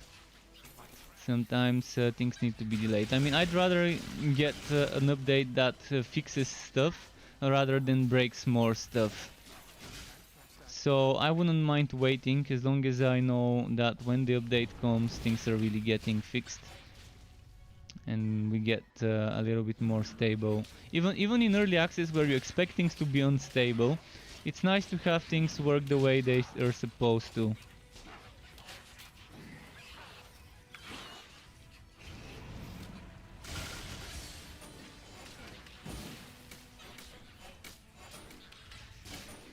But yeah, Venomous Mow is definitely not giving me the same results as Chaotic Strikes on a mage or a sharpshooter or whatever.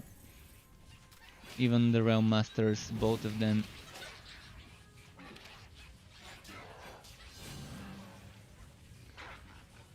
Venomous Mow. Well, for now it's still better than not using it, even if it's just 1 point. Might not max it out and just check how it will go with Miasma. The problem is summoner builds on the mage end up becoming good later on. Especially if you're going for Entropy and Holy Fury and things like that. They're all higher level. This build is definitely a build that probably would become a little bit better later on when I get Holy Fury and Entropy. And when I get my buffs increased and stuff like that and get more summons, the Bone Blocker, Bone Razor combo would definitely help here.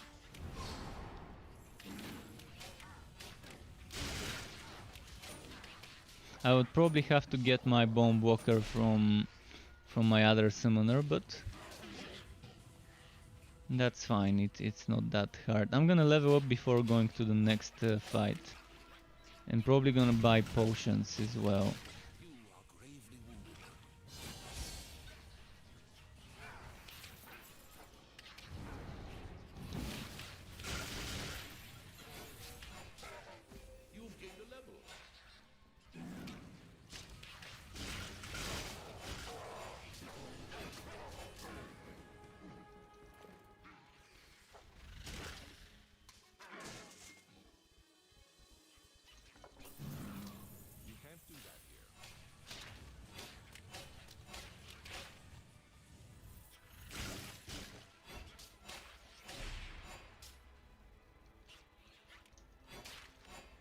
Wondering how much they can hit me for.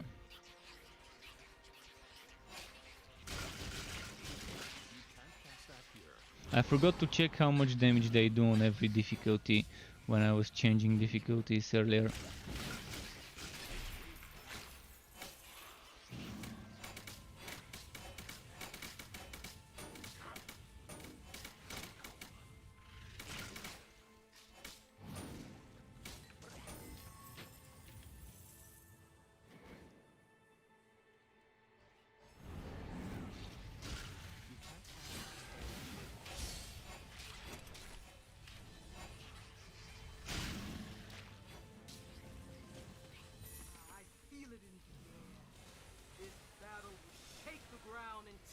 Okay.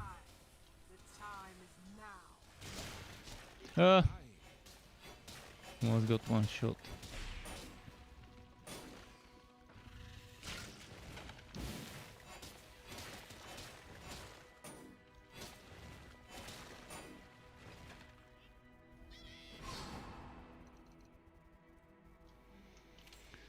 So what would I be better off spending the point into? Oh, shit. You feel refreshed.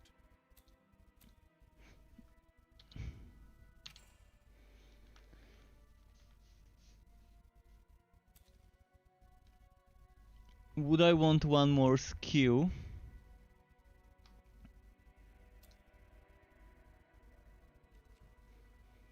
Like this one's on a cooldown and it really would help me, and I still need it for the build anyways. Having extra little bit of DPS. I mean, eventually I need this at tier 2. Eventually I need this at tier 2 as well. This one doesn't cost mana, this one costs mana. But this one does a lot more damage than this one.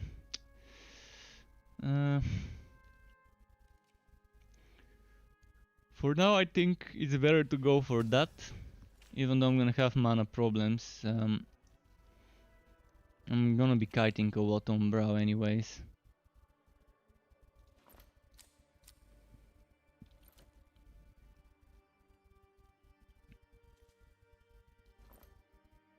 I'm gonna get chance to block for the boss fight, because we need that.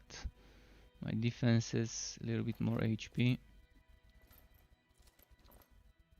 Oh, look at this defense.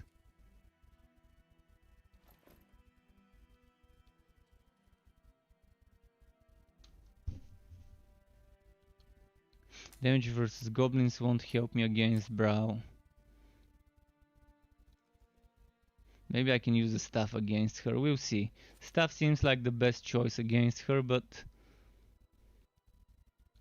maybe it's worth to see how it goes. Alright, we're almost there.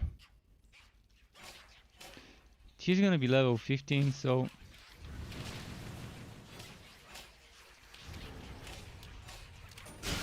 Oh wait, why did I waste my energy?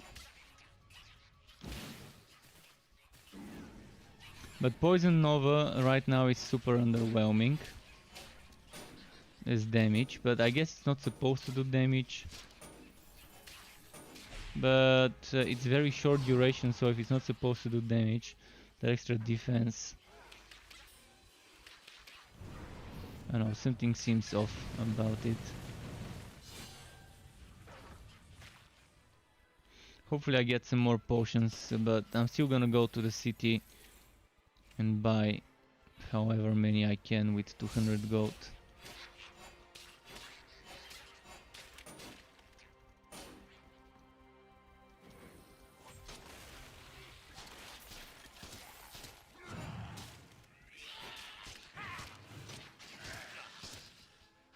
Wow, is it really hitting just for 19 damage? That made no sense to be hitting for 19. What about here? 19 damage, yeah? How is this even possible to be hitting just for 19 damage?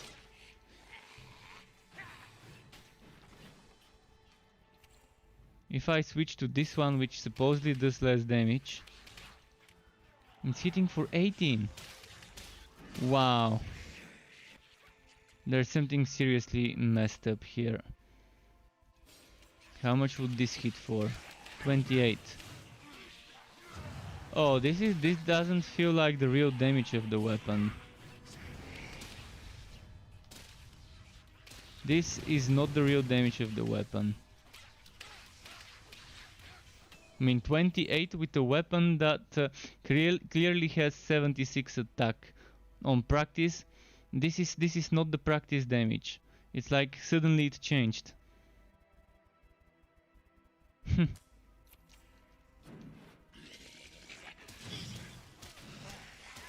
I saw it was a huge difference, but look at it now.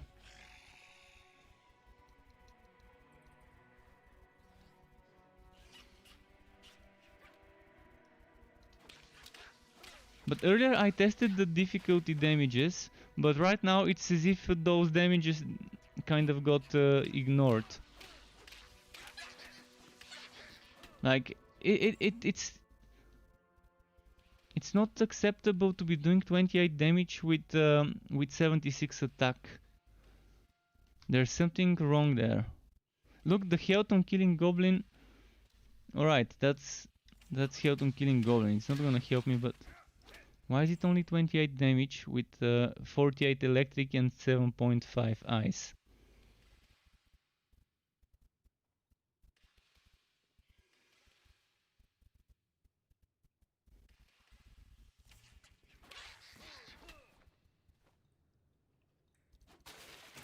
My damage clearly isn't this much. I mean, okay, 80% weapon damage.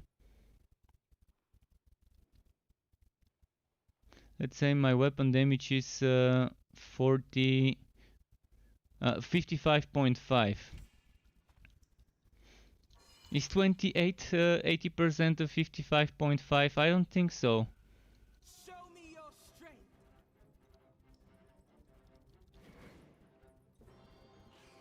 Can you handle this? Your life is slipping away. There. Stay on your toes.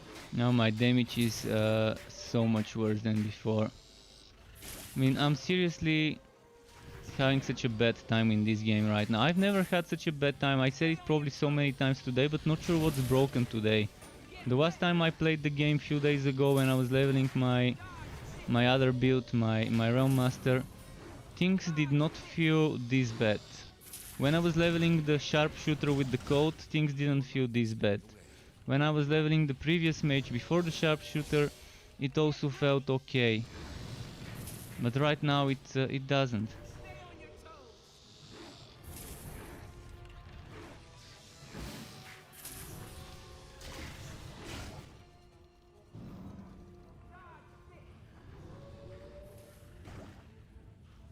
Stay on your toes.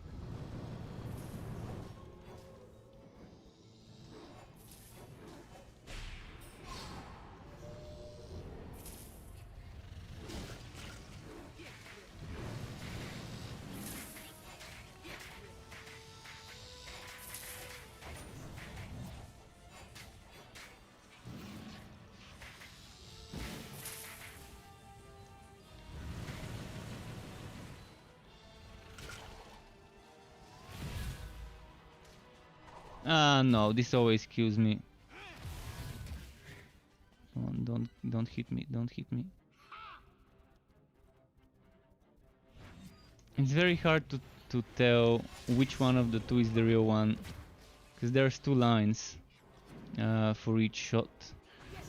I'm thinking the fat line is the one that hits you, but I've been between the fat and the thin line, and I still have gotten killed. Like right in the middle. I even have a clip of it somewhere on my PC, how I get hit by this when I'm clearly out of the danger zone as per the broadcasts.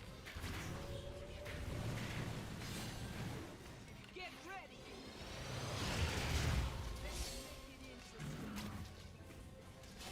Get ready. No. Okay, well, there's not much I can do. I'm gonna have to go in town.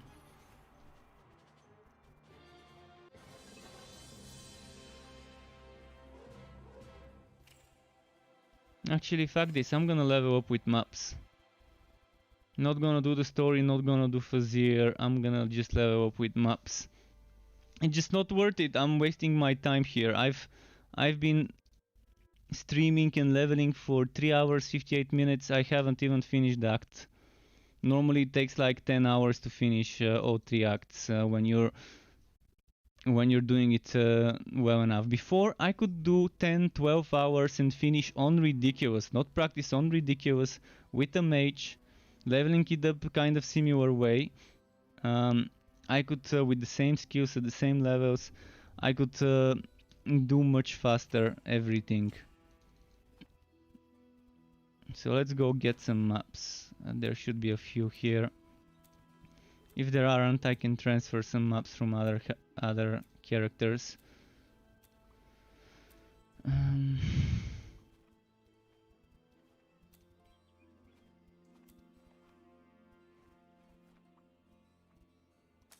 gonna keep this with me.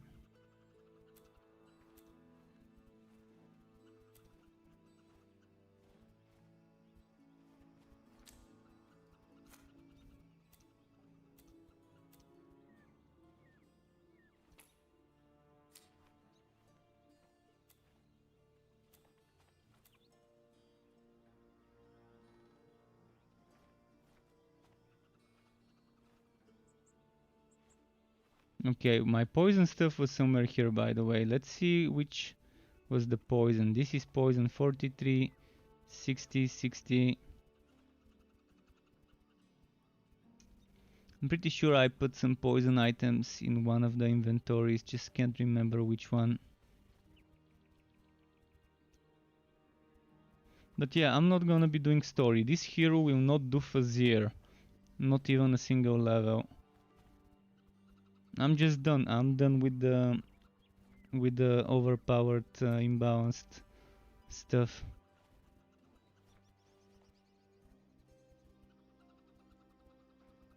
Okay, let's go transfer some maps quickly. Oh, and I need to remember to transfer the. I need to transfer the bomb walker that this hero is wearing. I'm gonna be needing this one eventually. Maybe not immediately, but I will still need this soon.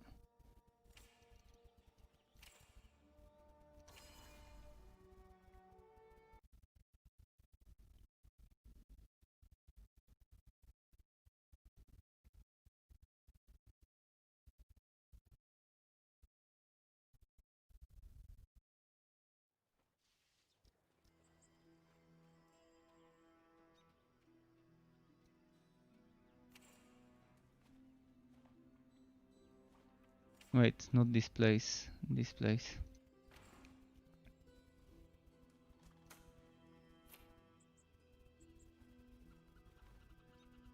Anything with poison, WoW level poison stuff. I'm gonna quickly check my wardrobes while I'm at it. Although this only has fire stuff mostly. Because I'm saving for my next build with the sharpshooter, which would be fire explosive arrow build. Which probably would also be yet another underpowered setup, but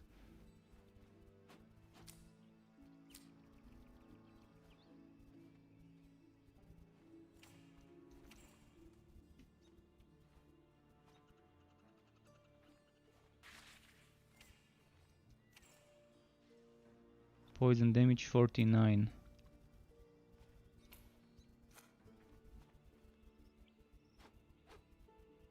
So 2 poison items so far. Let's put them here just in case. Anything more with poison?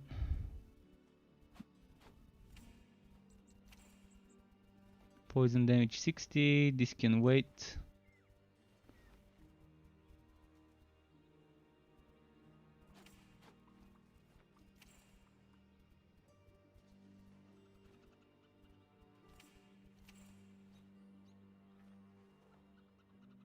Poison damage 60. This can also wait, but it's pretty nice.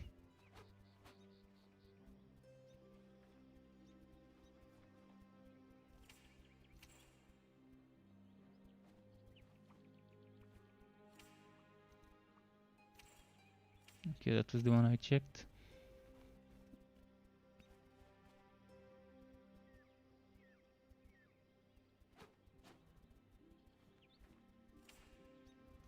And just one left.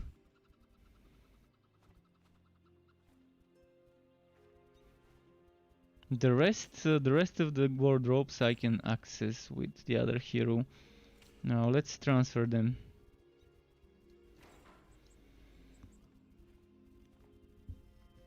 So I'm just gonna do some random swapping like this here and here.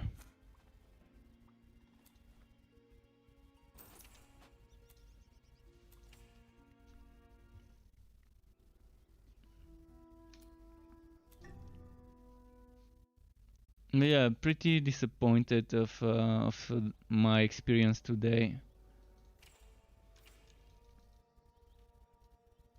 Oh yes, potions. I've got those. Ah, fuck, I forgot the maps. Fuck. Oh, might as well go pick up the gear so I can make room for the maps in the fort. I went for one thing but forgot to pick up the important thing, the maps, because the gear can wait. It's not like I can wear it right away.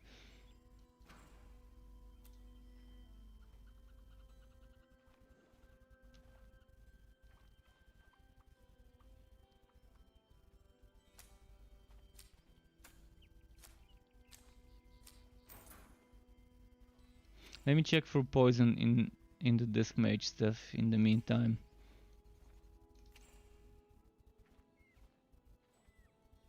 $24.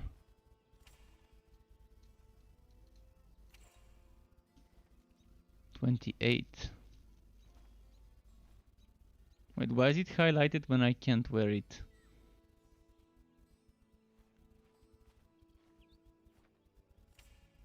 $20.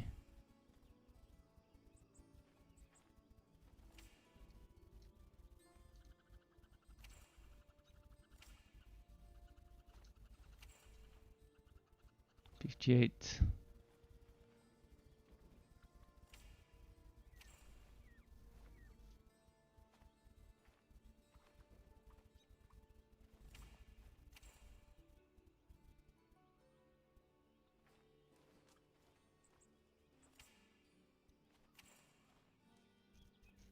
$12.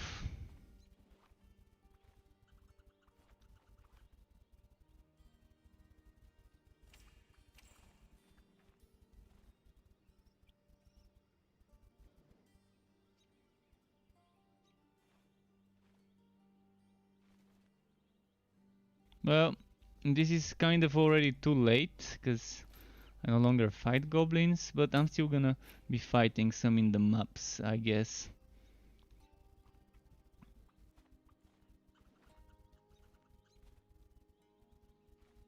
Okay, that's pretty much it in regards to what I can pick up. So it's just about maps. This one should be the one with the maps. Hopefully I've got at least 2, 3, 4 maps to do. Once I get myself running the maps, once I start farming fame, it shouldn't be hard. But if I've got a supply of a few... Oh, there's plenty. Oh, there's plenty. That should keep us busy.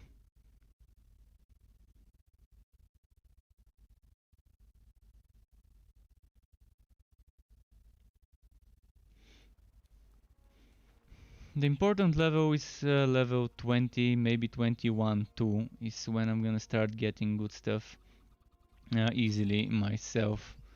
When I get the necessary skills. I'm gonna be doing goblin maps mostly, because the other ones would be a little bit overpowered for me defense wise. I won't have the defenses for them.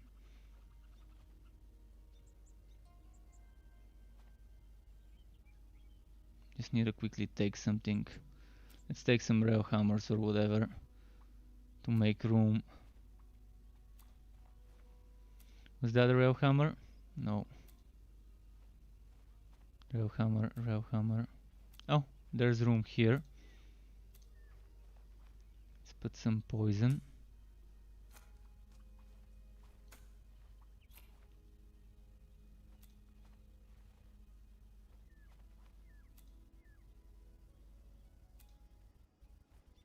Is it just me or are there no rail hammers anymore here?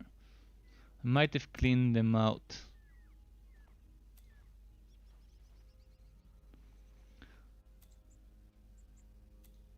Yeah, no rail hammers. Alright, let's put this one. And maybe this one as well. It's only 3, but still. That's a lot of maps. So I've got 18 maps to start my farming.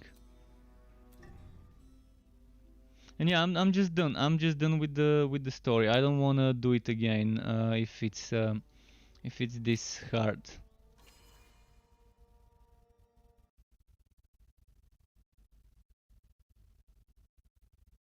Fazir, you lied. The Fazir lied. There's no big riches, there's no big prizes.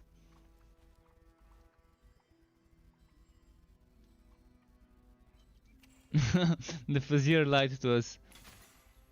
Shamelessly.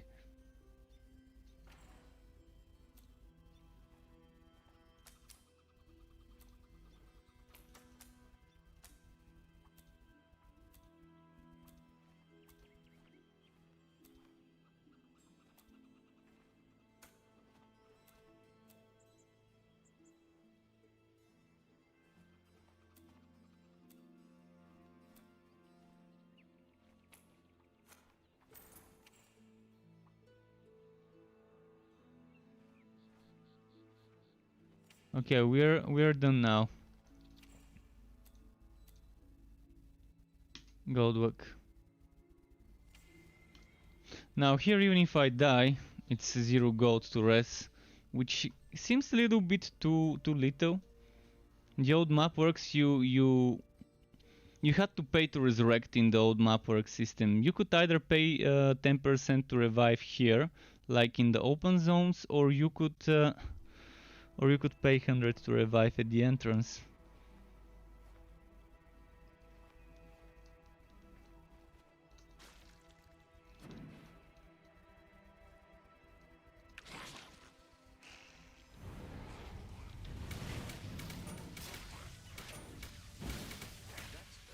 See? I'm killing stuff much easier. See, even the damage I'm doing was more. Without changing my items, from 28 the damage went to 38. Why? I didn't change a single item, did I?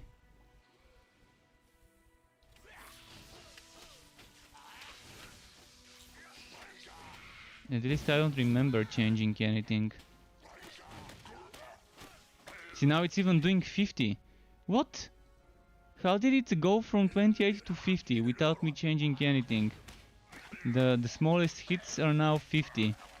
And 50 is what I was expecting with this weapon. This is just, yeah, alright. And this weapon in this map is actually one level below. On the other map the weapon was with its full power and it was doing 28. I'm telling you, there's just something broken with the damages and it's randomly reducing and increasing those numbers. And I have no idea what it is.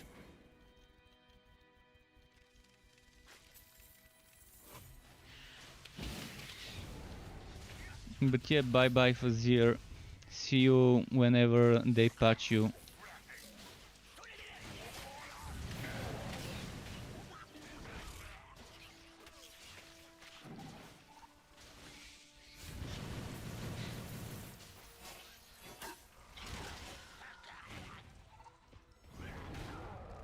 Things are much easier now.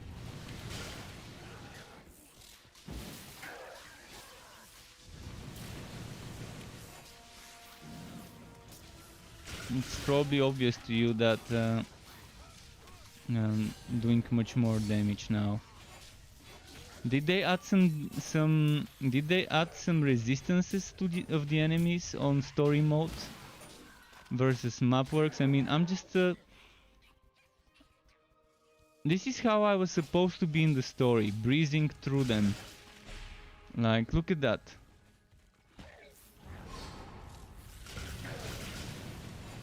Seriously, this is such a huge difference.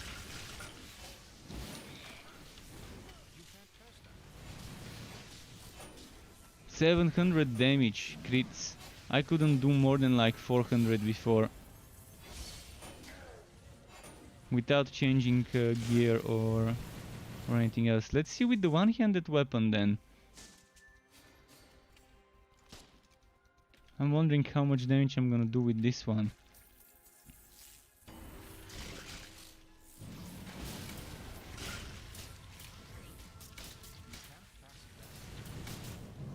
Okay, no. They're gonna teleport on me.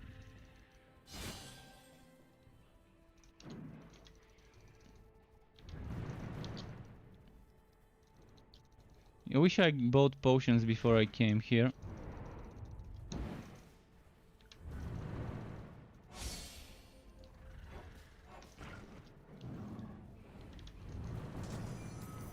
Okay, now we've got potions as well.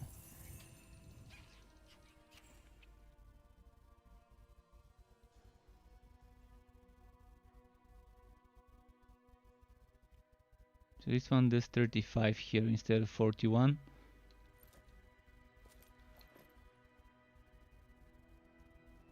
And so should we make things easier by equipping this maybe? What's the cost? The cost is 24.3, 23.4, and physical damage.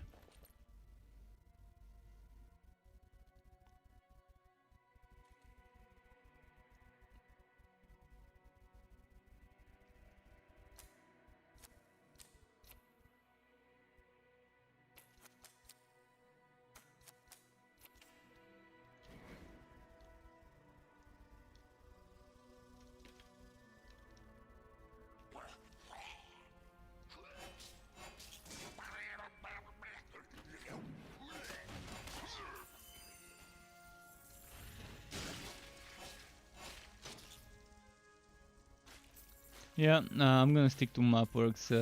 Obviously, it's better.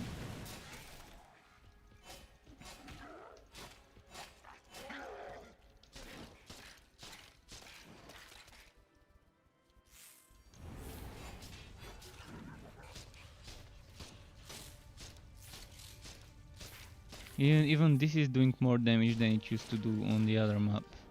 Like 56 basic attacks instead of 28.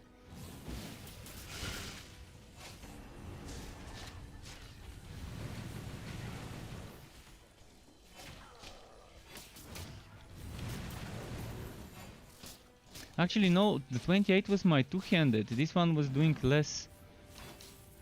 Huh. Such a difference.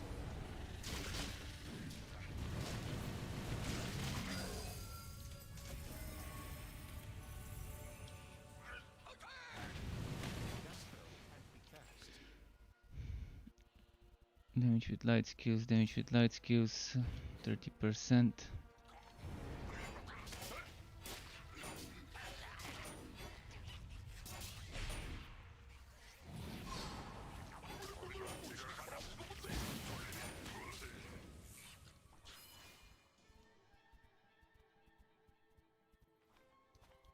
You can't use that skill.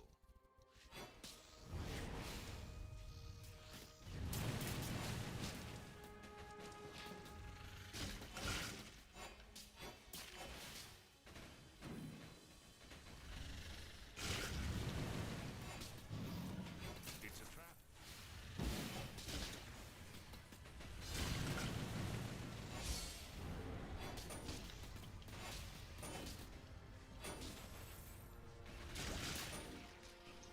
You can't cast that spell.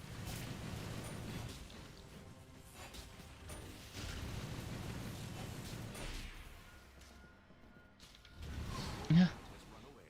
Don't die, don't die. Your health is low.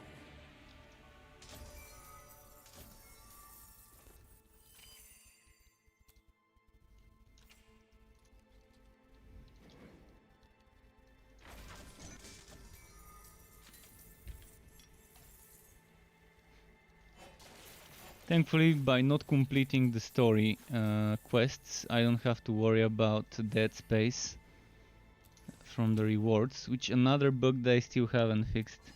And the extra storage stash tabs that you can't delete or sell. And the only way to delete it is to make a new hero, transfer it to that hero and delete the hero along with the stash tabs. But that shouldn't be the way to do it. That shouldn't be the way we get rid of dead space. We should be just able to delete it like any other item.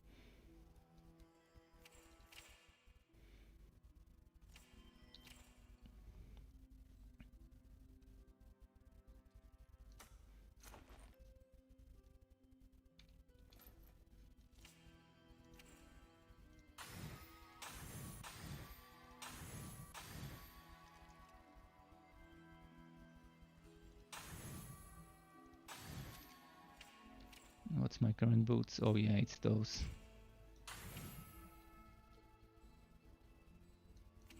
So which storage should I make the storage for the poison stuff? Let's say I put this and this here. Maybe put the Bone Walker here as well.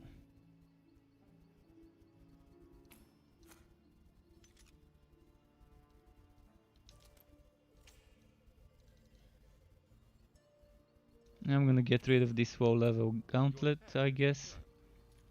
Should I get rid of the boots? Might be best.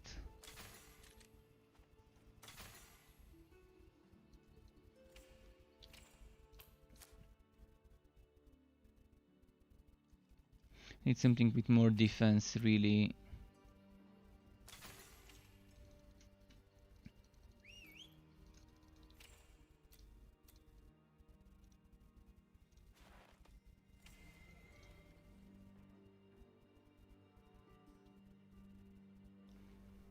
Come on. Come on. Load up.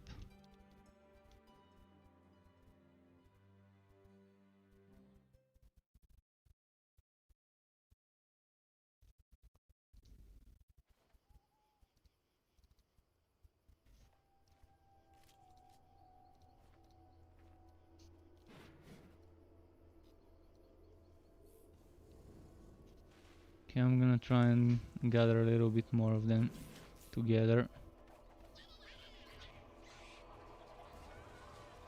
And then AoE them.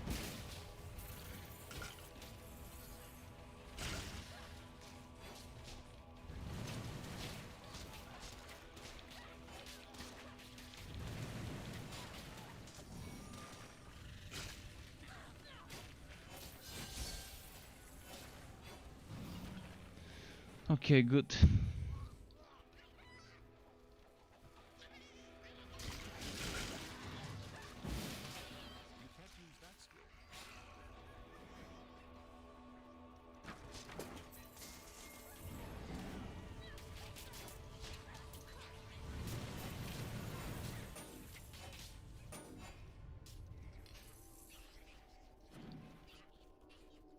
Alright, let's keep moving.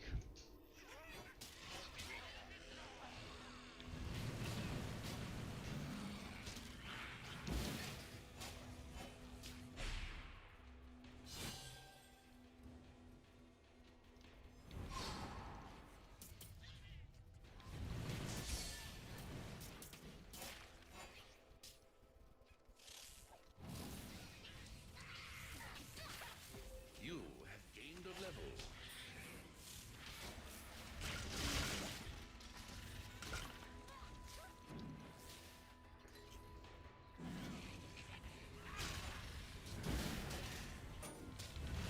The problem with the Dusk Mages, Dusk Mages need to jump through hoops to get that extra 200% damage. They need to have the triple set bonus, they need to have the gauntlets, and they need to build up the light and dark buff bar. So it takes a while for the Dusk Mage at the start of the combat, if they've just started with empty buff bars. It would take them a while before they get that extra damage.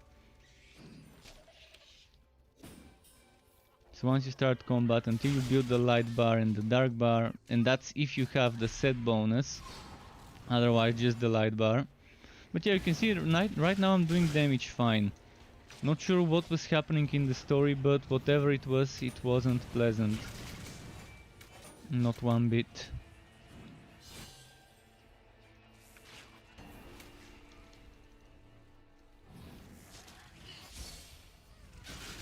You can't cast that spell.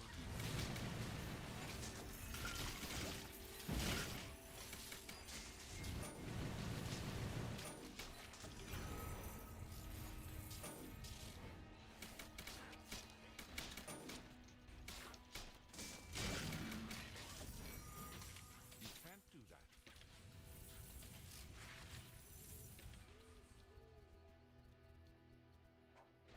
Some more spiders near it.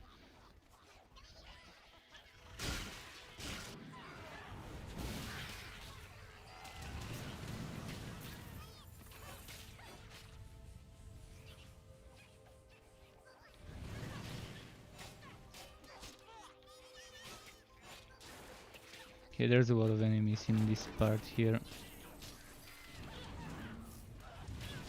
Oh, even a elite spawned. I mean a legendary champion.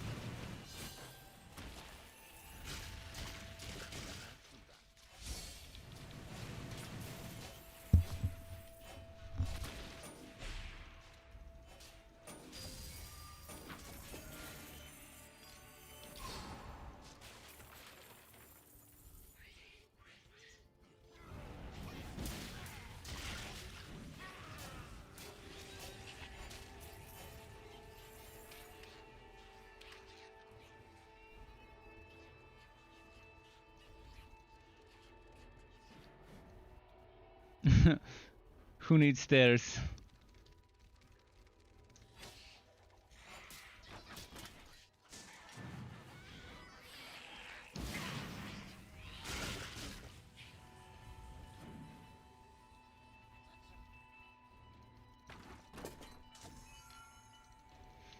So at least as a change of pace, I'm gonna see how it is to level up with maps.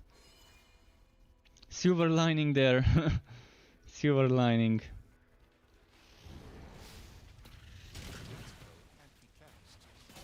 Not gonna be able to farm fame with this one, but at least I've got already farmed items. And I can just farm fame with other heroes and then equip the... and then use the gear bundles on this or on another mage. And transfer the gear if I need to farm fame for items. I definitely need a few items for the setup, but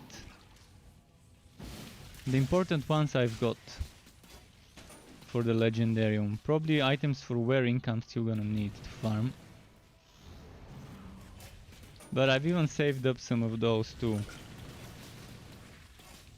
See how much quicker it is to kill the bosses and everything in here in Mapworks compared to the story. They might have just boosted the story monsters a lot.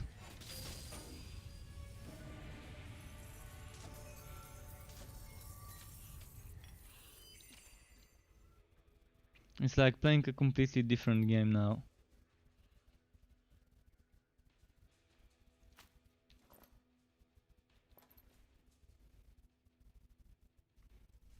This is such a terrible gauntlet row.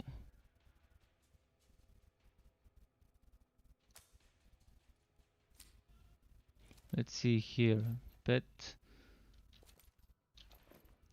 Defense. No. No. No.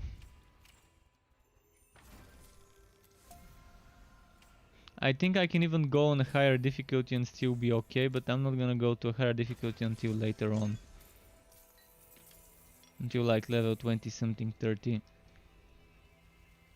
Just to make sure things are quick in the early levels before I respec away from Venomous Maw and start using Miasma and all the other things. I really need Arachnid Assault as well in the build. And I'm wondering if I should go for a purely summon build and stack spiderlings and everything and the spectral spiders, or just go for a miasma with summons mostly from items. Either way should work, I guess. Evasion. Well, I don't have much evasion. Actually, I've got 0 evasion.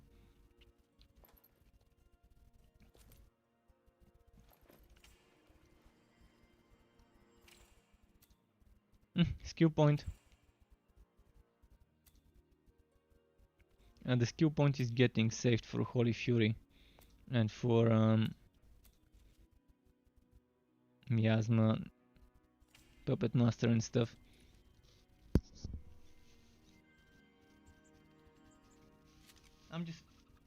I'm just wondering how much stronger it will be when Miasma is in the mix.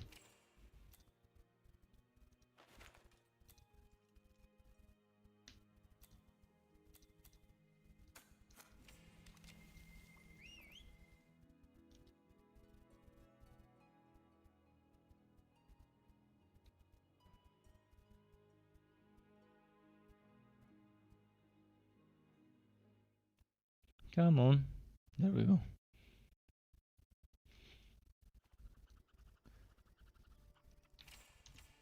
Keep forgetting. Oh, they've fixed that that icon there. Nice.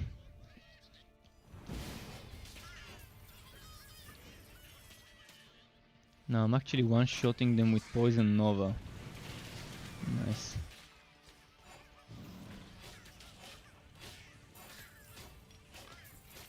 Telling you something was broken in the story.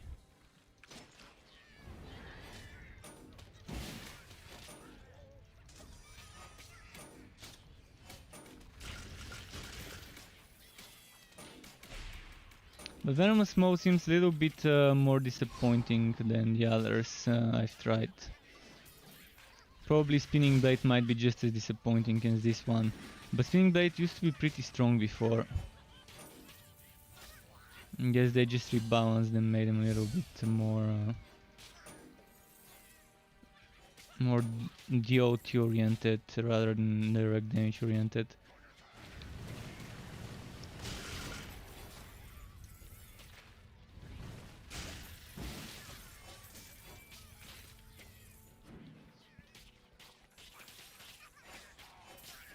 Since we're here for the XP, might as well clear everything we can.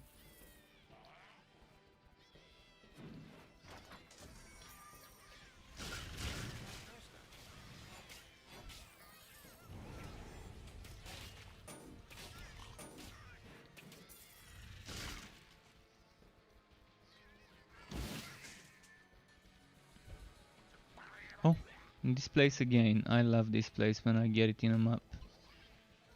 And it's properly rotated again.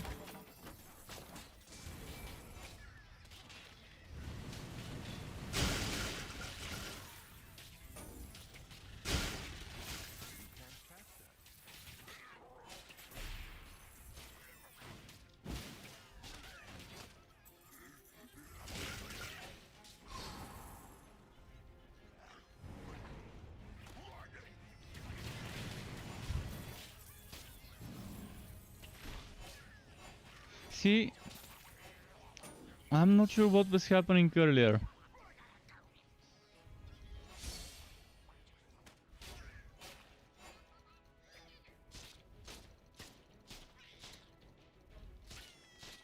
See, even the basic attack is doing 63.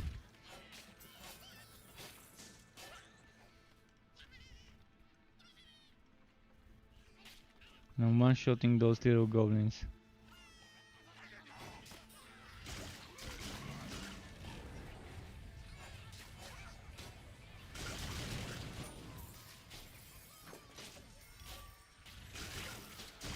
Most likely they intentionally made the story more difficult to do.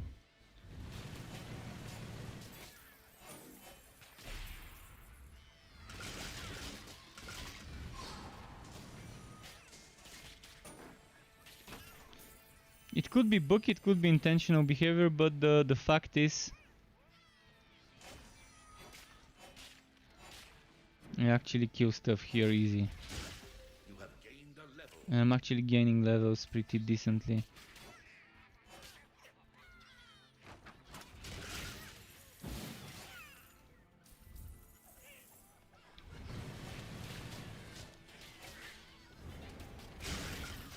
that skill.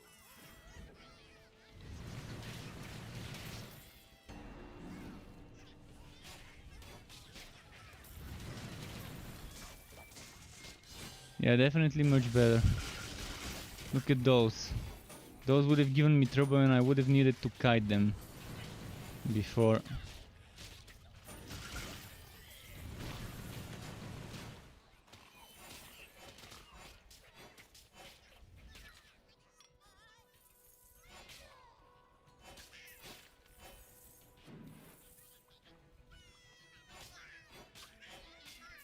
There could be a bug that is applying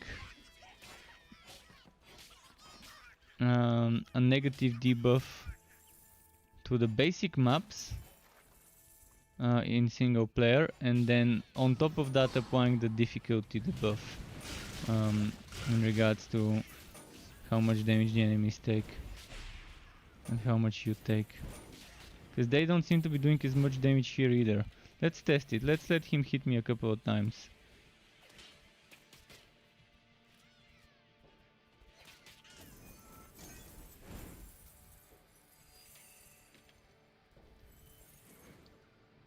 Okay, let's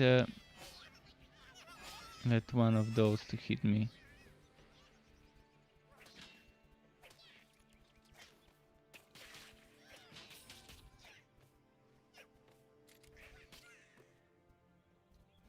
I'm gonna send the pet away just for a moment. I wanna do some testing.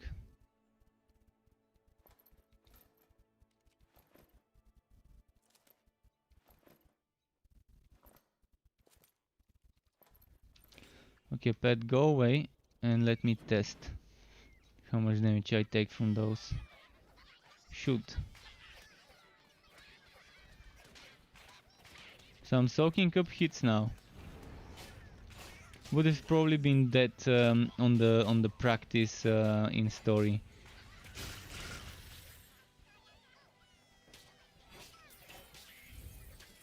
Well, it's either Mapworks is bugged or the story.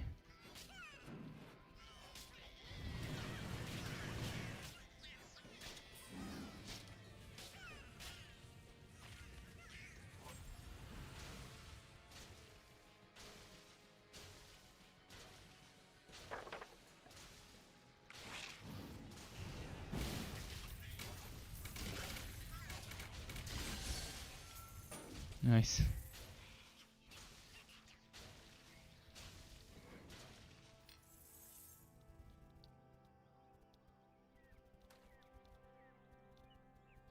Wait, which way? Oh, it's this way.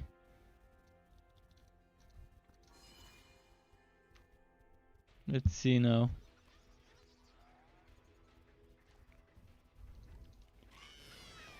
I'm gonna do this.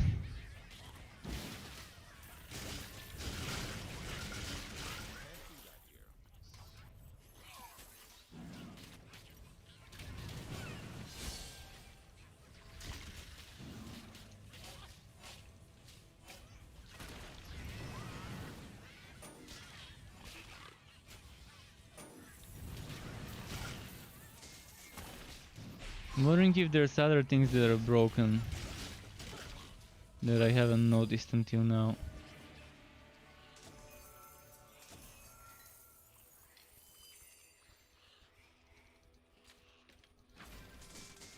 Your pet has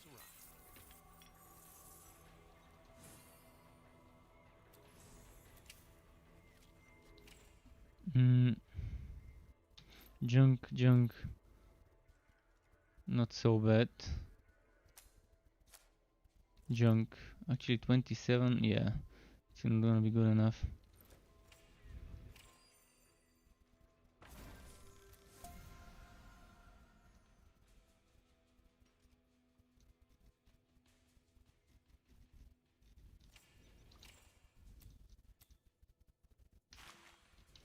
So what maps do I do next? If I do Vultura too early, I'm gonna get one shot by the sentries, by the electric towers. If I do Hivit too early, I'm gonna get one shot by the poison traps. I think for Hivit I need level 17. At least 16 maybe even could be doable, but it depends. Last time I rushed into the Hivit, I kept getting one shot by some poison traps that are spraying in the air in the cemeteries. Then when I leveled up and came back with the same gear, no difference. Still getting...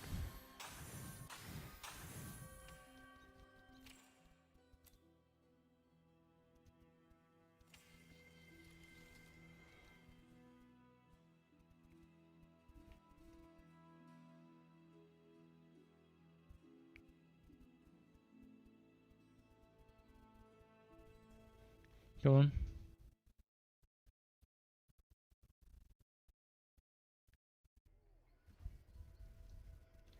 Cemetery.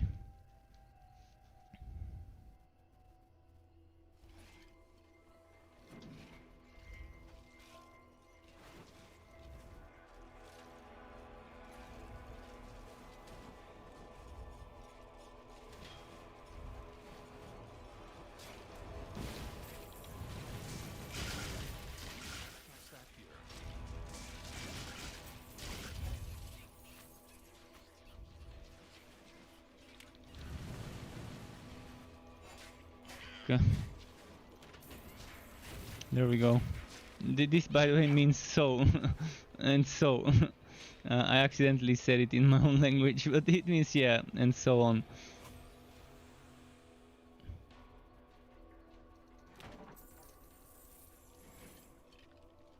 There's like no direct translation for taka, which means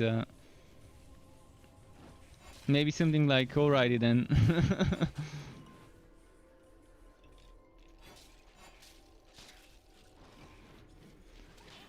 See, let's see if the rangers that were giving me problems before are gonna be... Yeah, it wasn't the rangers that killed me though, it was the flame traps. Still zero gold paid, so doesn't matter if I die.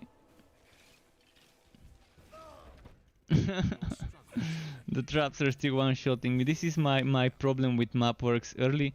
If you go into mapworks very early, you have to stay away from traps. I didn't know that I'm gonna have problem with the fire ones, even with 65% resistance. The same thing was happening to me when I rushed poison maps, before my level was sufficient for that. This won't happen if I come 2-3 levels later with the exact same gear and the exact same percent of resistance. You feel refreshed.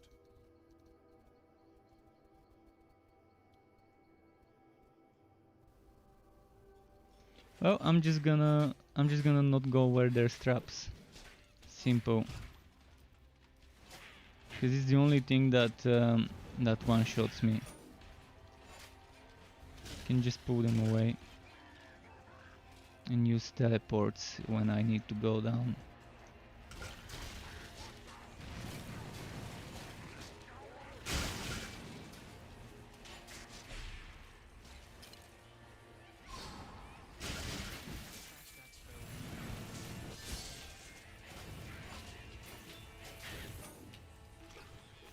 The witches also can do some damage, but not as much as the traps. There's another one somewhere here which I can't see. Oh, she's here, I see it now. You can't use that skill.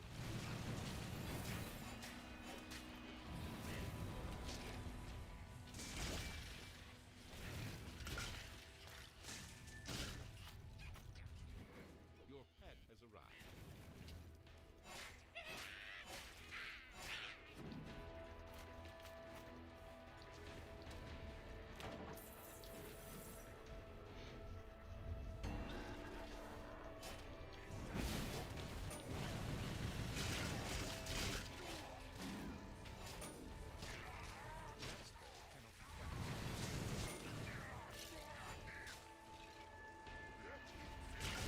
Come on.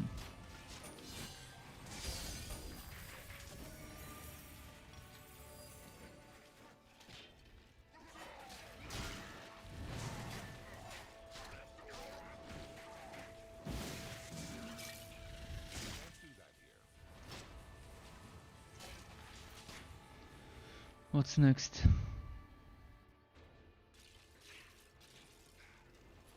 Okay, there's a bot here, perfect.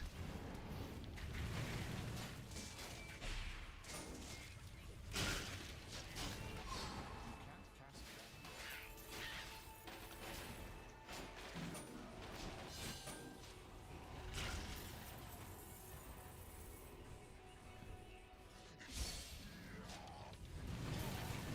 So I'm assuming those traps do true damage without resists.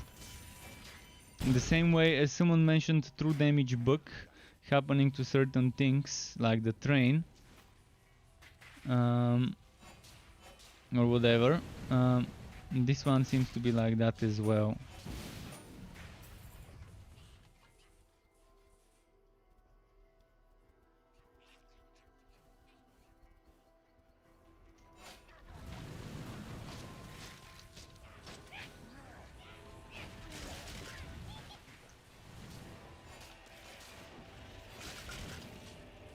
That's probably what might be happening. The traps are just ignoring your defense to fire.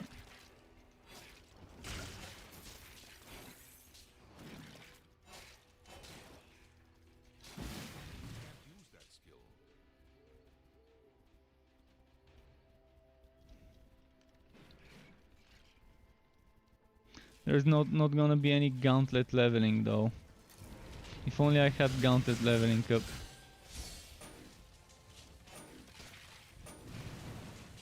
can't cast that spell here.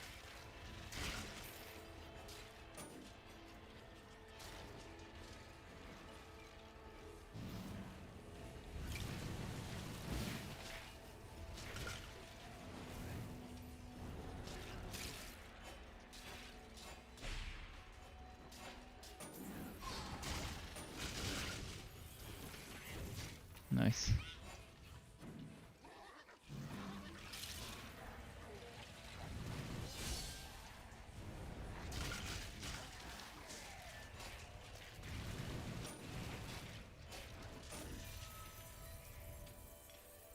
See, those were killed quickly.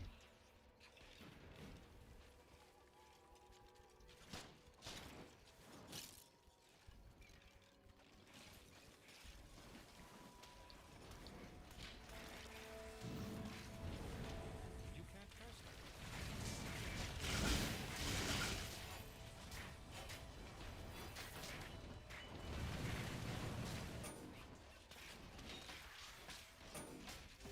Level up. 15, okay.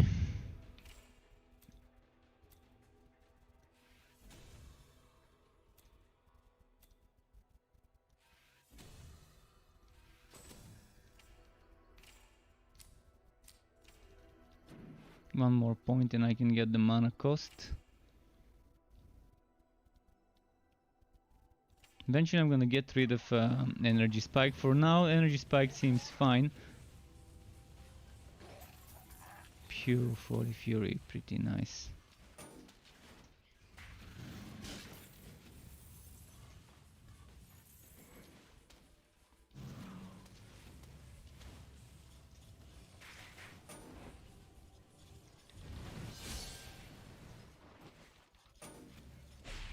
There we go. So this one.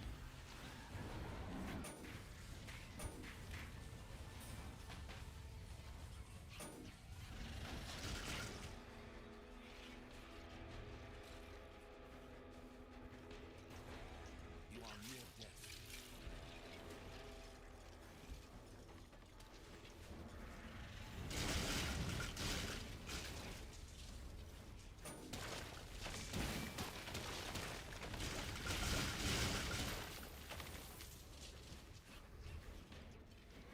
Yeah, that was a good XP map. I already gained level 14 and 15 while I was in this map, if I'm not confused. I think I got two levels while here.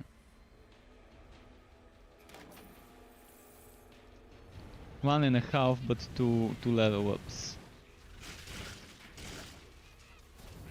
That spell. When I get that cost reduction and maybe stack some more Holy Fury cost reduction, it could work nicely.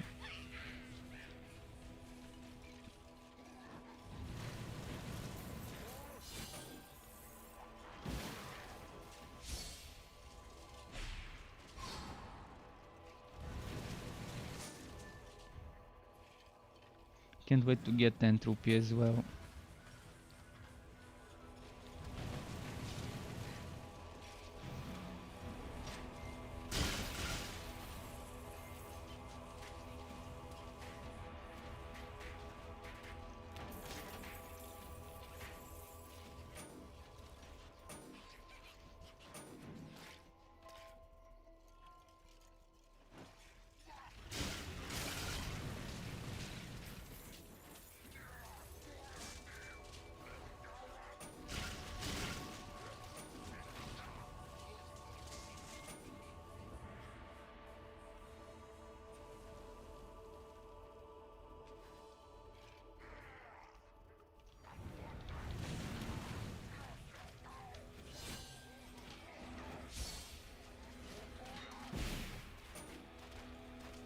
Your pet is back.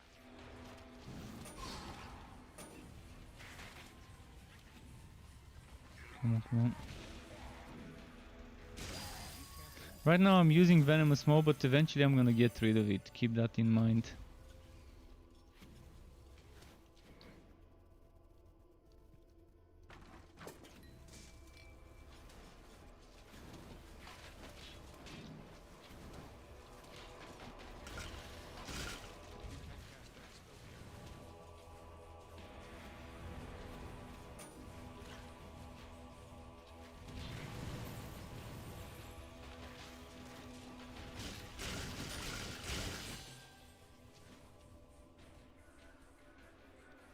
least this is the better way to level up. Clearly the better way to level up. I haven't tested leveling up with just map works since the patch, because I won't be able to do Fuzzier unless I do the story, but I'm not gonna waste my time and nerves on broken mechanics and yeah, and bugs. I'd rather just level up where the damage is my actual damage and not reduced buggy damage that doesn't even equal the number on my tooltip, on my item tooltip.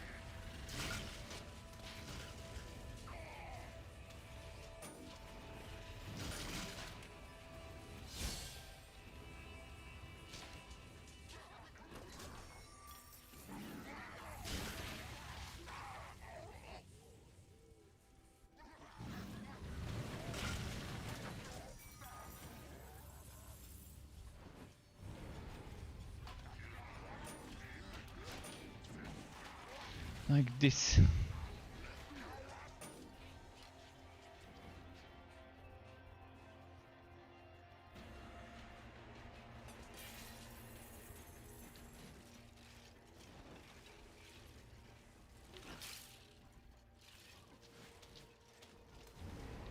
Nah. Move.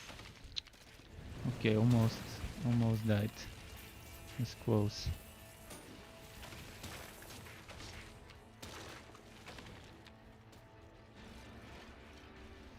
Just squeezing the map dry for XP. Wait, if the map is 14, does that mean I started as level 14, not as level 13? I should have been level 14 when I opened it, so I only got 1 level and a half.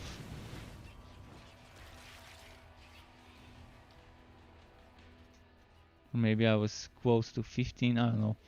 I'm pretty sure I leveled up to 15 at least, and I'm halfway to 16 in this map.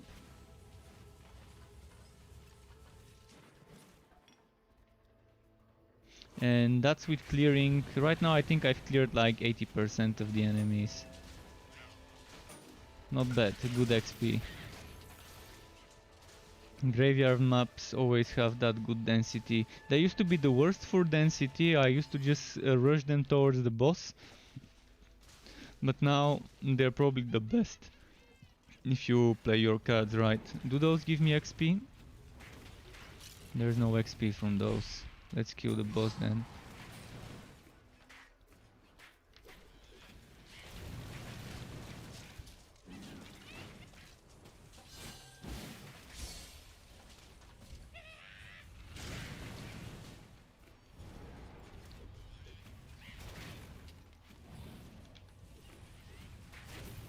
Fuck, I've got no potions. Well, even if I die, I can just rest. On this difficulty, she doesn't heal up.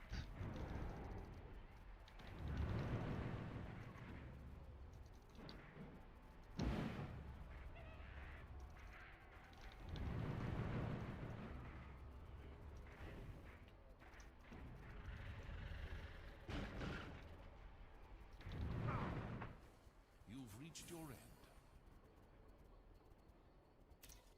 You feel better.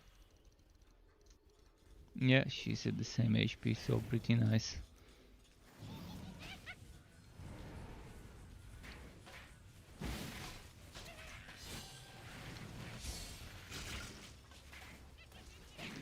Kind of counter build. She's kind of counter to my build because I need to stay in one place to channel, and she's got that AoE field.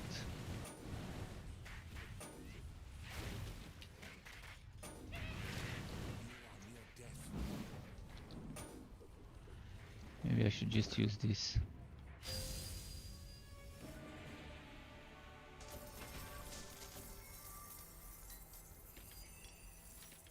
You can't carry anymore. Okay.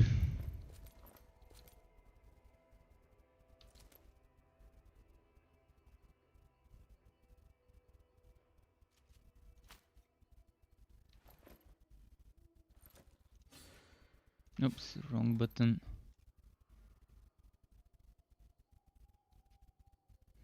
Well, that extra damage might be time to get rid of it. We'll see.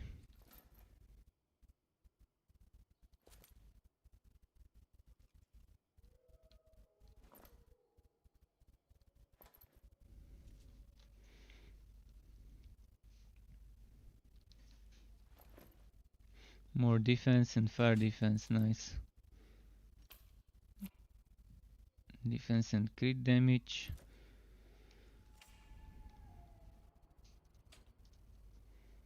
Got a few more goblin maps. Soon I would have to start collecting maps myself, and I'm wondering if I should just switch difficulty so I can get more fame.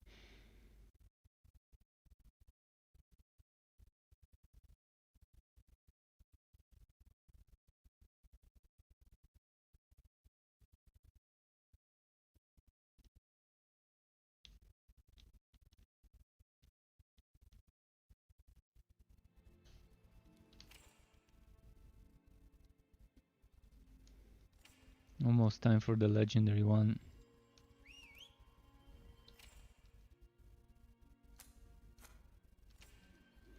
Well, the pet is returning. Your pet Anything else wearable?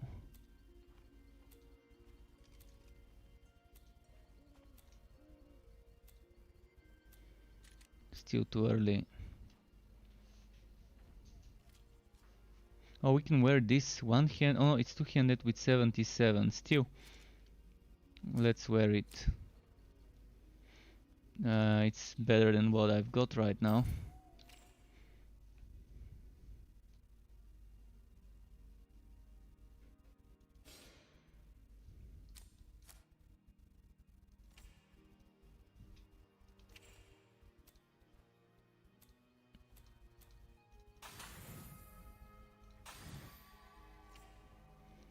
Like this. Let's go switch difficulty quickly. I'm gonna go in the middle. Let's do the middle one. This was supposed to be 50% less damage from me, from what I tested earlier.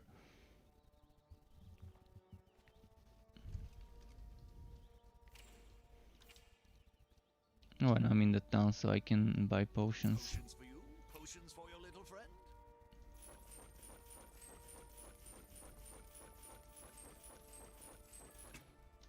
See you next time.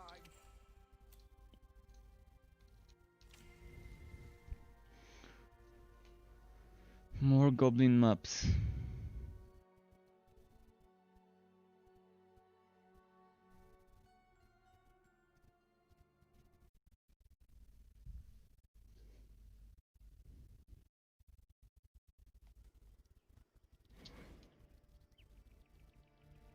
Oh, another cemetery map, nice. See, I switched to maps and the game is giving me good stuff with a lot of density for leveling up.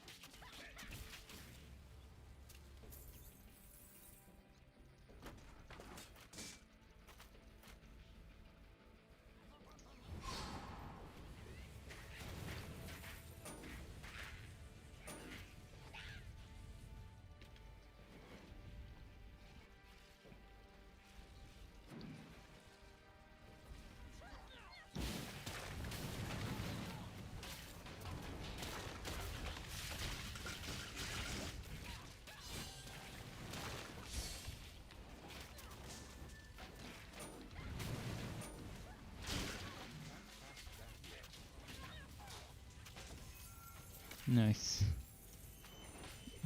Look at this chest, kind of glitched. That mimic.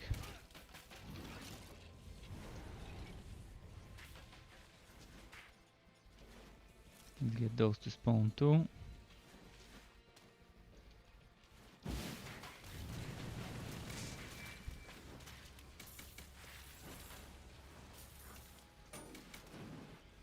Let's see here. Yeah, this feels so much better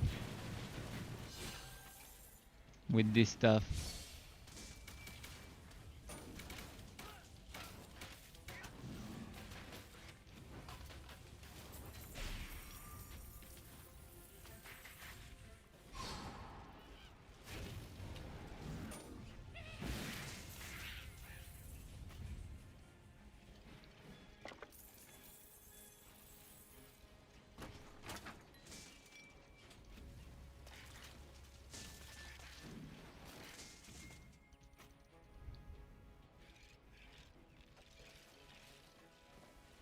Getting them all to spawn. Actually, I'm gonna try something else to teleport here. Now let's get those here as well.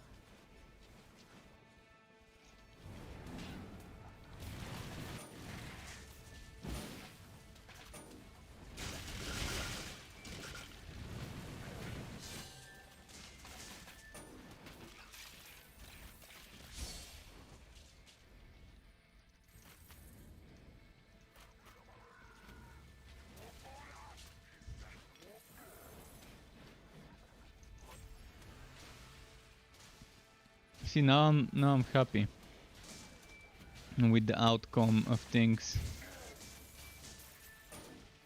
Just need that mana cost reduction, which I'm getting right now. So mana cost reduction 30%, boom.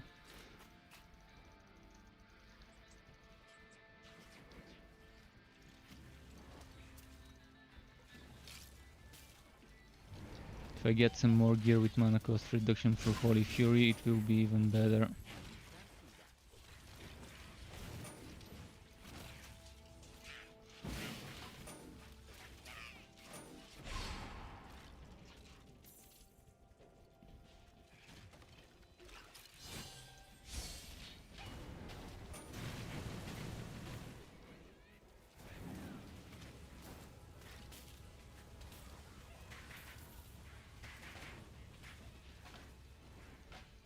Okay, that was channeling for a long time.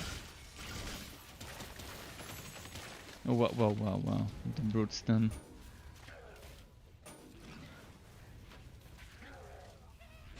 I'm fighting blue goblins here, pretty strange. In a non-Act 3 map. I thought the blue goblins are only Equinox, I guess they aren't.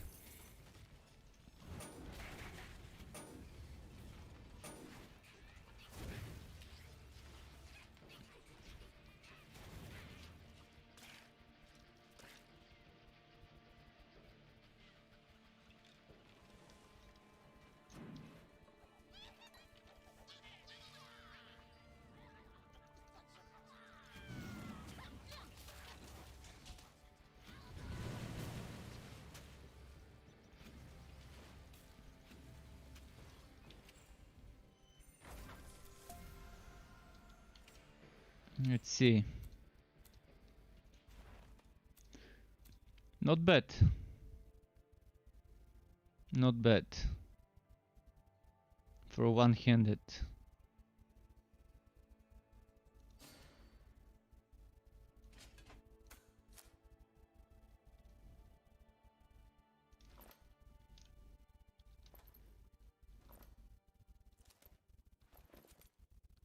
Not getting much poison stuff, by the way, if you've noticed. Let's go kill the boss and be done with this map.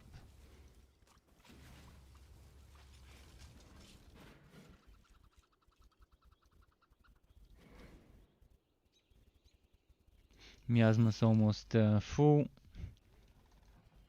Still wondering if it's better to go for Miasma or for Venomous Maw on those bosses here before I max out Miasma and get more minions.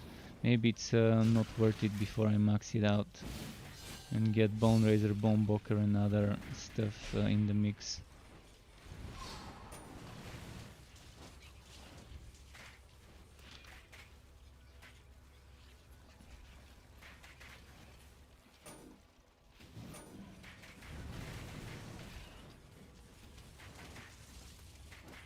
Come on, come on. Kill it, kill it, kill it.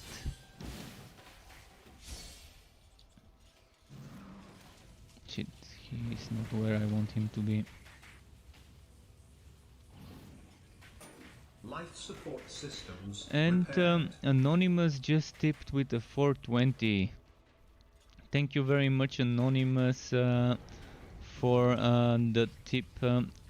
Welcome to the Struck Club, whomever you are.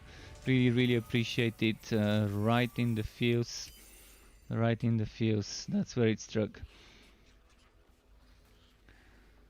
So, let's see what's here. And I'm assuming this one was it a Twitch or a YouTube viewer? I guess when it's a tip you can't tell whether it's a person on Twitch or not, but yeah, thank you again very much. Pretty nice.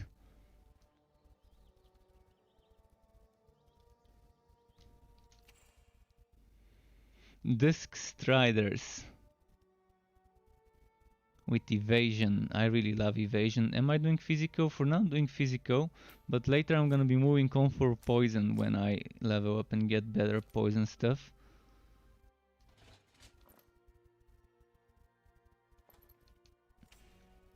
So what do we get next? We've got a few more fire maps to try. When I run out of fire maps, it's gonna be painful because I think I'm gonna be getting one shot without poison resists. It's gonna be almost impossible to get them until they drop. But eventually they're gonna drop and we're gonna get them. Next we're getting a map bundle maybe. Yeah, map bundle next, and then 2 more levels and another map bundle. So we're getting close. We're gonna have some more goblin maps very soon. Maybe at level 30 I can switch the difficulty to painful. And around level 50 I can switch to ridiculous probably. If I think my gear is up to the task. I'm not gonna fight if I'm under geared in a higher difficulty just for the sake of it, because I'm not getting extra wood if I switch, other than the extra challenge.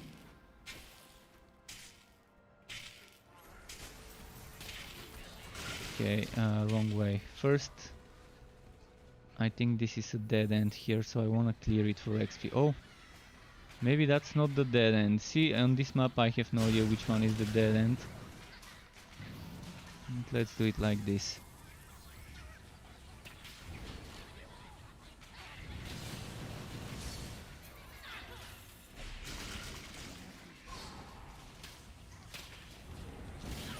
I need to rearrange my skills. Not liking my hotkeys the way they are.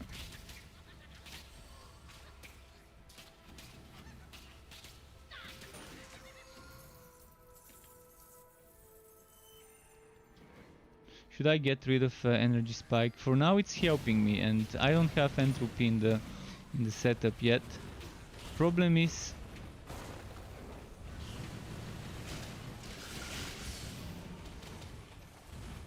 what do I put where?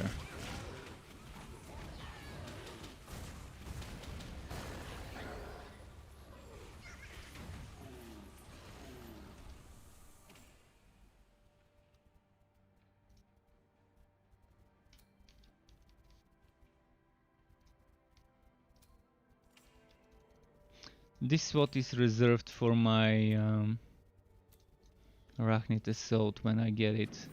There's time, I don't need Arachnid Assault still. For now I'm still not transitioning into the Summoner build. While leveling, we're using slightly different stuff.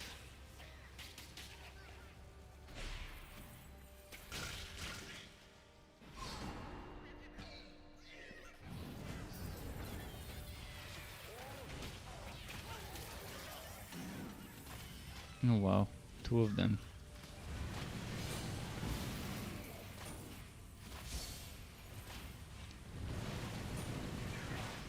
For beers, oh Jedi Pimp, how are you doing, my man?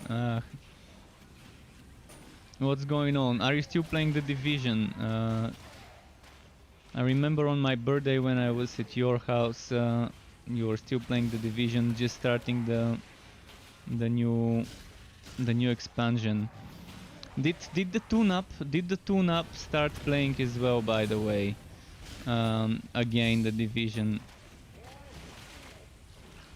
I was playing another very fun game called Chronicon, but it doesn't have multiplayer. Chronicon. But it's definitely a nice game. Whereas Torchlight 3 does have multiplayer, but has a lot of things that need fixing. Right now it's still unfinished, it's still not a polished, finished product. And there's bugs, there's imbalances and various other things that are just not right.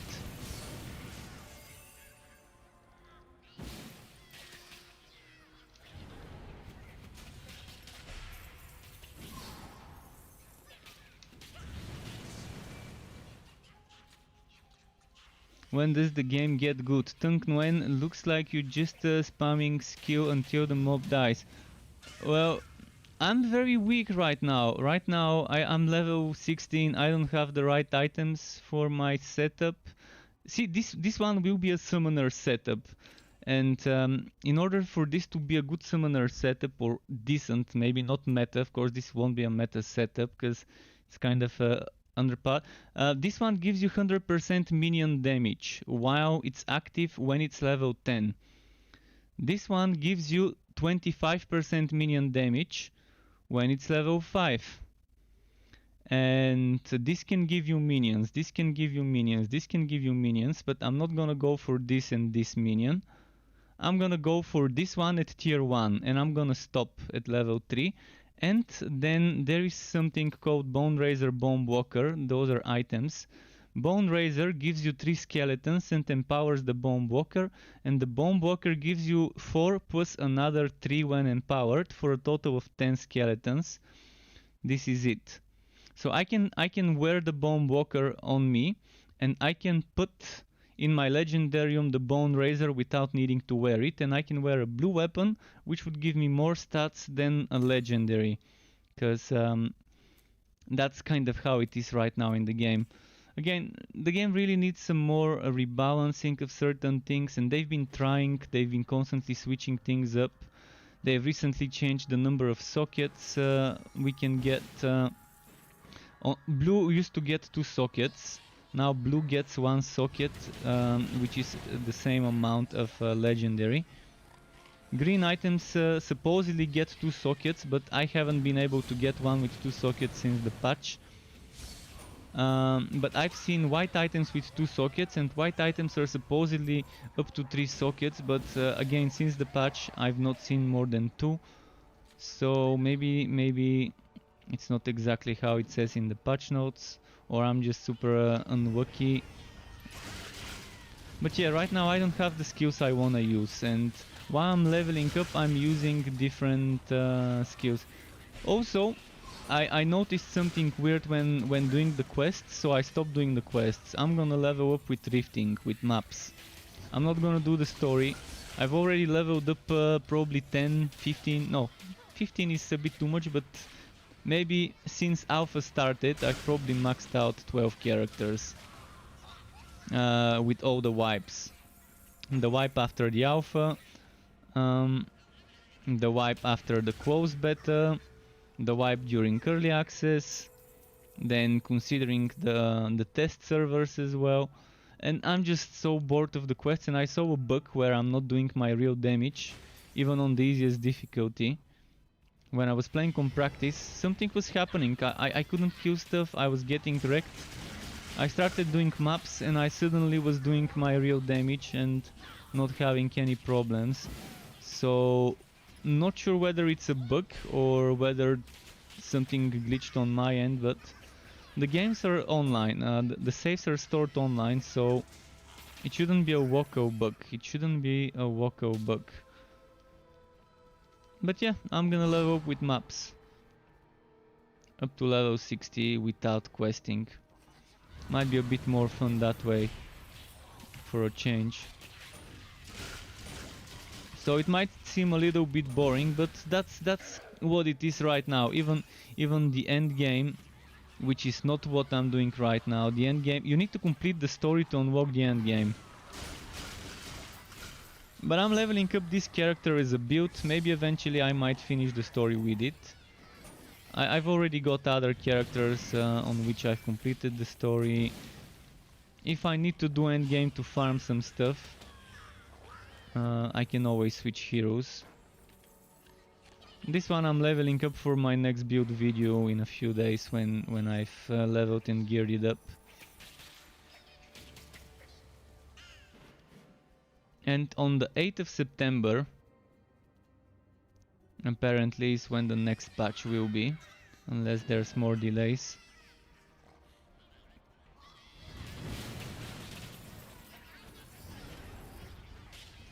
No worries, I'm always happy to explain about certain things. I never sugarcoat things in games. If I don't like something, I'm gonna tell people about it.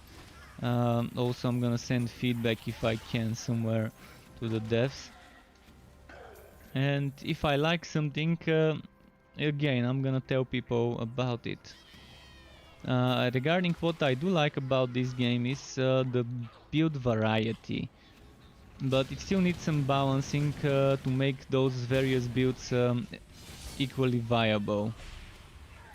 But now, after they added the third class tree, the relics as a subclass, so you get your skills number 1, skills number 2 for the class, light and dark for the Dusk Mage, for example. Then you pick 1 out of 5 subclasses. And this is great variety because you get a total of 20 combinations between class and subclass. And they're giving us extra 10 skill points with the next big patch. Extra 10 skill points. Which is definitely needed, especially for Dusk Mages. Dusk Mages definitely needed at least 8 points. Or 4 at worst. I'm happy that they're giving us 10 points. Definitely appreciate them listening to the people who want more points. They've been listening a lot to the community. It's a double-edged blade, listening to your community too much, because sometimes it might lead to things just see, the people who are vocal are not the majority, probably. Not everyone goes on Note. And about Note is the feedback center. Okay, just a second. Note. Okay, I'm gonna kill this one.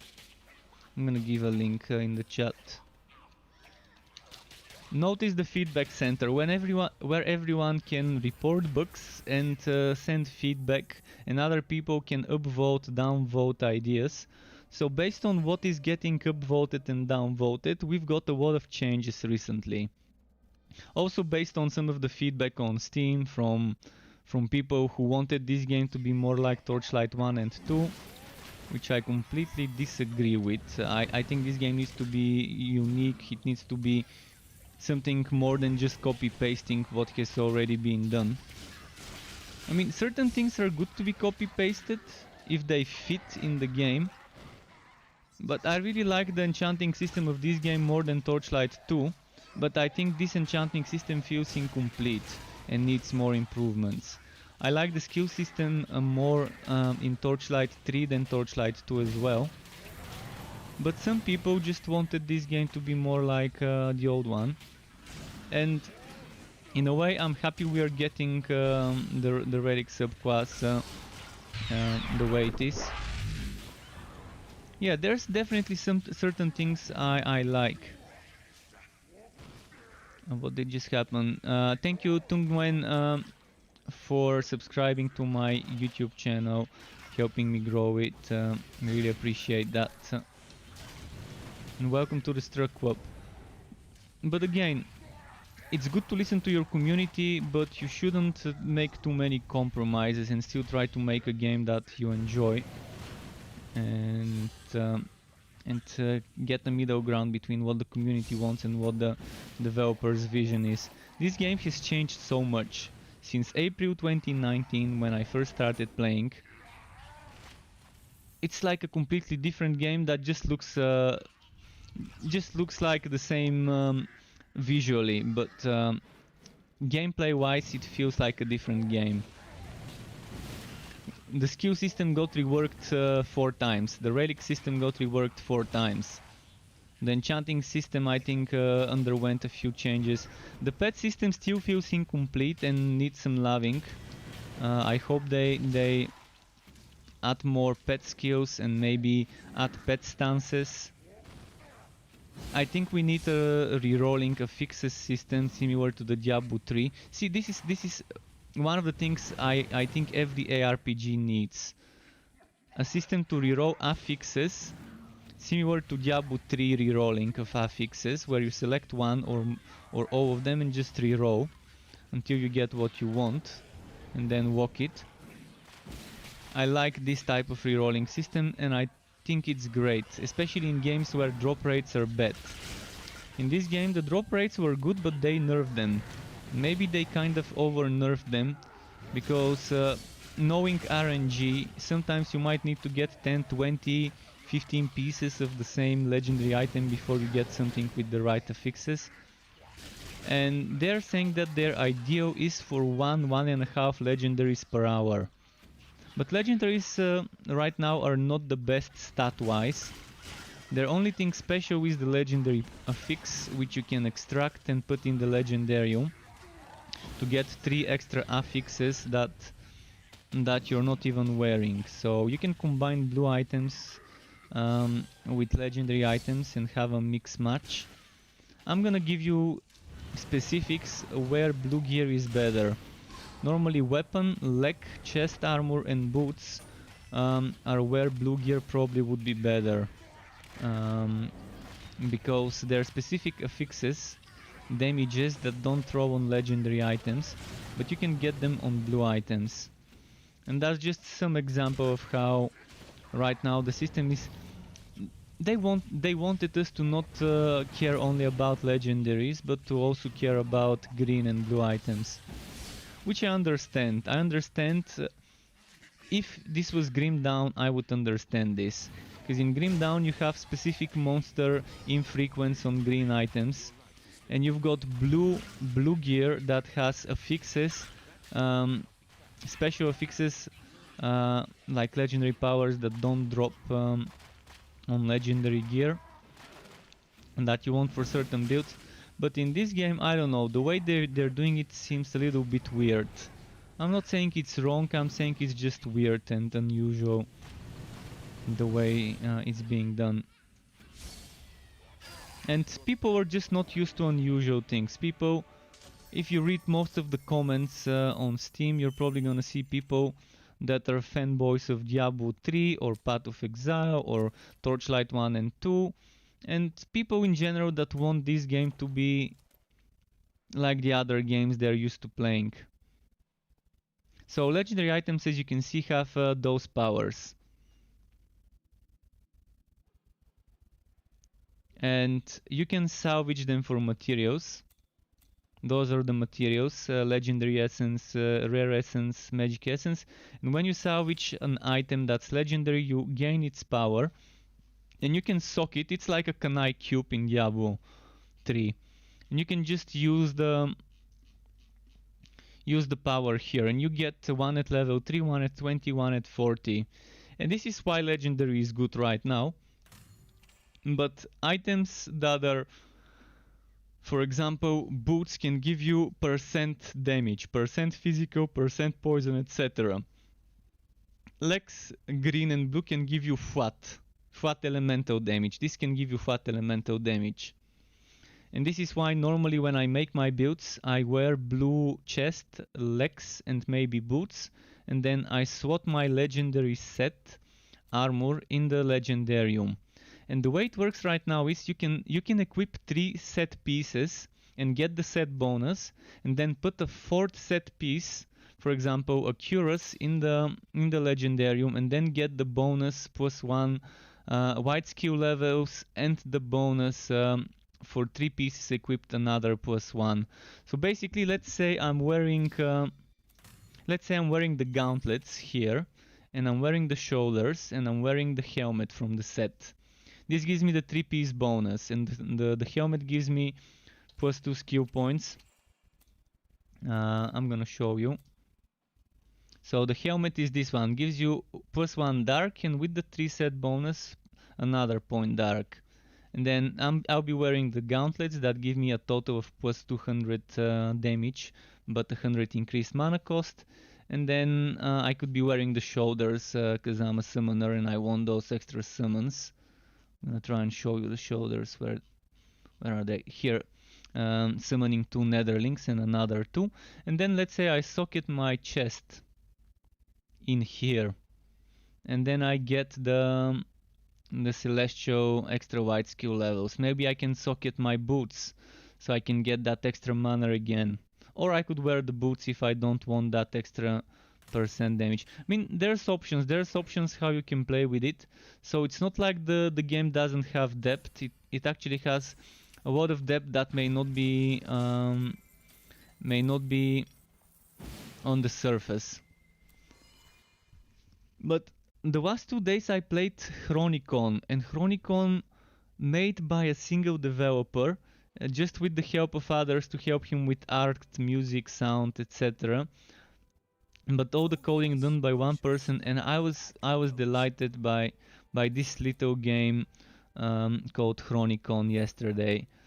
I'm gonna stream it in a few days. Once I'm done with this build, I'm gonna go stream Chronicon again. It may not have multiplayer online, but it's great. I like it. I really like it. Oh wow. I like it so much that after streaming last night I couldn't fall asleep, and I kept playing for another 7 hours and a half or so. Mana cost for Shadow Step, mana cost for Dark Spears. I could use the stuff here.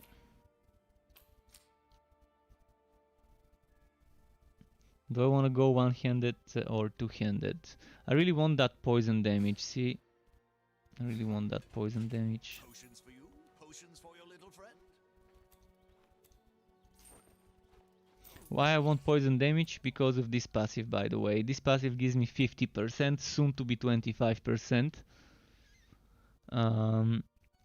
Poison damage. So if I have 100 poison damage on my weapon, it ends up giving me 150. So what should I level up? I'm saying save points for entropy.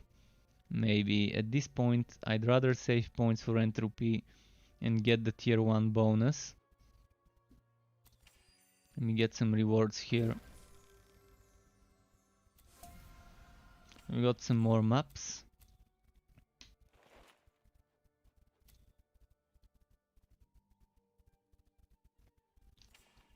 So yeah, I'm gonna save the next 3 skill points, but I need to sell this chest piece. And should I go Gembo for something that's low level and needs a replacement? If you have money, I got Which of gear. my gear is falling behind on the levels the most? I'll see you soon. I guess nothing's falling too far behind, just by 2 levels. Maybe let's wait until level 20 and Gembo then. What level are you now? I'm 17. You can see at the bottom of the screen my level. And it shows you... You're gonna see it right next to the shield. I'm gonna show you just a moment. It's loading. It's down over here somewhere, roughly this part here. There we go, 17. So this is my level. You can also see it here when I open. Cancel, cancel, cancel.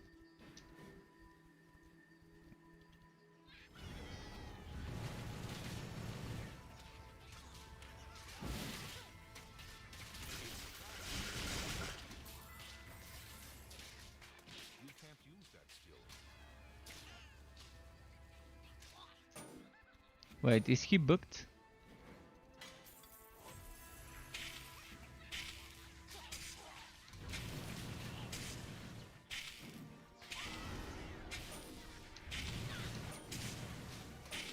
Are we gonna die from this electric damage? Because I don't have electric resistance. I do have physical. Physical resistance gives you resistance against everything.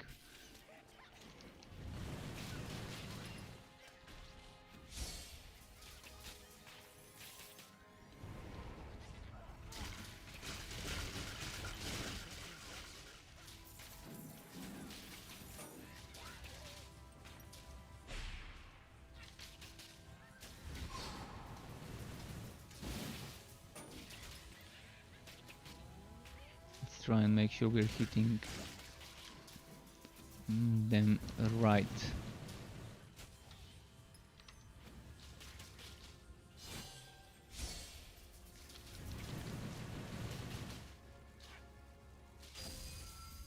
So this was weird. I opened a fire map and I got an electric map with fire and lightning enemies. See, the enemies are fire themselves, but the map is electric. I'm not sure whether this should have been happening. And there's enemies that use electric too.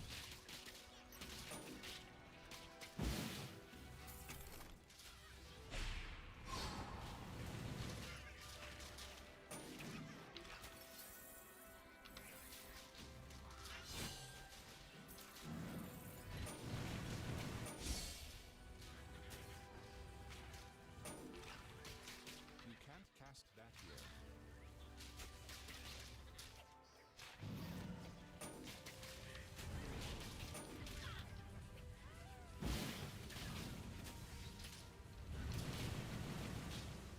Come on, come on.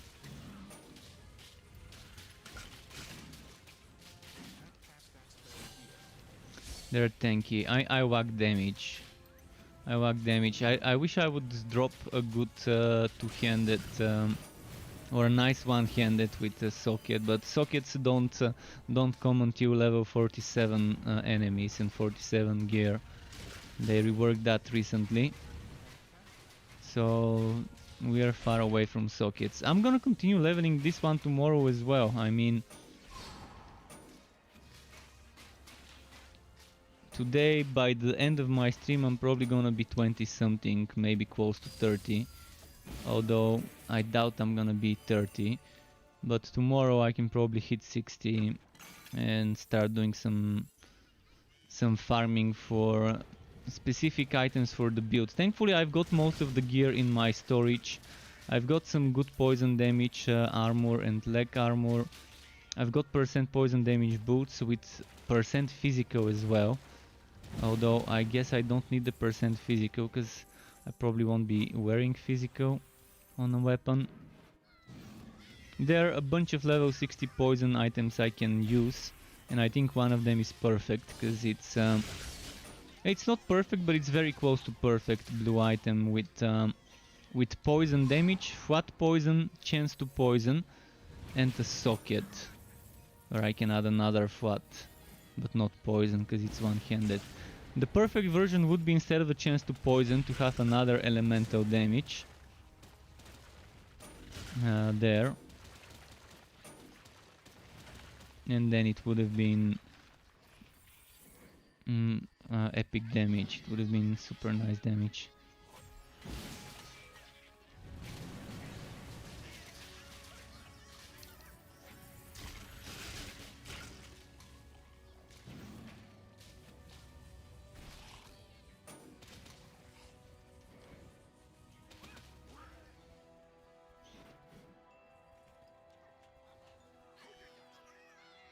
Let's group them up. Ah! Is it rubber bending?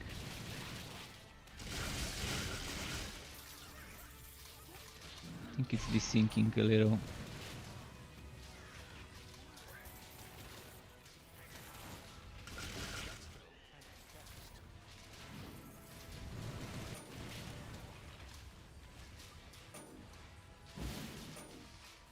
Wait, what's my weapon right now? Oh yeah, it's this one.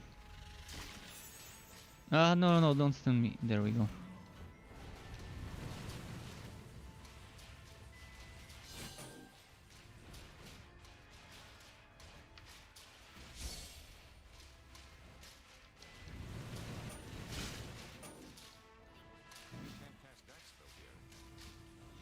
Austasis is back. I have over 300 contracts to open. Just give me the 30 legendaries.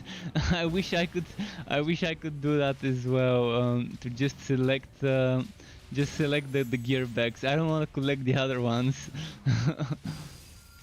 That's why normally when I get to like 50-60 contracts to collect, I do it then. I don't let it. The most I think I've waited was 117 or something like that, and then I said, alright, it's time to collect. Otherwise, it's gonna take forever. Good luck with the bags, by the way, and welcome back to you. Welcome back to my channel, to my stream. I had a very weird bug today where I wasn't doing the same damage in story mode versus map works. Weirdly enough, the damage was like reduced in story zones compared to my damage in maps. With the exact same gear, I was doing like I can't remember the exact numbers. 28 with my two-handed weapon, and then 13 or 14 with my one-handed. Then when I switched, I was doing 29 with my one-handed when I went to maps. It's weird because it was the same difficulty. It was on practice in both cases. And I kept wondering what's happening, why my full damage is not being dealt. I tested my damages on the other difficulty, said they were even more reduced. And I don't know, then I realized to just level up with maps only this time. And it seems to be a good decision. Less running around doing quests this time. But it's gonna be hard to farm fame with maps only while leveling up.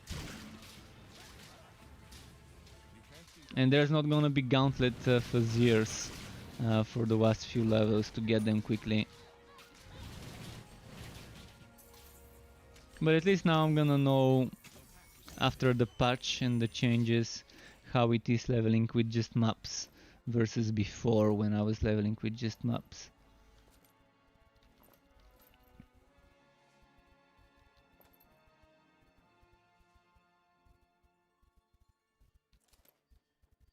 Why doesn't it drop me a two-handed with poison? Just doesn't want to drop me poison two-handed.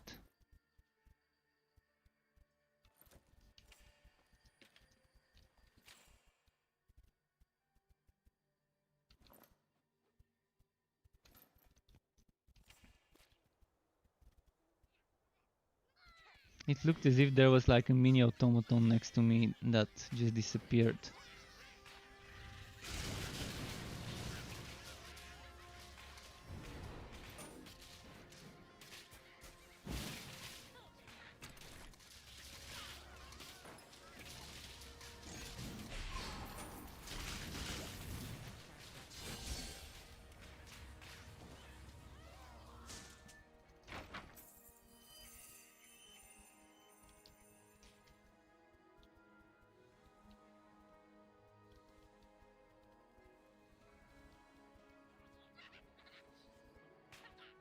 Okay, we've got an elite here.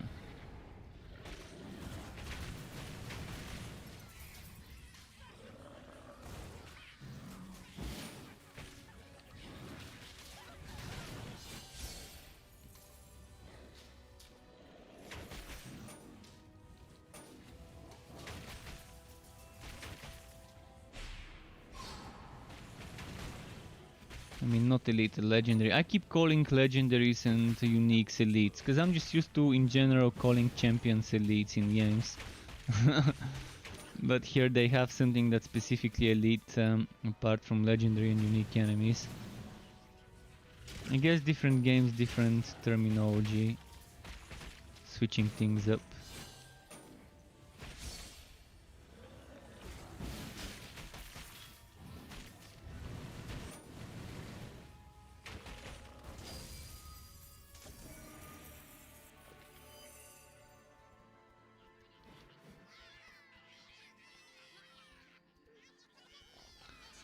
Let's try and group up some more. Can any more spawn here? They're not spawning there. Let's gather those. I've got 0 potions, so I'm gonna have to loot some. There we go, 1 potion.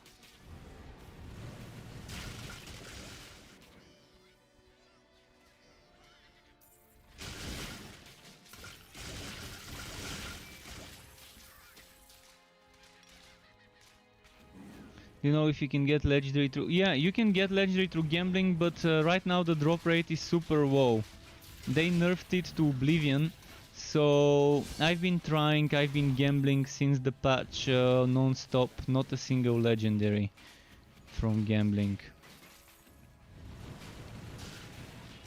So don't rely on getting it. You've got several, then you've been gambling a lot more than me, I assume, to get several. I've gotten a bunch before the patch, but after the patch 0. After the patch it's been just blue, green and white. But yeah, you can definitely get them, but keep in mind the drop rates are very bad right now for legendaries from gambling. But you don't have any other gold things apart from gambling and enchanting. And there's just so much you need to enchant. After one point you're done with the enchants. Until you get a better item. And you need a gamble to get it. Or get it as a drop.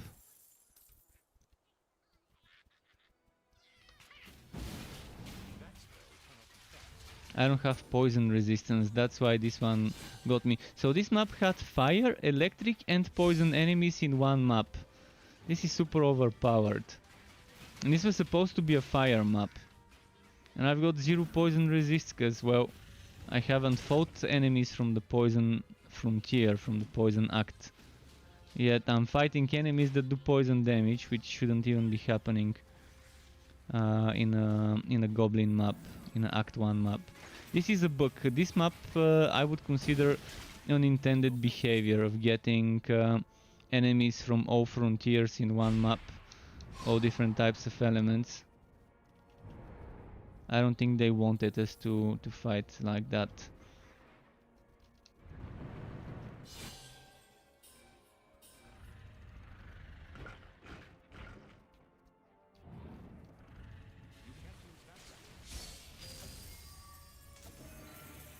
At least he dropped a potion if nothing else.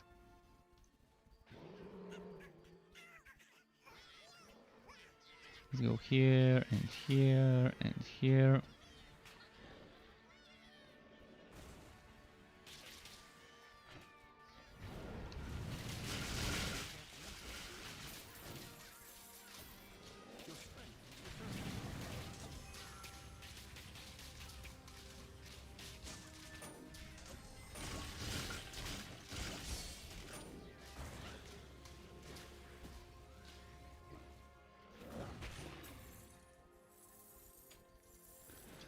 What have we here as drops? 77 physical. More physical. I mean, I could stack physical and physical. Let's keep this close to the... I've actually got the boots equipped.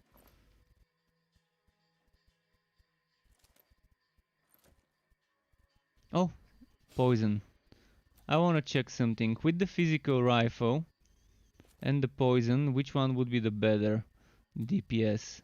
So 120 versus 112 versus 117. So back to the poison, as I suspected, the better option.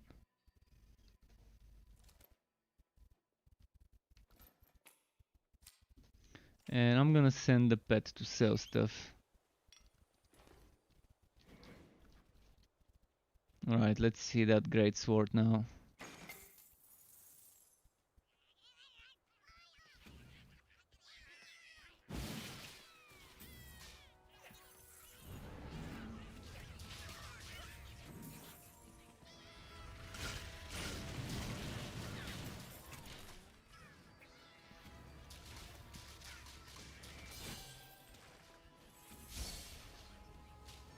Certain things take too long to kill and don't seem to be worth my time. Right, I'm gonna get some energy before the boss fight.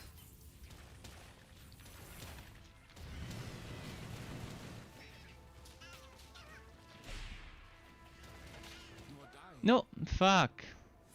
Alright, let's start a new map. It's not gonna be worth my time just for the boss to run all the way back to the boss.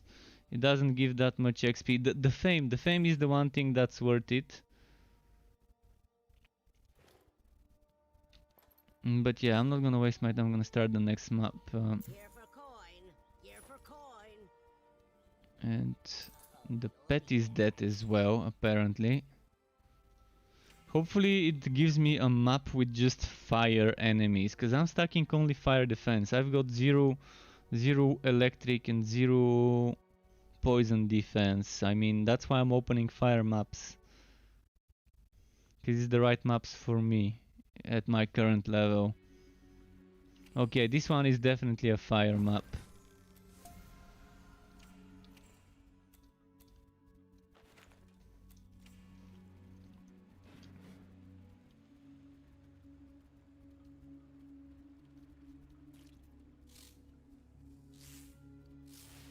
Your pet has arrived.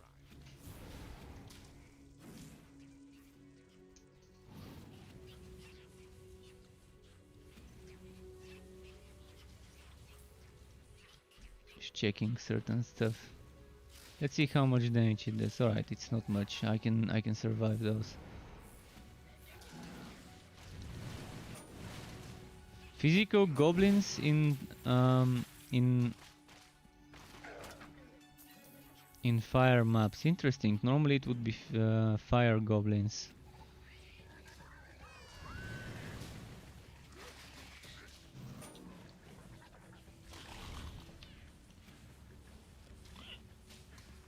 You see the rubber banding of their HP going up back and forth. The sinking. I'm experiencing some desinking. Let me check my ping. My ping right now, I need to open my notepad to see it. My ping is 50. I normally have between 40 something and 50 with the Europe West server, so the ping seems regular, but I'm not sure why it's desyncing.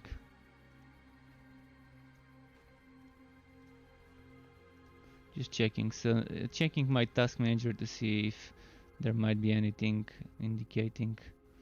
No. It's definitely not a whack on my end, it's just server desync. You can't do that. Thought it was fixed. I haven't seen desync for the past few weeks, like noticeable, obvious desync, like earlier. Wondering if it's the poison. Because all my poison builds have been giving me that HP desyncing of the enemies. Where it seems like they're going down with the HP and then the HP goes back up after the sync.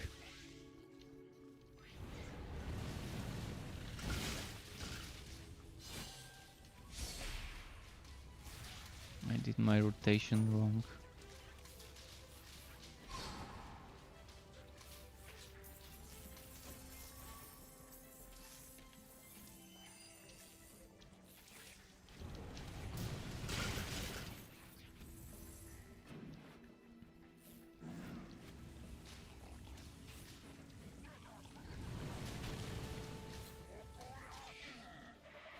No, no, oh, nice.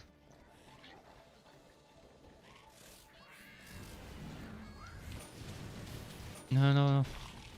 Nice. Nice. Should I go get that dead end?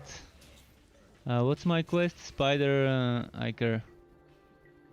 Just in case, there might be some spiders here.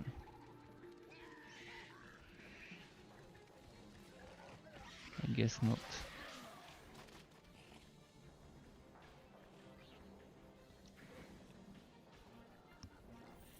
Oh, there are spiders down there, a lot of them, so there should be enough for my quest. Just wanted to make sure.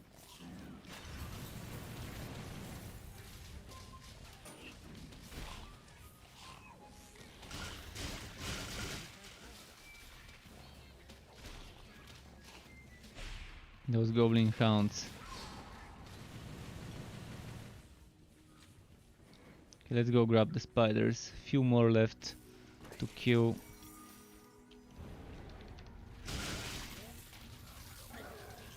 You can't cast that spell here.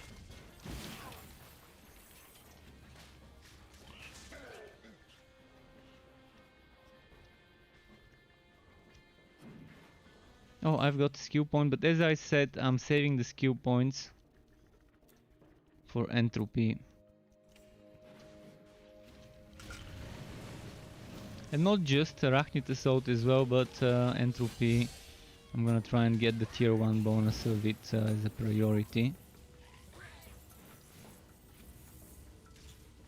Gonna replace energy spike. Still keep my points into energy spike for the passive, because eventually we need that passive.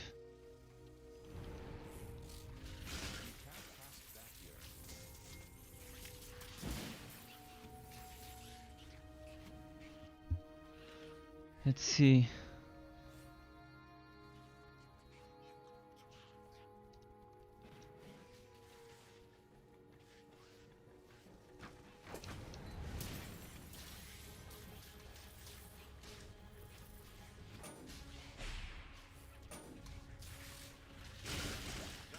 Cannot be cast.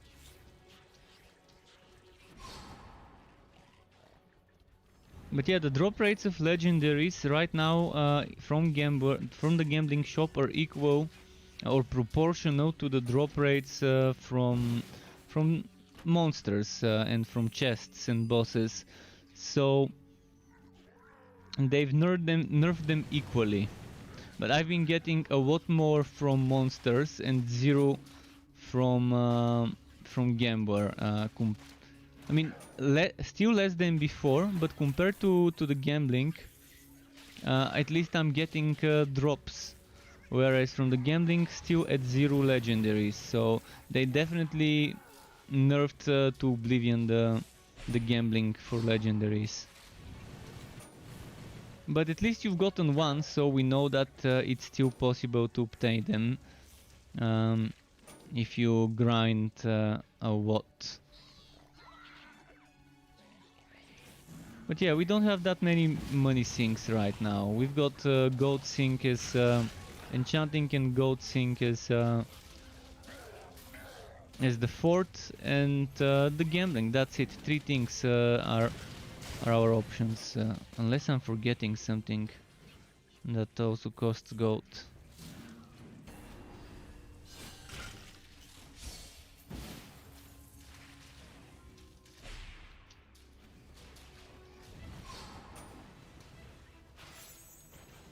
Really need more celestial set items.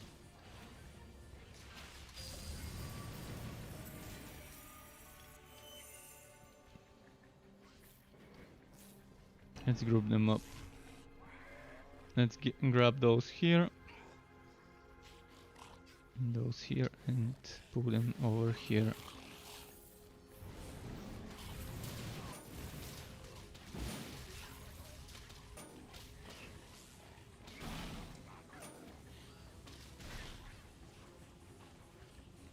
Oh, look at that bug. I think my I got disconnected from the server. I got disconnected for sure.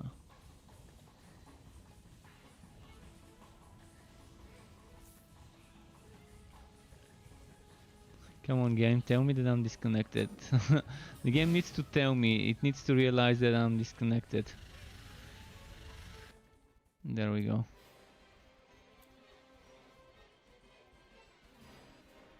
That hasn't happened in a while.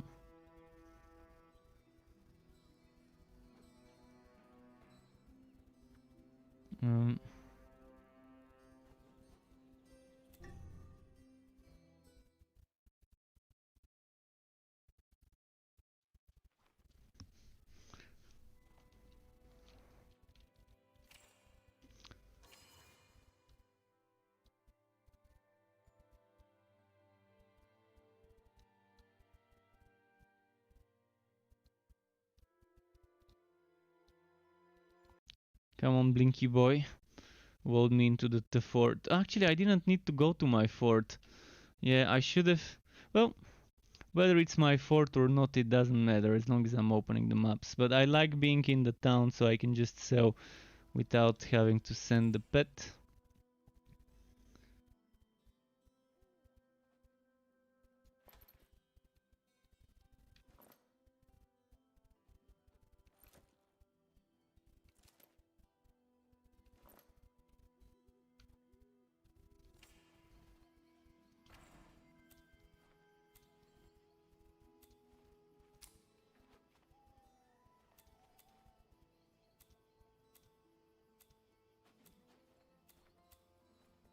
Let's put some stuff here.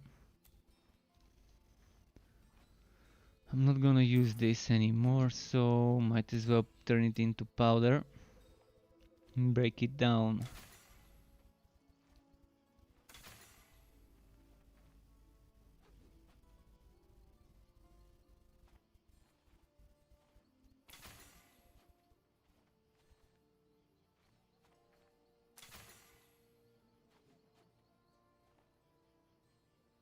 This one can be used at any level, I guess.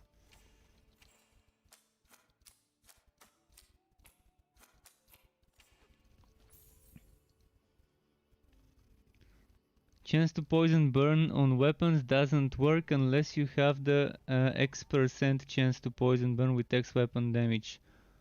Oh, I didn't know about this one. The chance to poison burn not working unless you have the chance with X damage. I don't even realize why they have that stat when, first of all, it doesn't give as much. And yeah, I think it's kind of unnecessary. The chance to poison, chance to bleed, chance to burn, etc. without having the other one for X weapon damage over X seconds. I mean, we didn't have those before, and then suddenly they showed up. So it's a stat that increases the chance if you've already got a base to increase, I guess. I understand why they might want it in the game, but it seems unnecessary, I guess.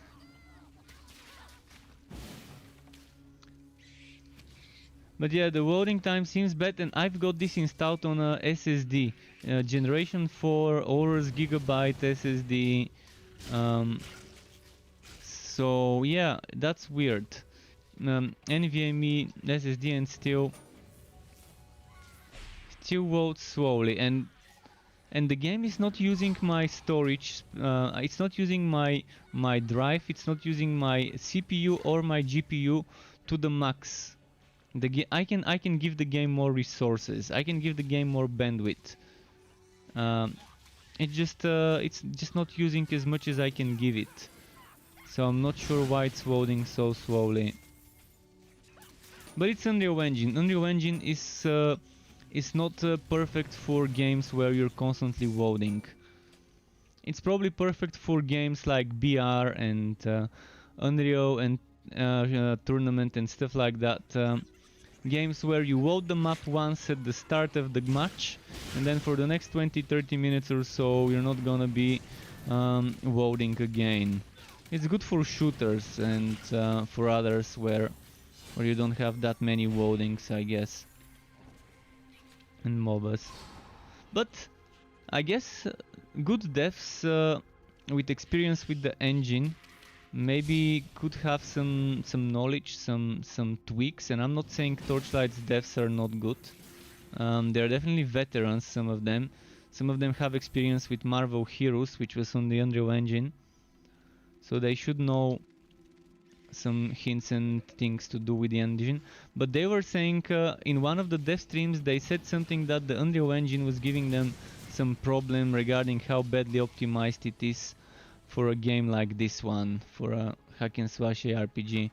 I'm not gonna directly quote, because I don't remember the exact quote, but they said something within the lines of Unreal Engine is optimized bad for anything that's not Fortnite.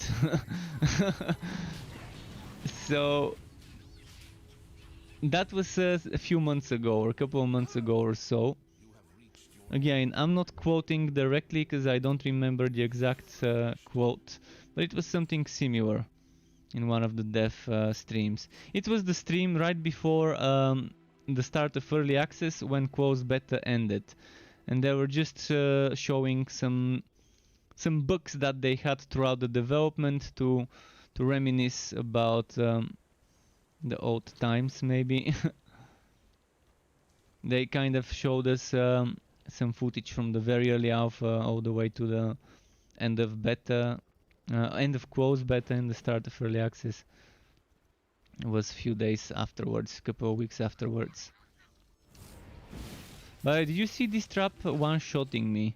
With 56.6 fire resistance, I'm still getting one shot by those traps. I'm telling you, there's something wrong with fire traps. Not just those, the ones in the cemeteries as well, and the same goes for poison traps. At certain times they're not gonna do much damage and just tickle you, even if you have 20-30 resistance, and then at other times, even with 60% resistance, they're gonna do a ton. And did you see this rubber banding? I was here and then I was there, without teleporting or anything myself. Actually teleported this way maybe. Something's happening, I mean, look at that. 44.6, earlier I had 56. And I'm still getting wrecked. There's a lot of wagging, I'm not sure why it's wagging so much, but it's rubber banding a lot. Like I'm gonna press my spacebar for my movement and it's gonna move 2 seconds later sometimes.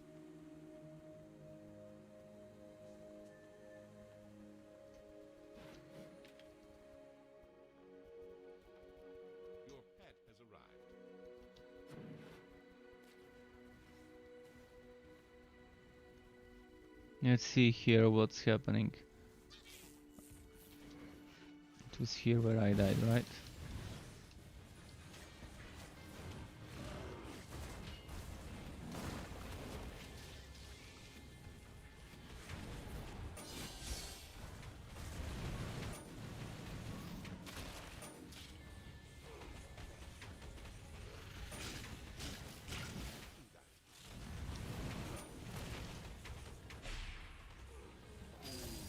Nice.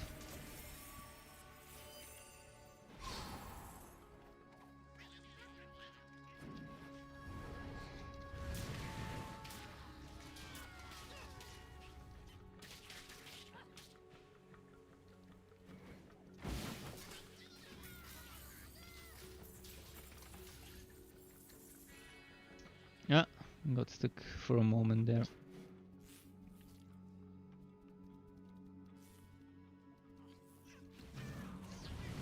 Still need spiders and silky webbing though.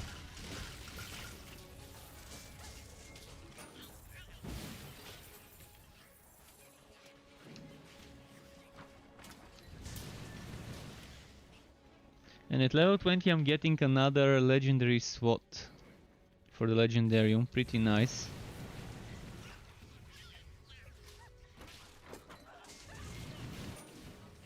I'm wondering if I should start getting rid of Venomous Maw or keep it for now. I mean, if I do end up needing that one point, I could always remove it with Respectacles. I've got a ton of Respectacles saved up.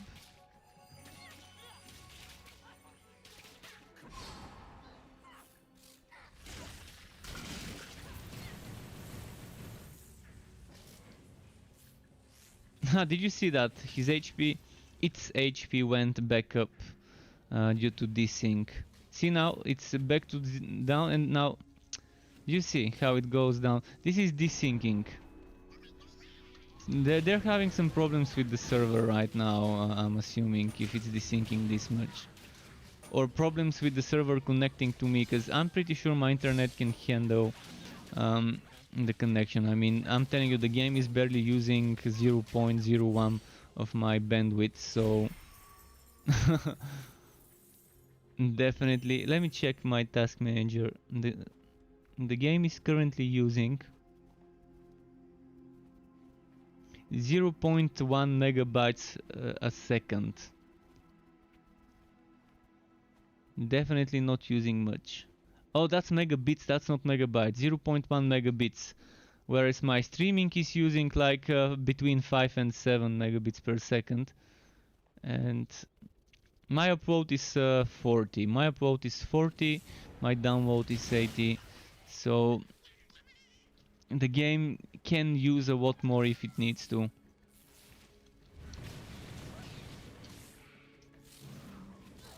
If it needs to.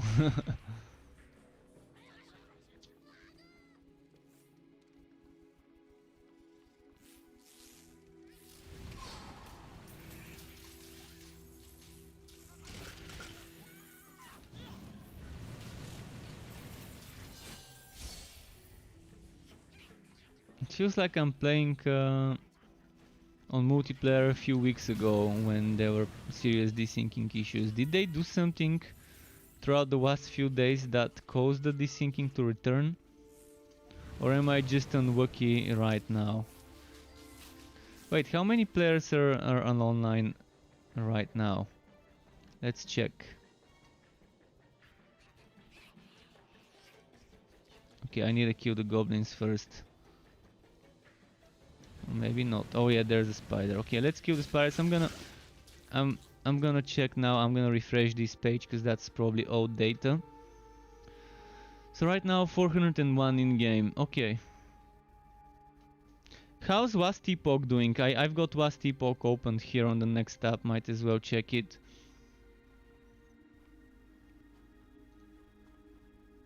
So this one has been going around the 800 and down. This one around the 1700. Yeah. I'm wondering about Chronicon. Let me quickly check Chronicon. How many people played Chronicon?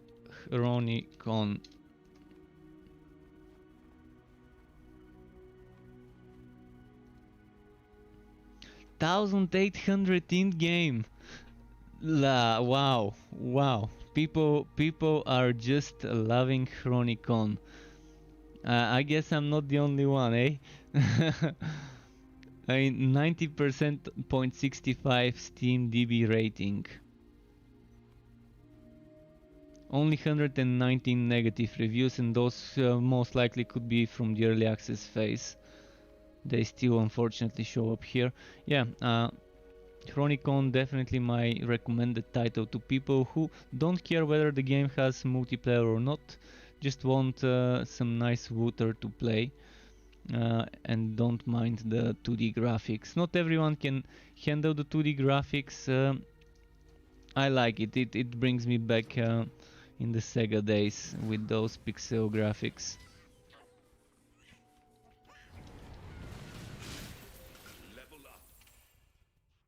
One more level. Although I do have 3 skill points, I can probably spend one on something. Let's save it for Arachnid Assault actually.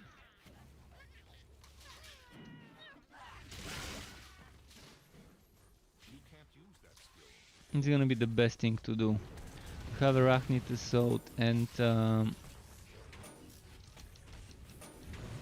Entropy at level 20 at once.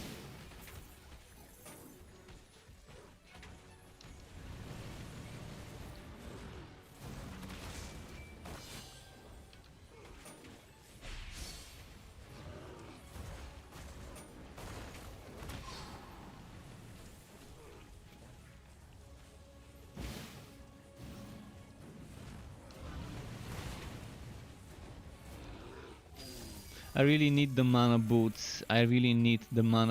But I think the ones I've got, I'm gonna use them at level 20 actually. In my legendarium at level 20 I'm gonna put the mana infused boots. The thing is, I'm not sure whether I've got them. I should though. I should have them in the legendarium unlocked.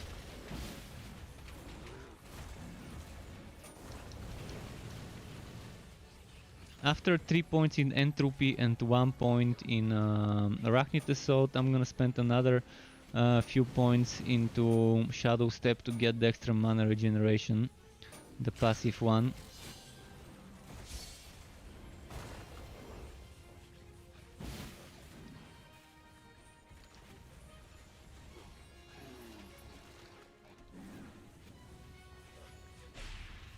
That spell can't be cast.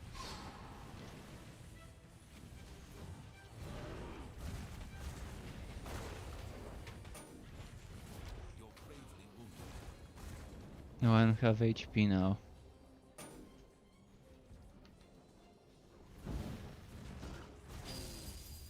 Please drop a potion, come on, I know you wanna...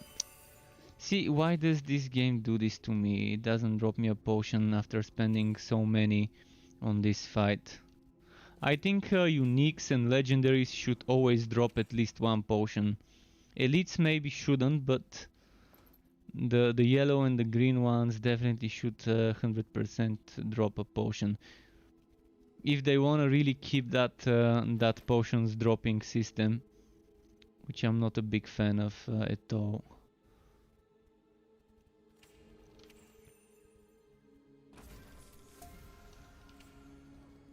What's the time now? 11:19 p.m.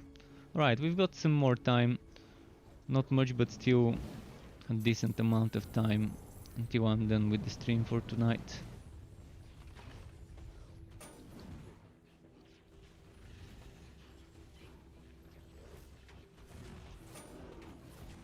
You can't cast that spell here.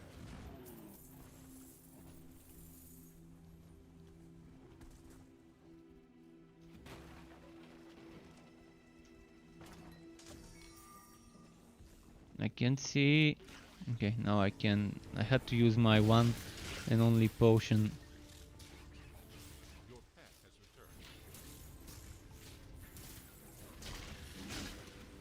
returned. But yeah, Chronicon, I had a blast. I mean, last night I streamed until 1 in the morning.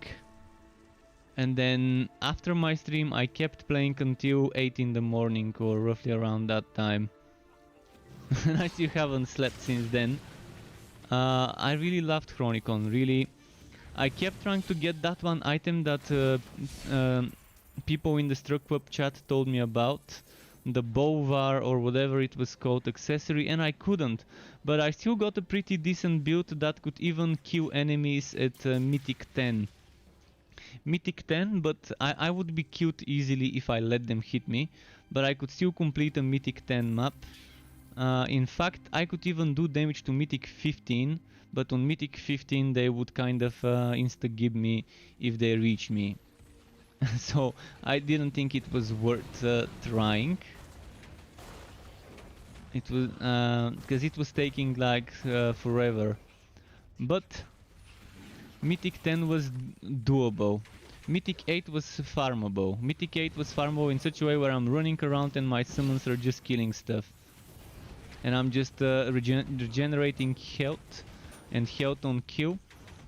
I just needed those boots for stagger damage, and if I get the boots for stagger damage and damage based on how much I'm staggering, that Bovar item on Chronicon, my Warlock would be...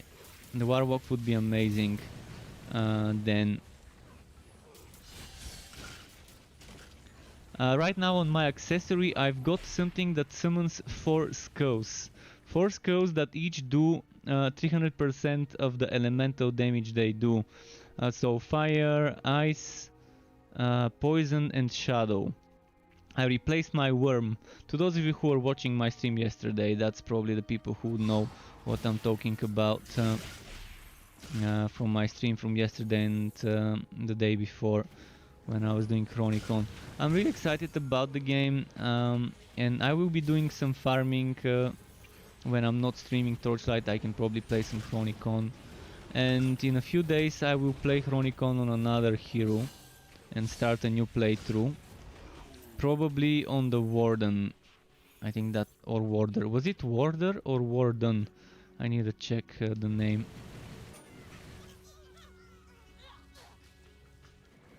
I want to see a holy build, and I think it's doable with that class. I need to look it up.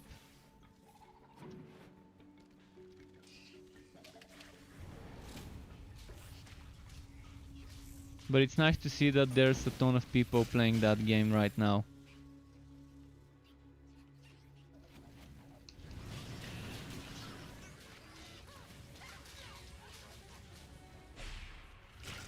You can't cast that.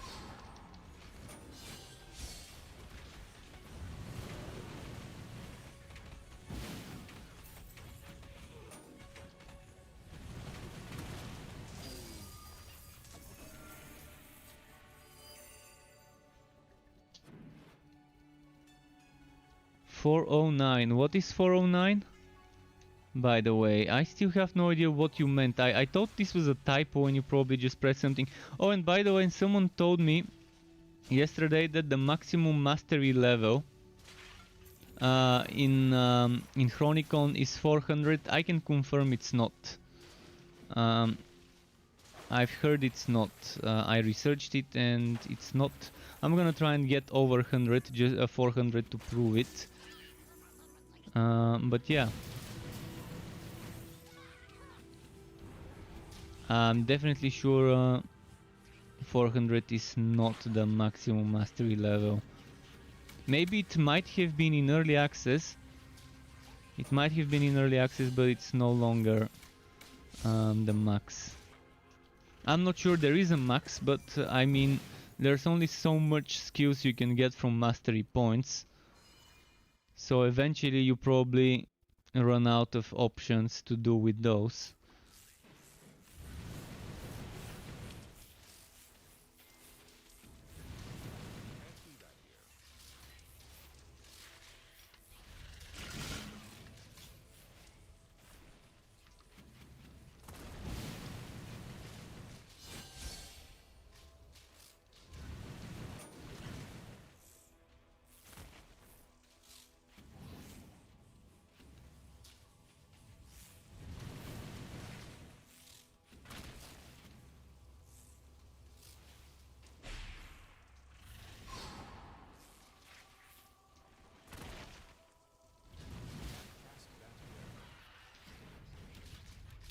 Come on, come on. Ah.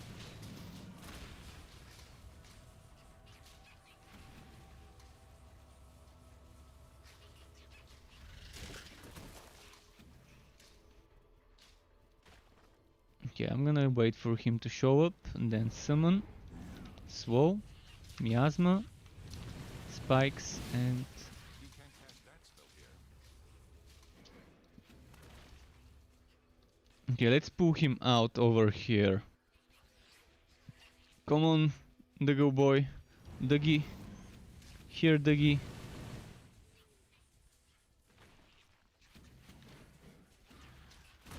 You can't use that skill. Here, Dougie. Here come the men in black. Let's kill this. Doesn't this look like an alien? I love how Hive looked like some sort of weird Zerg-like alien creatures.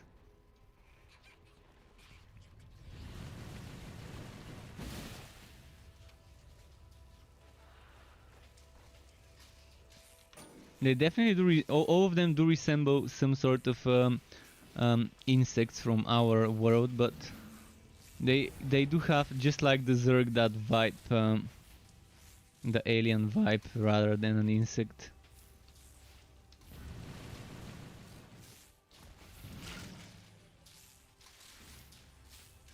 Oh no. I've got no potions, so I'm just trying not to die. And if I'm trying not to die, I'm wondering why I didn't kill the spider earlier. Kind of kept it alive for long enough there.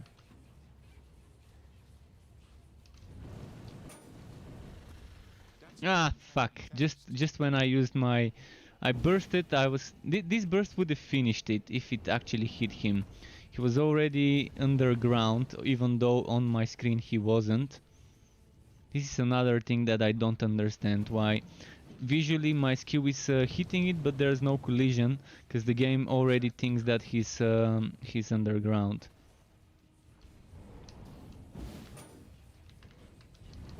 No! Did you see which way I casted the fucking spell?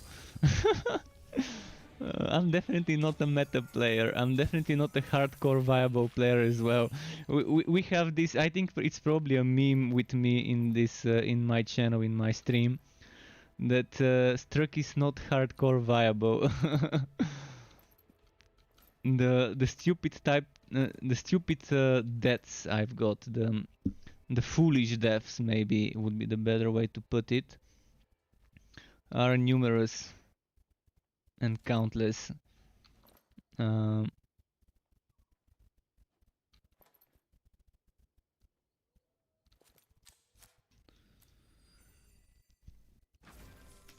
Another map works bundle.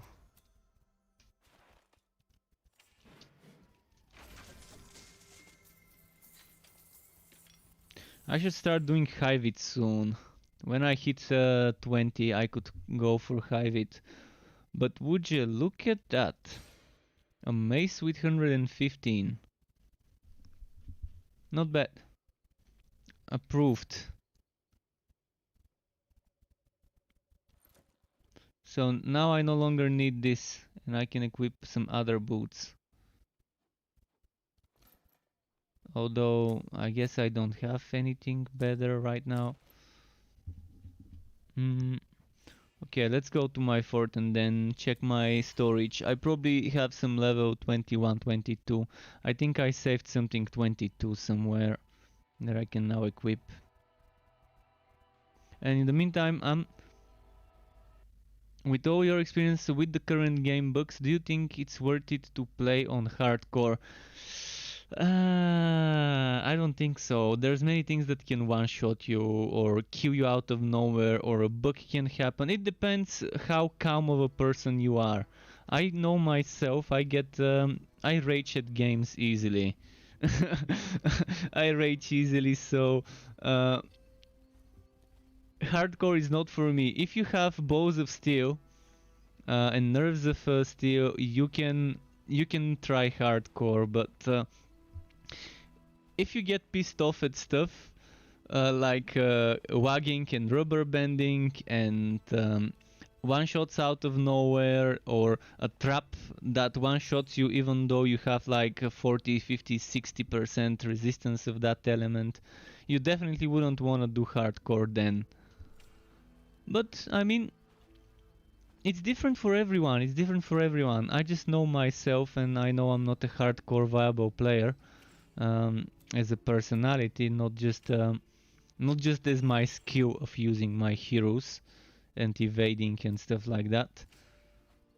But yeah, it's just different for everyone. But I was gonna say I need to go and take a piss quickly. I guess I've been drinking a lot of tea, which I'm about to do as well. But yeah, be right back. Quick 60 seconds or so. I'm gonna start the BRB screen for everyone. If you're on Twitch, I can play ads. If you're not on Twitch, I can't. Unless YouTube changes something. But yeah, I mean, I'm gonna be right back. Just give me a moment. I'm gonna go take a leak quickly.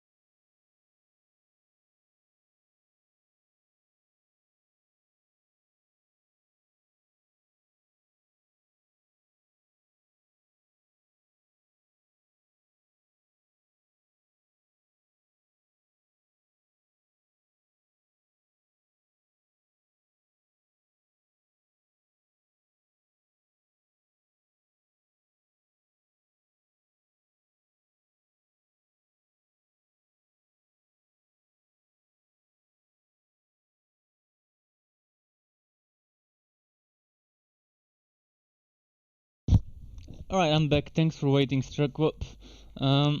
It's not 1-2 minutes. This is old message. I need to change it. I'm back.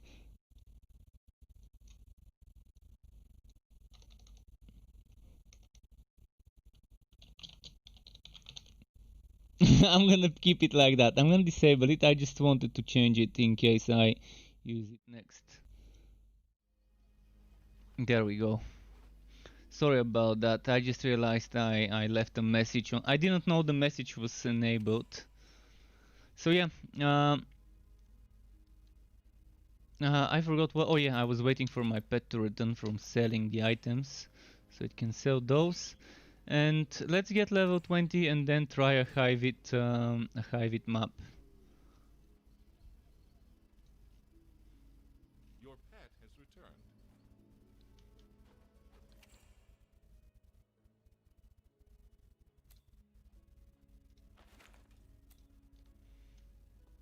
Vast Goblin map.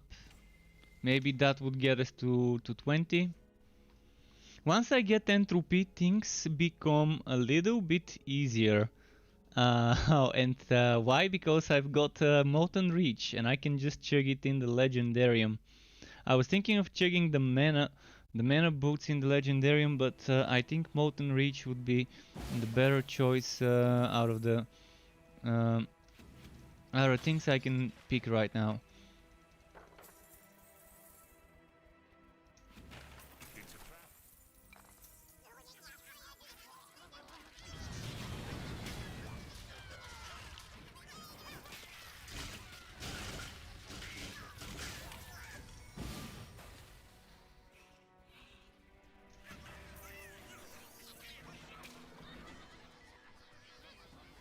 So yeah, there's not gonna be energy spike on my skill bar.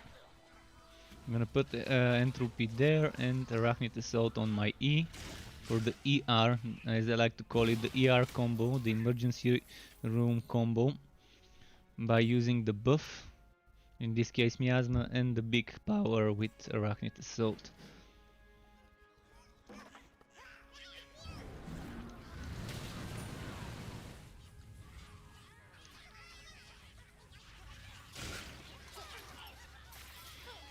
And then after I get the mana again, actually, should I get the mana again? Should I get the mana again early? I'm wondering if I should get the mana again early or just max Miasma. See, option 1 is, after getting 3 points entropy and 1 point Arachnid Assault, to remove this 1 point from Venomous Maw, and to start pumping points into Shadow Step for the mana again. Option number 2 would be Damnation for the mana again from tier 1.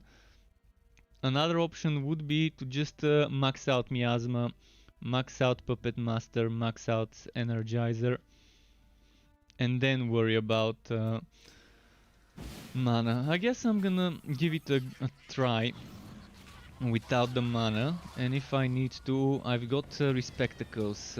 I've saved up a bunch of Respectacles in my other heroes. I'm thinking I'm already having problems with the mana, so it might be best to rush it and go for it. Maybe even the Molten Reach won't be as useful as the mana boots, as I originally thought. That spell cannot be cast.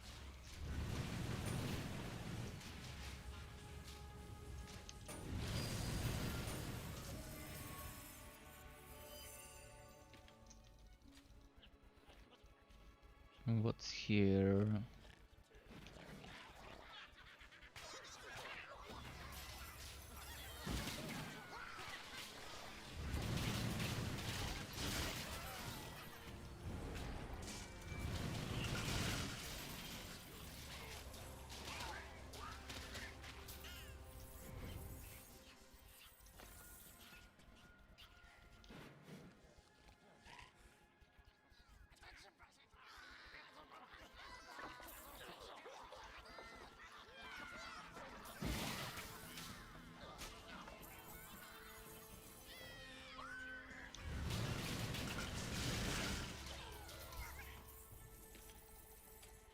Let's get there for guns. or flagons.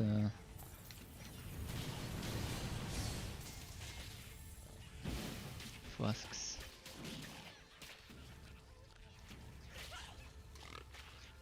They're not coming to the choke point. I normally like with builds like this one, actually on the mage and on the sharpshooter in general, range builds, I like using choke points. Even on melee builds it's nice to get them into a choke point so they don't spread out too much and you can just AoE and bring the thunder or whatever else you're using on them.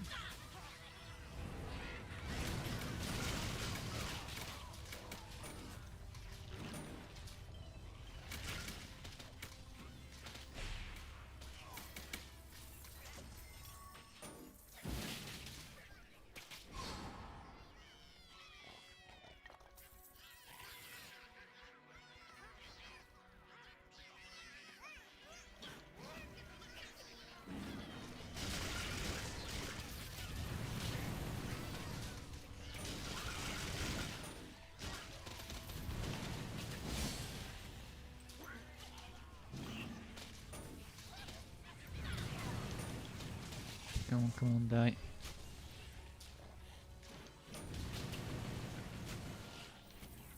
I wish I had the Vitality Extractor to test it. Never used the Vitality Extractor legendary to see how it looks like. Whether it changes the animation in a way for Holy Fury. I can't really pick that one up.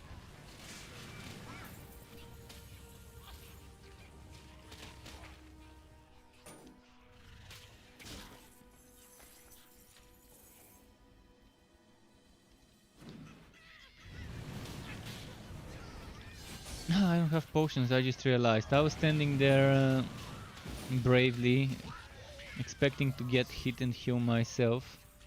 Then I realized zero pot wife. I need to make t-shirts that says zero potion wife. The zero pot wife.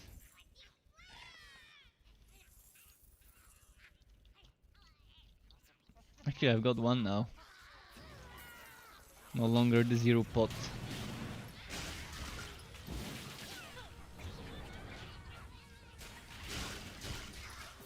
Level up.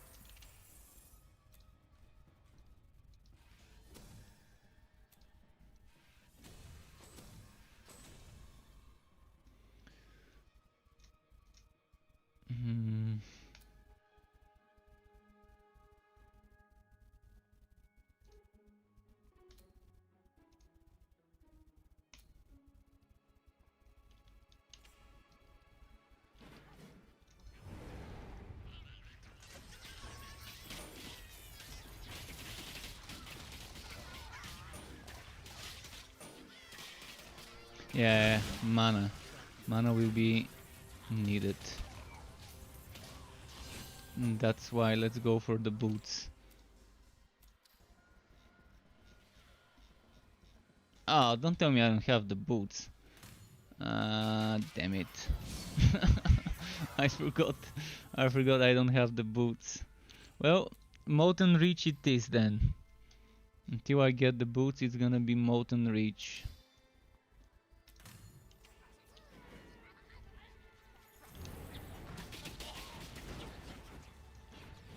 At least Entropy looks amazingly nice with Molten Reach. I love it.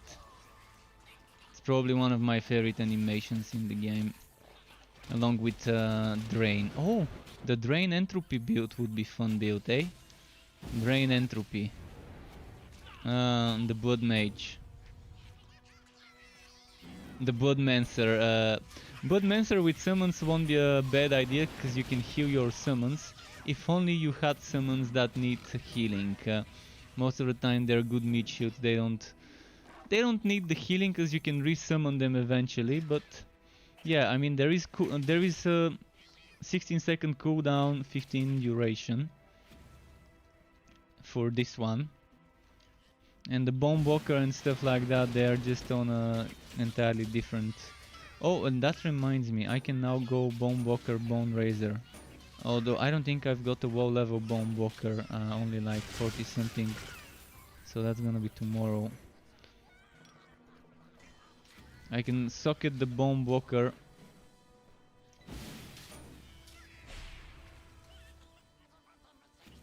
Eventually. I'm gonna have to make tough choices. Do I wanna get Entropic Reach or do I wanna get Bone Walker, Bone Razor? And I'm probably gonna make screenshots for both setups. One where you're focusing on using the summons and one where you're focusing on using entropy with Entropic Reach rather than having a boosted Bomb Walker to get more summons. I like the skeletons though. Oh, and by the way, I reworked my Warwalk. I'm not sure if you saw me before the stream ended last night, to use skeletons, and then those skeletons with mastery points are becoming they're becoming a raid. So I'm using on my Warwalk on Chronicon. I've got the demons from the fire tree. I've got the autocast demon. So I've got imps, I've got the autocast demon, I've got skeletons, and then the skeletons eventually, with enough mastery points earned, I managed to make them be a raid, which is nice. And then I had another summon. Yeah, the skeletons, not the skeletons but the skulls, the floating 4 skulls with the 4 elements. And yeah, it's definitely nice the way I've done it. Few days from now we're gonna be able to see it again. By that time I'm probably gonna try and see if I can get over mastery 400 myself. I'm around 200 and something, 300 now. I will be playing Chronicon right after I'm done with this stream for a little bit. Just a little bit.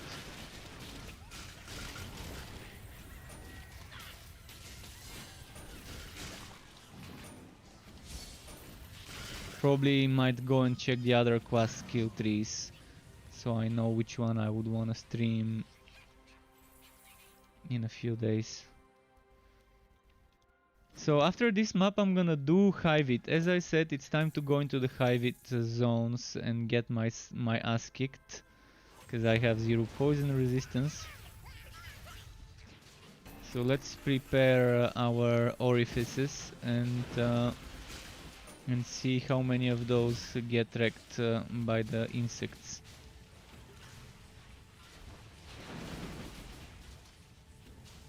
With 0 poison resistance. I'm only playing on hard, so it's not like I'm playing on ridiculous or something.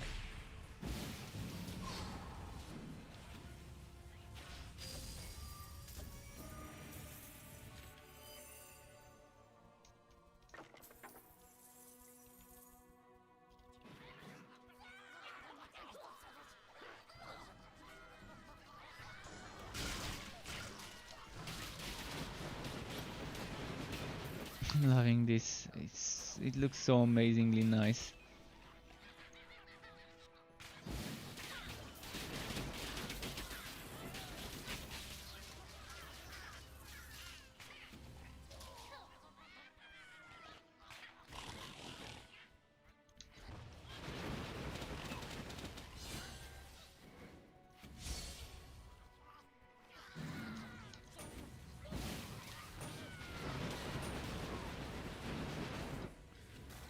Okay.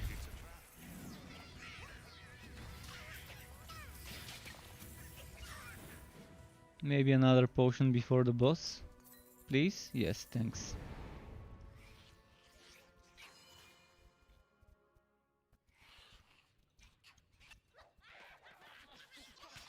Who did we get?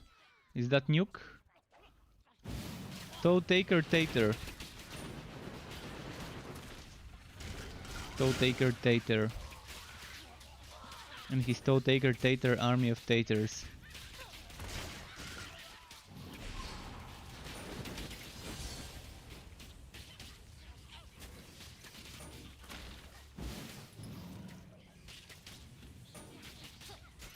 I really need that big spider from Arachnid Assault.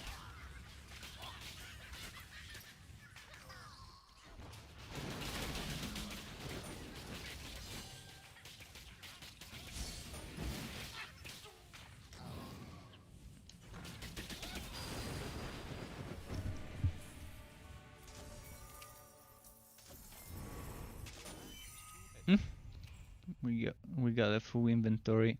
Alright, we're switching to removing the fire. Removing the fire stuff. The fire defense. And going into general defense. And I'm gonna go into manner again, I'm assuming. Instead of chance to block.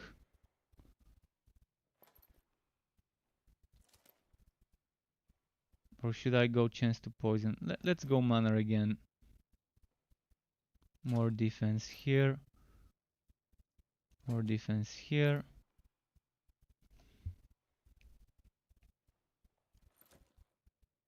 Defense crit chance. Alright, let's lose that electric damage. Damage with light skills.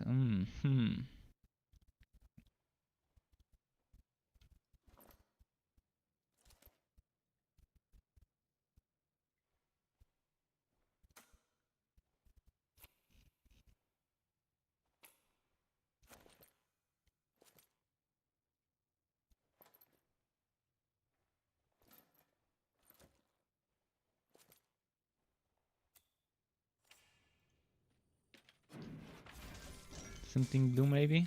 Yes. One-handed. Hatchet shot. Yeah, shitty. Oh, mana again, mana again. I need that. I'm gonna use it. Let's go to my fort. Level 20 gear. I should have something around 20-ish. Plus minus 3 levels. I'm sure there was a level 24 item in one of the wardrobes. And I think I took it and put it in the storage.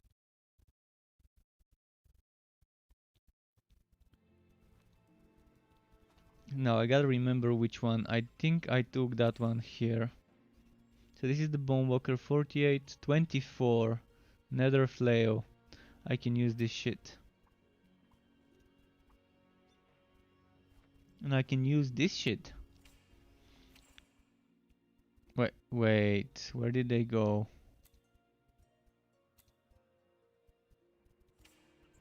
Why couldn't I take them? I guess I need to drag and drop them, otherwise it won't work.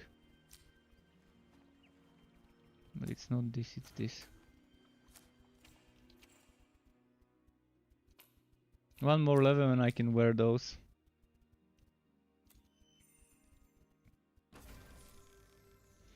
Rare RGB. Rare gear bundle. RGB. Let's open the RGB.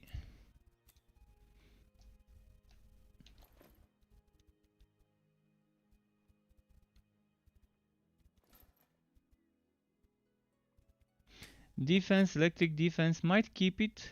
You never know when I'm gonna be doing an electric map.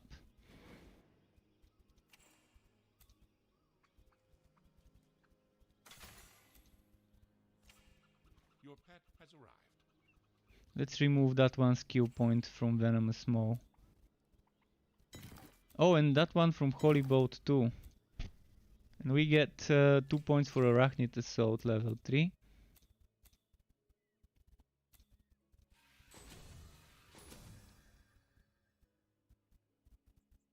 And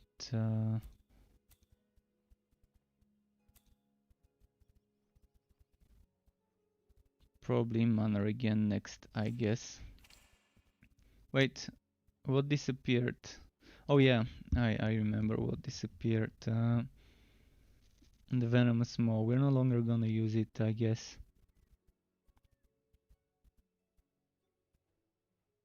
Should I put my summon here?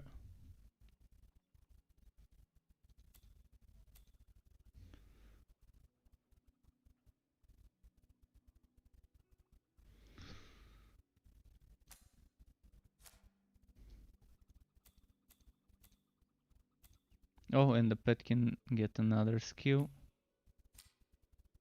Or maybe Immobilize would go very well as a synergy. This one also goes well with the synergy, but I'd rather not do it. So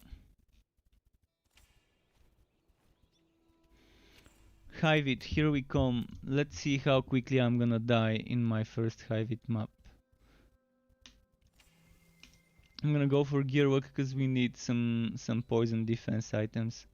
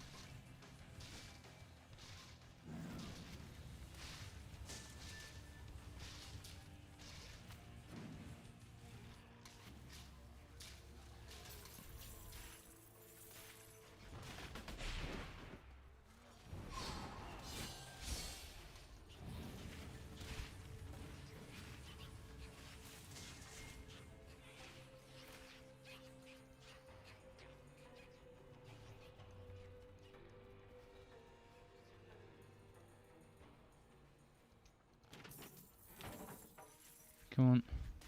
There we go.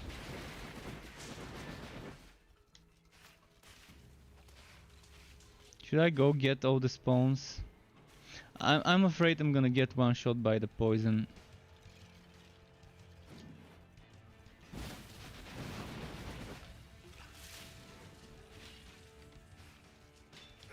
Yeah. Your journey is at an end. I fucking knew it. Fucking knew it. But look at my poison resist. It's 22.9 because of my physical. Even with this much, it shouldn't be one shot, but still, I don't think I was at full HP. Let's see if I can get one shot for real. Yeah, immediate one shot. Just wanted to make sure. So I guess it's just dodge those poison pools for now until I get higher level. I think at around level 24, even if I don't change a single piece of equipment, I'm pretty sure 4 levels from now or 5 levels from now, if I go and get hit by equal to my level poison things without my resistances changing, I will not get one shot now. We'll see after a few maps how it is, but for now my priority would be to get poison resistance items to run some Hive-It maps. See, the enemies do decent regular damage. Even though I've got only 22 resistance, I can soak up some hits, see?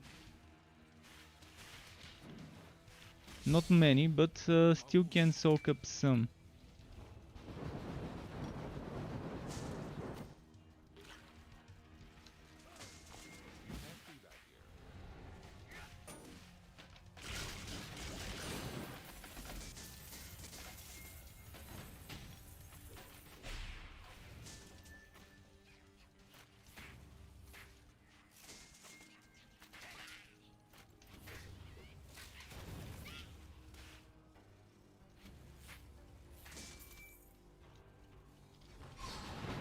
Oh shit, wrong button. Maybe switch the places.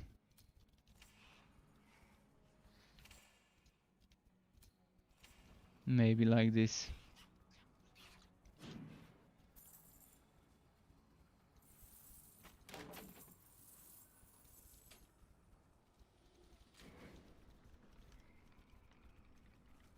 One more jar of teeth.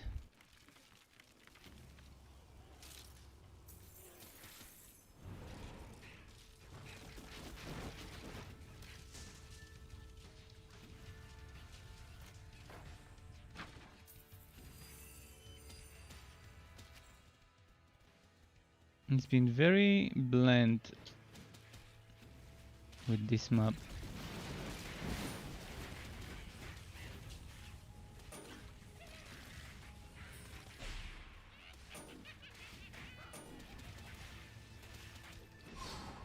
Can we pull them here?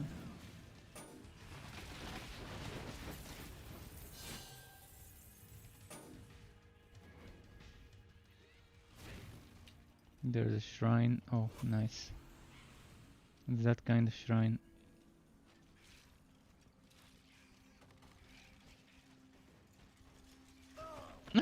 Fuck no! I didn't realize there was a poison thing at the bottom of the stairs. Now my shrine's gone as well. Fucked up big time, didn't I?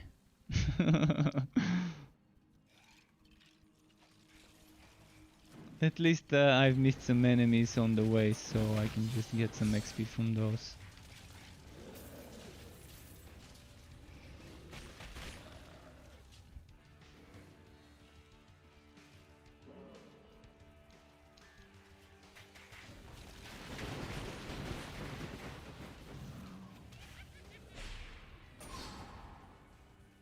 I'm wondering if it's gonna be worth it to remove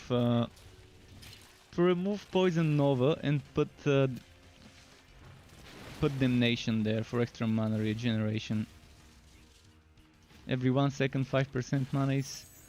It may not sound like much, but it's still better than not having it, isn't it? What's my mana right now? I can't see the number. GTFO skeleton, I wanna see my mana. Oh, here's my mana, 12. 5%, well yeah, okay, it's not gonna even be 1 mana every second.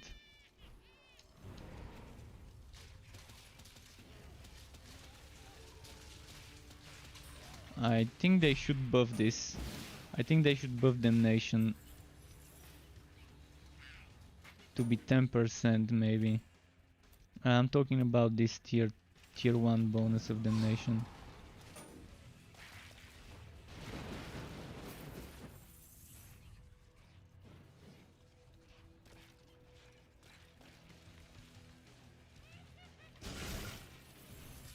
You have gained a level.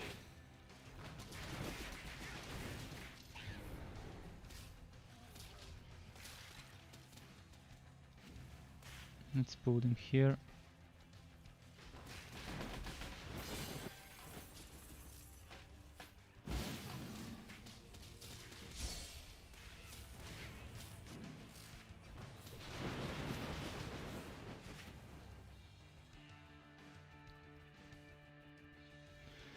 Okay, this way.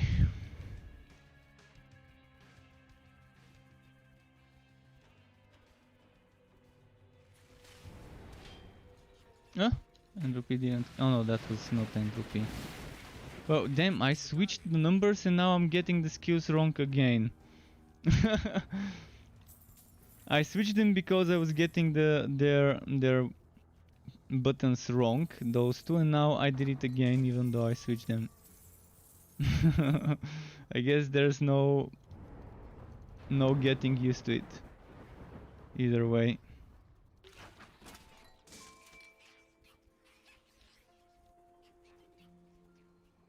There's gotta be a few more here.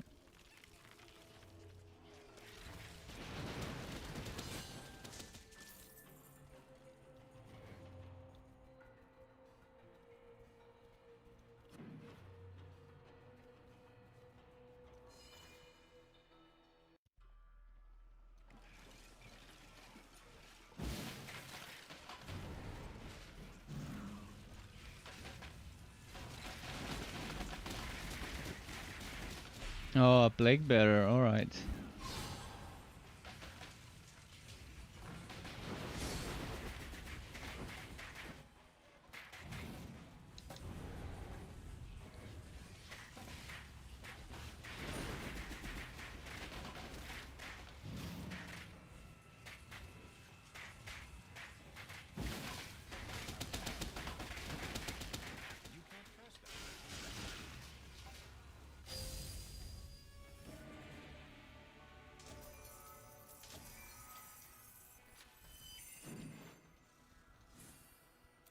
Okay.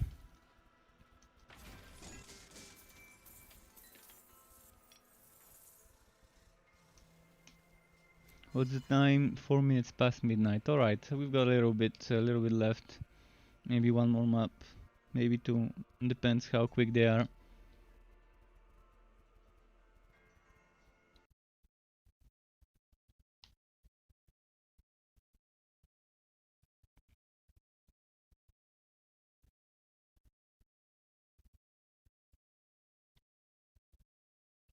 Come on, Blinky boy. There we go. Upgrade. More upgrade. Nice. If I kept that fat damage leg armor, could have gotten a little bit of extra electric damage from the boots.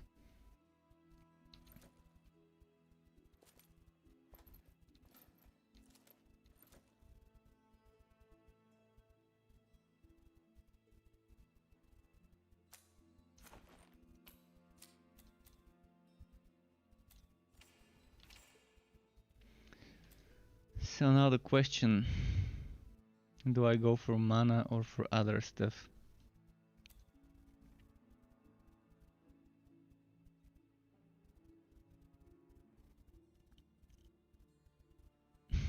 Tough choice, but let's go for mana regeneration first.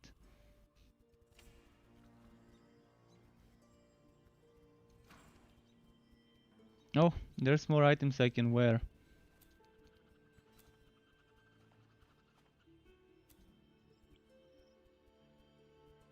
I put those there myself. Oh, wow.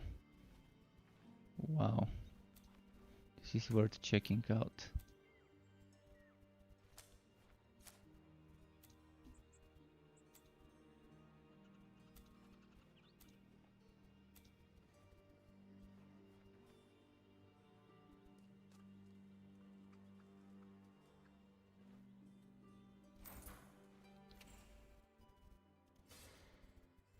Okay, I'm actually losing DPS with it due to the passive. Yeah, that passive's not gonna be this OP for long.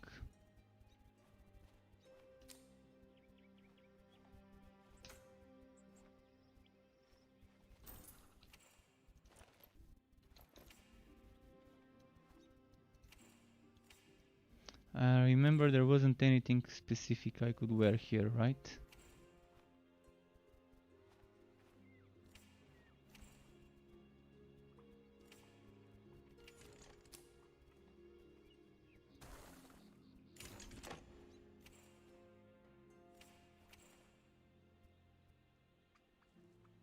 Okay, it's too early, I guess, for upgrades from those, but yeah, we got a few.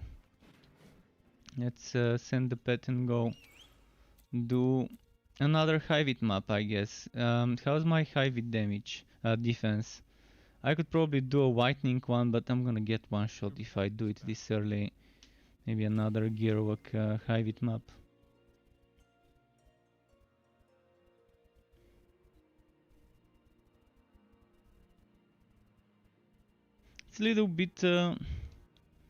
It's a little bit monotonous and repetitive when I'm leveling up with maps. But so is leveling up with the story when you've done it a bunch of times and it just takes forever.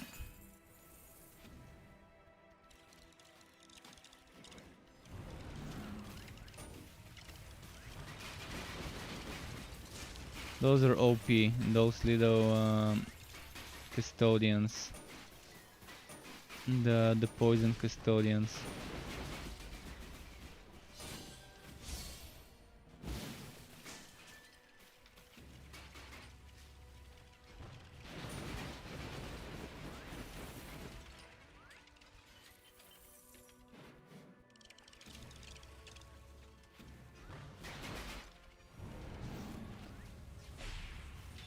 Okay, interesting.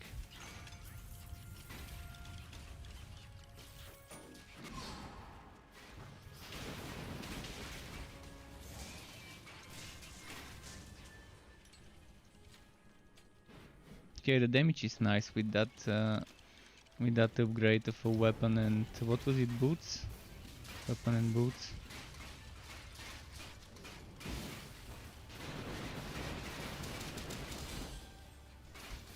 That was not hitting the big boy. Oh, charge bug. Charge bug.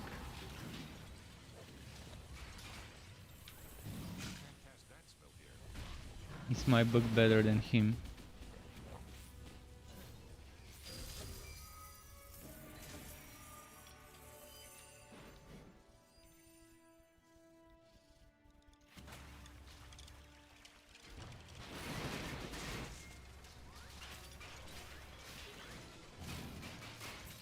But yeah, I really wanted a similar build with Holy Fury. And this one's shaping up. It's not Holy Fury that's actually the great part of the setup. But if I get a Vitality Extractor, I could heal myself. I wish the Vitality Extractor worked in such a way where you're healing yourself and your pets. But I guess so far I haven't noticed my pets, I mean not the real pet but the minions, I've not noticed my minions needing to be healed to survive. Especially the big ones, especially Spectral Spiders and Queens and stuff like that. But they do die every now and then, so healing would be beneficial if it's shared with the pets as well. I'm wondering if Consecration at least heals them. It should, if it's healing me while in the circle. I don't see why it wouldn't heal. I need to read the description. I'm gonna read it in a moment. Oh no, get away, get away, get away. That was close. That was close. Heals. It doesn't say it only heals the Dusk Mage. It says it heals, so it probably heals everyone who's inside the field. That's how I would understand the way it's worded.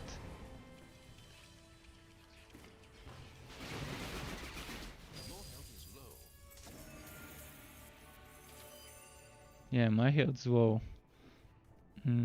Were there unopened containers? Pet, heal me, come on pet. I know he has healing.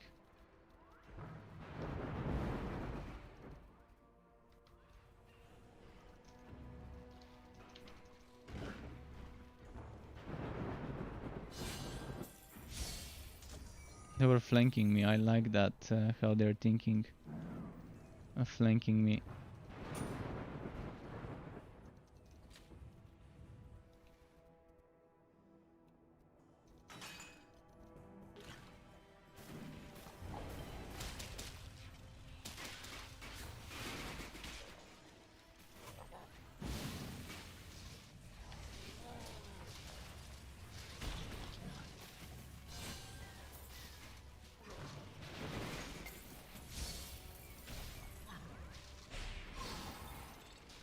Alright, let's do it here. Oh, from behind, you sneaky son of a buck.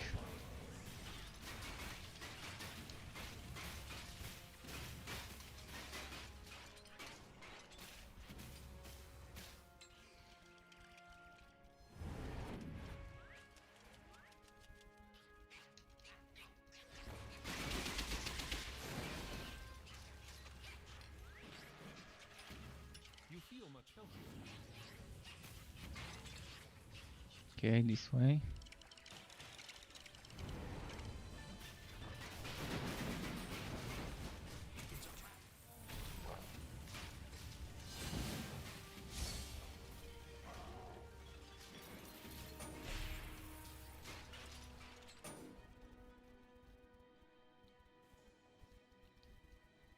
And miasma ended.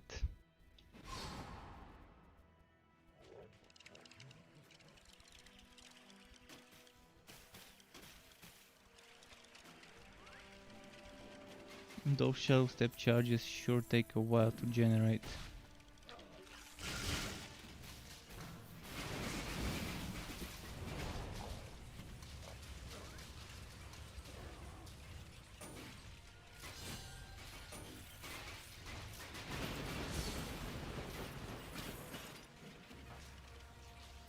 Yeah, it's a fun setup. It's the first time I'm actually trying Entropy with Moat and Reach combined with Holy Fury. I've tried them combined together, but I've never tried them combined together when Moat and Reach is on me. And now adding a summon setup on top of it. It seems like a fun little setup. Once it's done, it's gonna be interesting to see what I'm gonna go for, especially with those extra 10 points that we are getting with the upcoming update. Those extra skill points will be surely nice.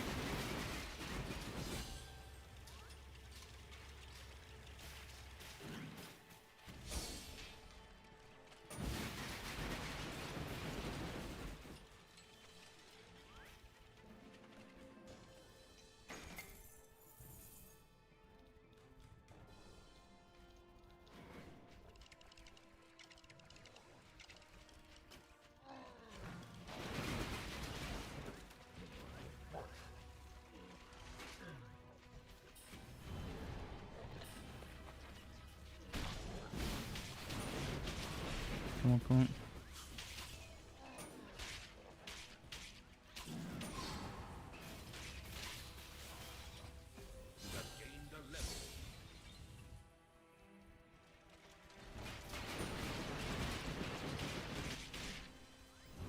No, don't die. I realized I don't have potions and I'm right in the middle of poison spamming botty bots.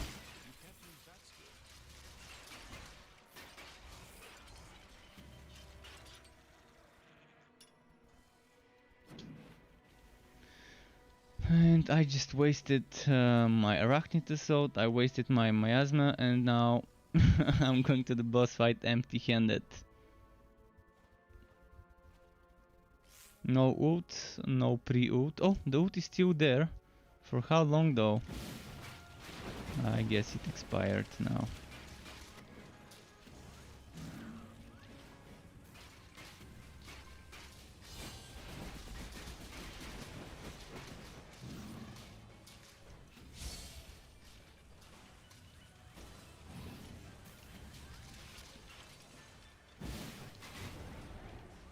Oh, I forget I don't have a potion.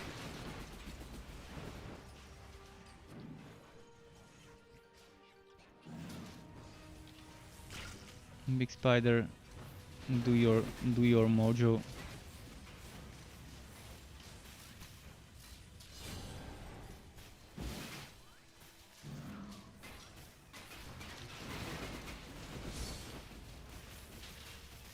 No, no, no! So close. I was so close. Anyways, at least it didn't heal up, so.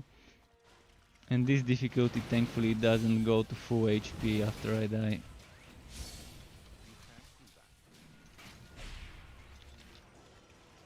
I was pressing my spacebar, it didn't react on time.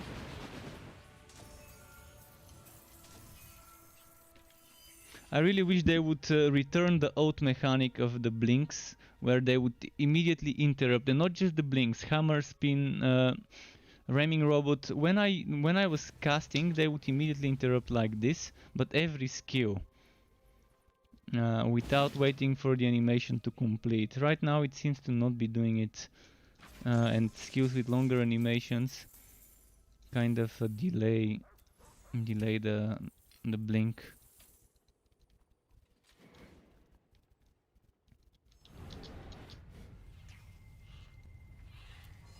See the summon, for example, it had to finish the casting. But I guess they made to prevent people from skipping animations, force skipping animations, I guess. Maybe someone might have been abusing this. But I liked when, yeah, as soon as I press my escape mechanic, boom, it immediately teleports me without finishing whatever it was doing. I think at one point on update 8 or 9, or was it 10? Maybe it was 10 when they added the sharpshooter and Act 3 in the close beta. Maybe that's when they changed it to be that way. But now it doesn't seem to be that way anymore. I don't think we have much time for another map though. It's 19 minutes past midnight. So there's gonna be some more again tomorrow. Tomorrow I'm gonna continue where I left off. I'm not gonna level up this outside of my stream, but now I will go and play some more Chronicon and maybe check all the different little heroes, the different classes, so I can decide what exactly I wanna play in a few days when I start a new playthrough. Thanks Struckwup, thanks everyone for tuning in, for watching from any platform, YouTube, Twitch, etc. Keep it cool folks, until next time, and goodbye from me.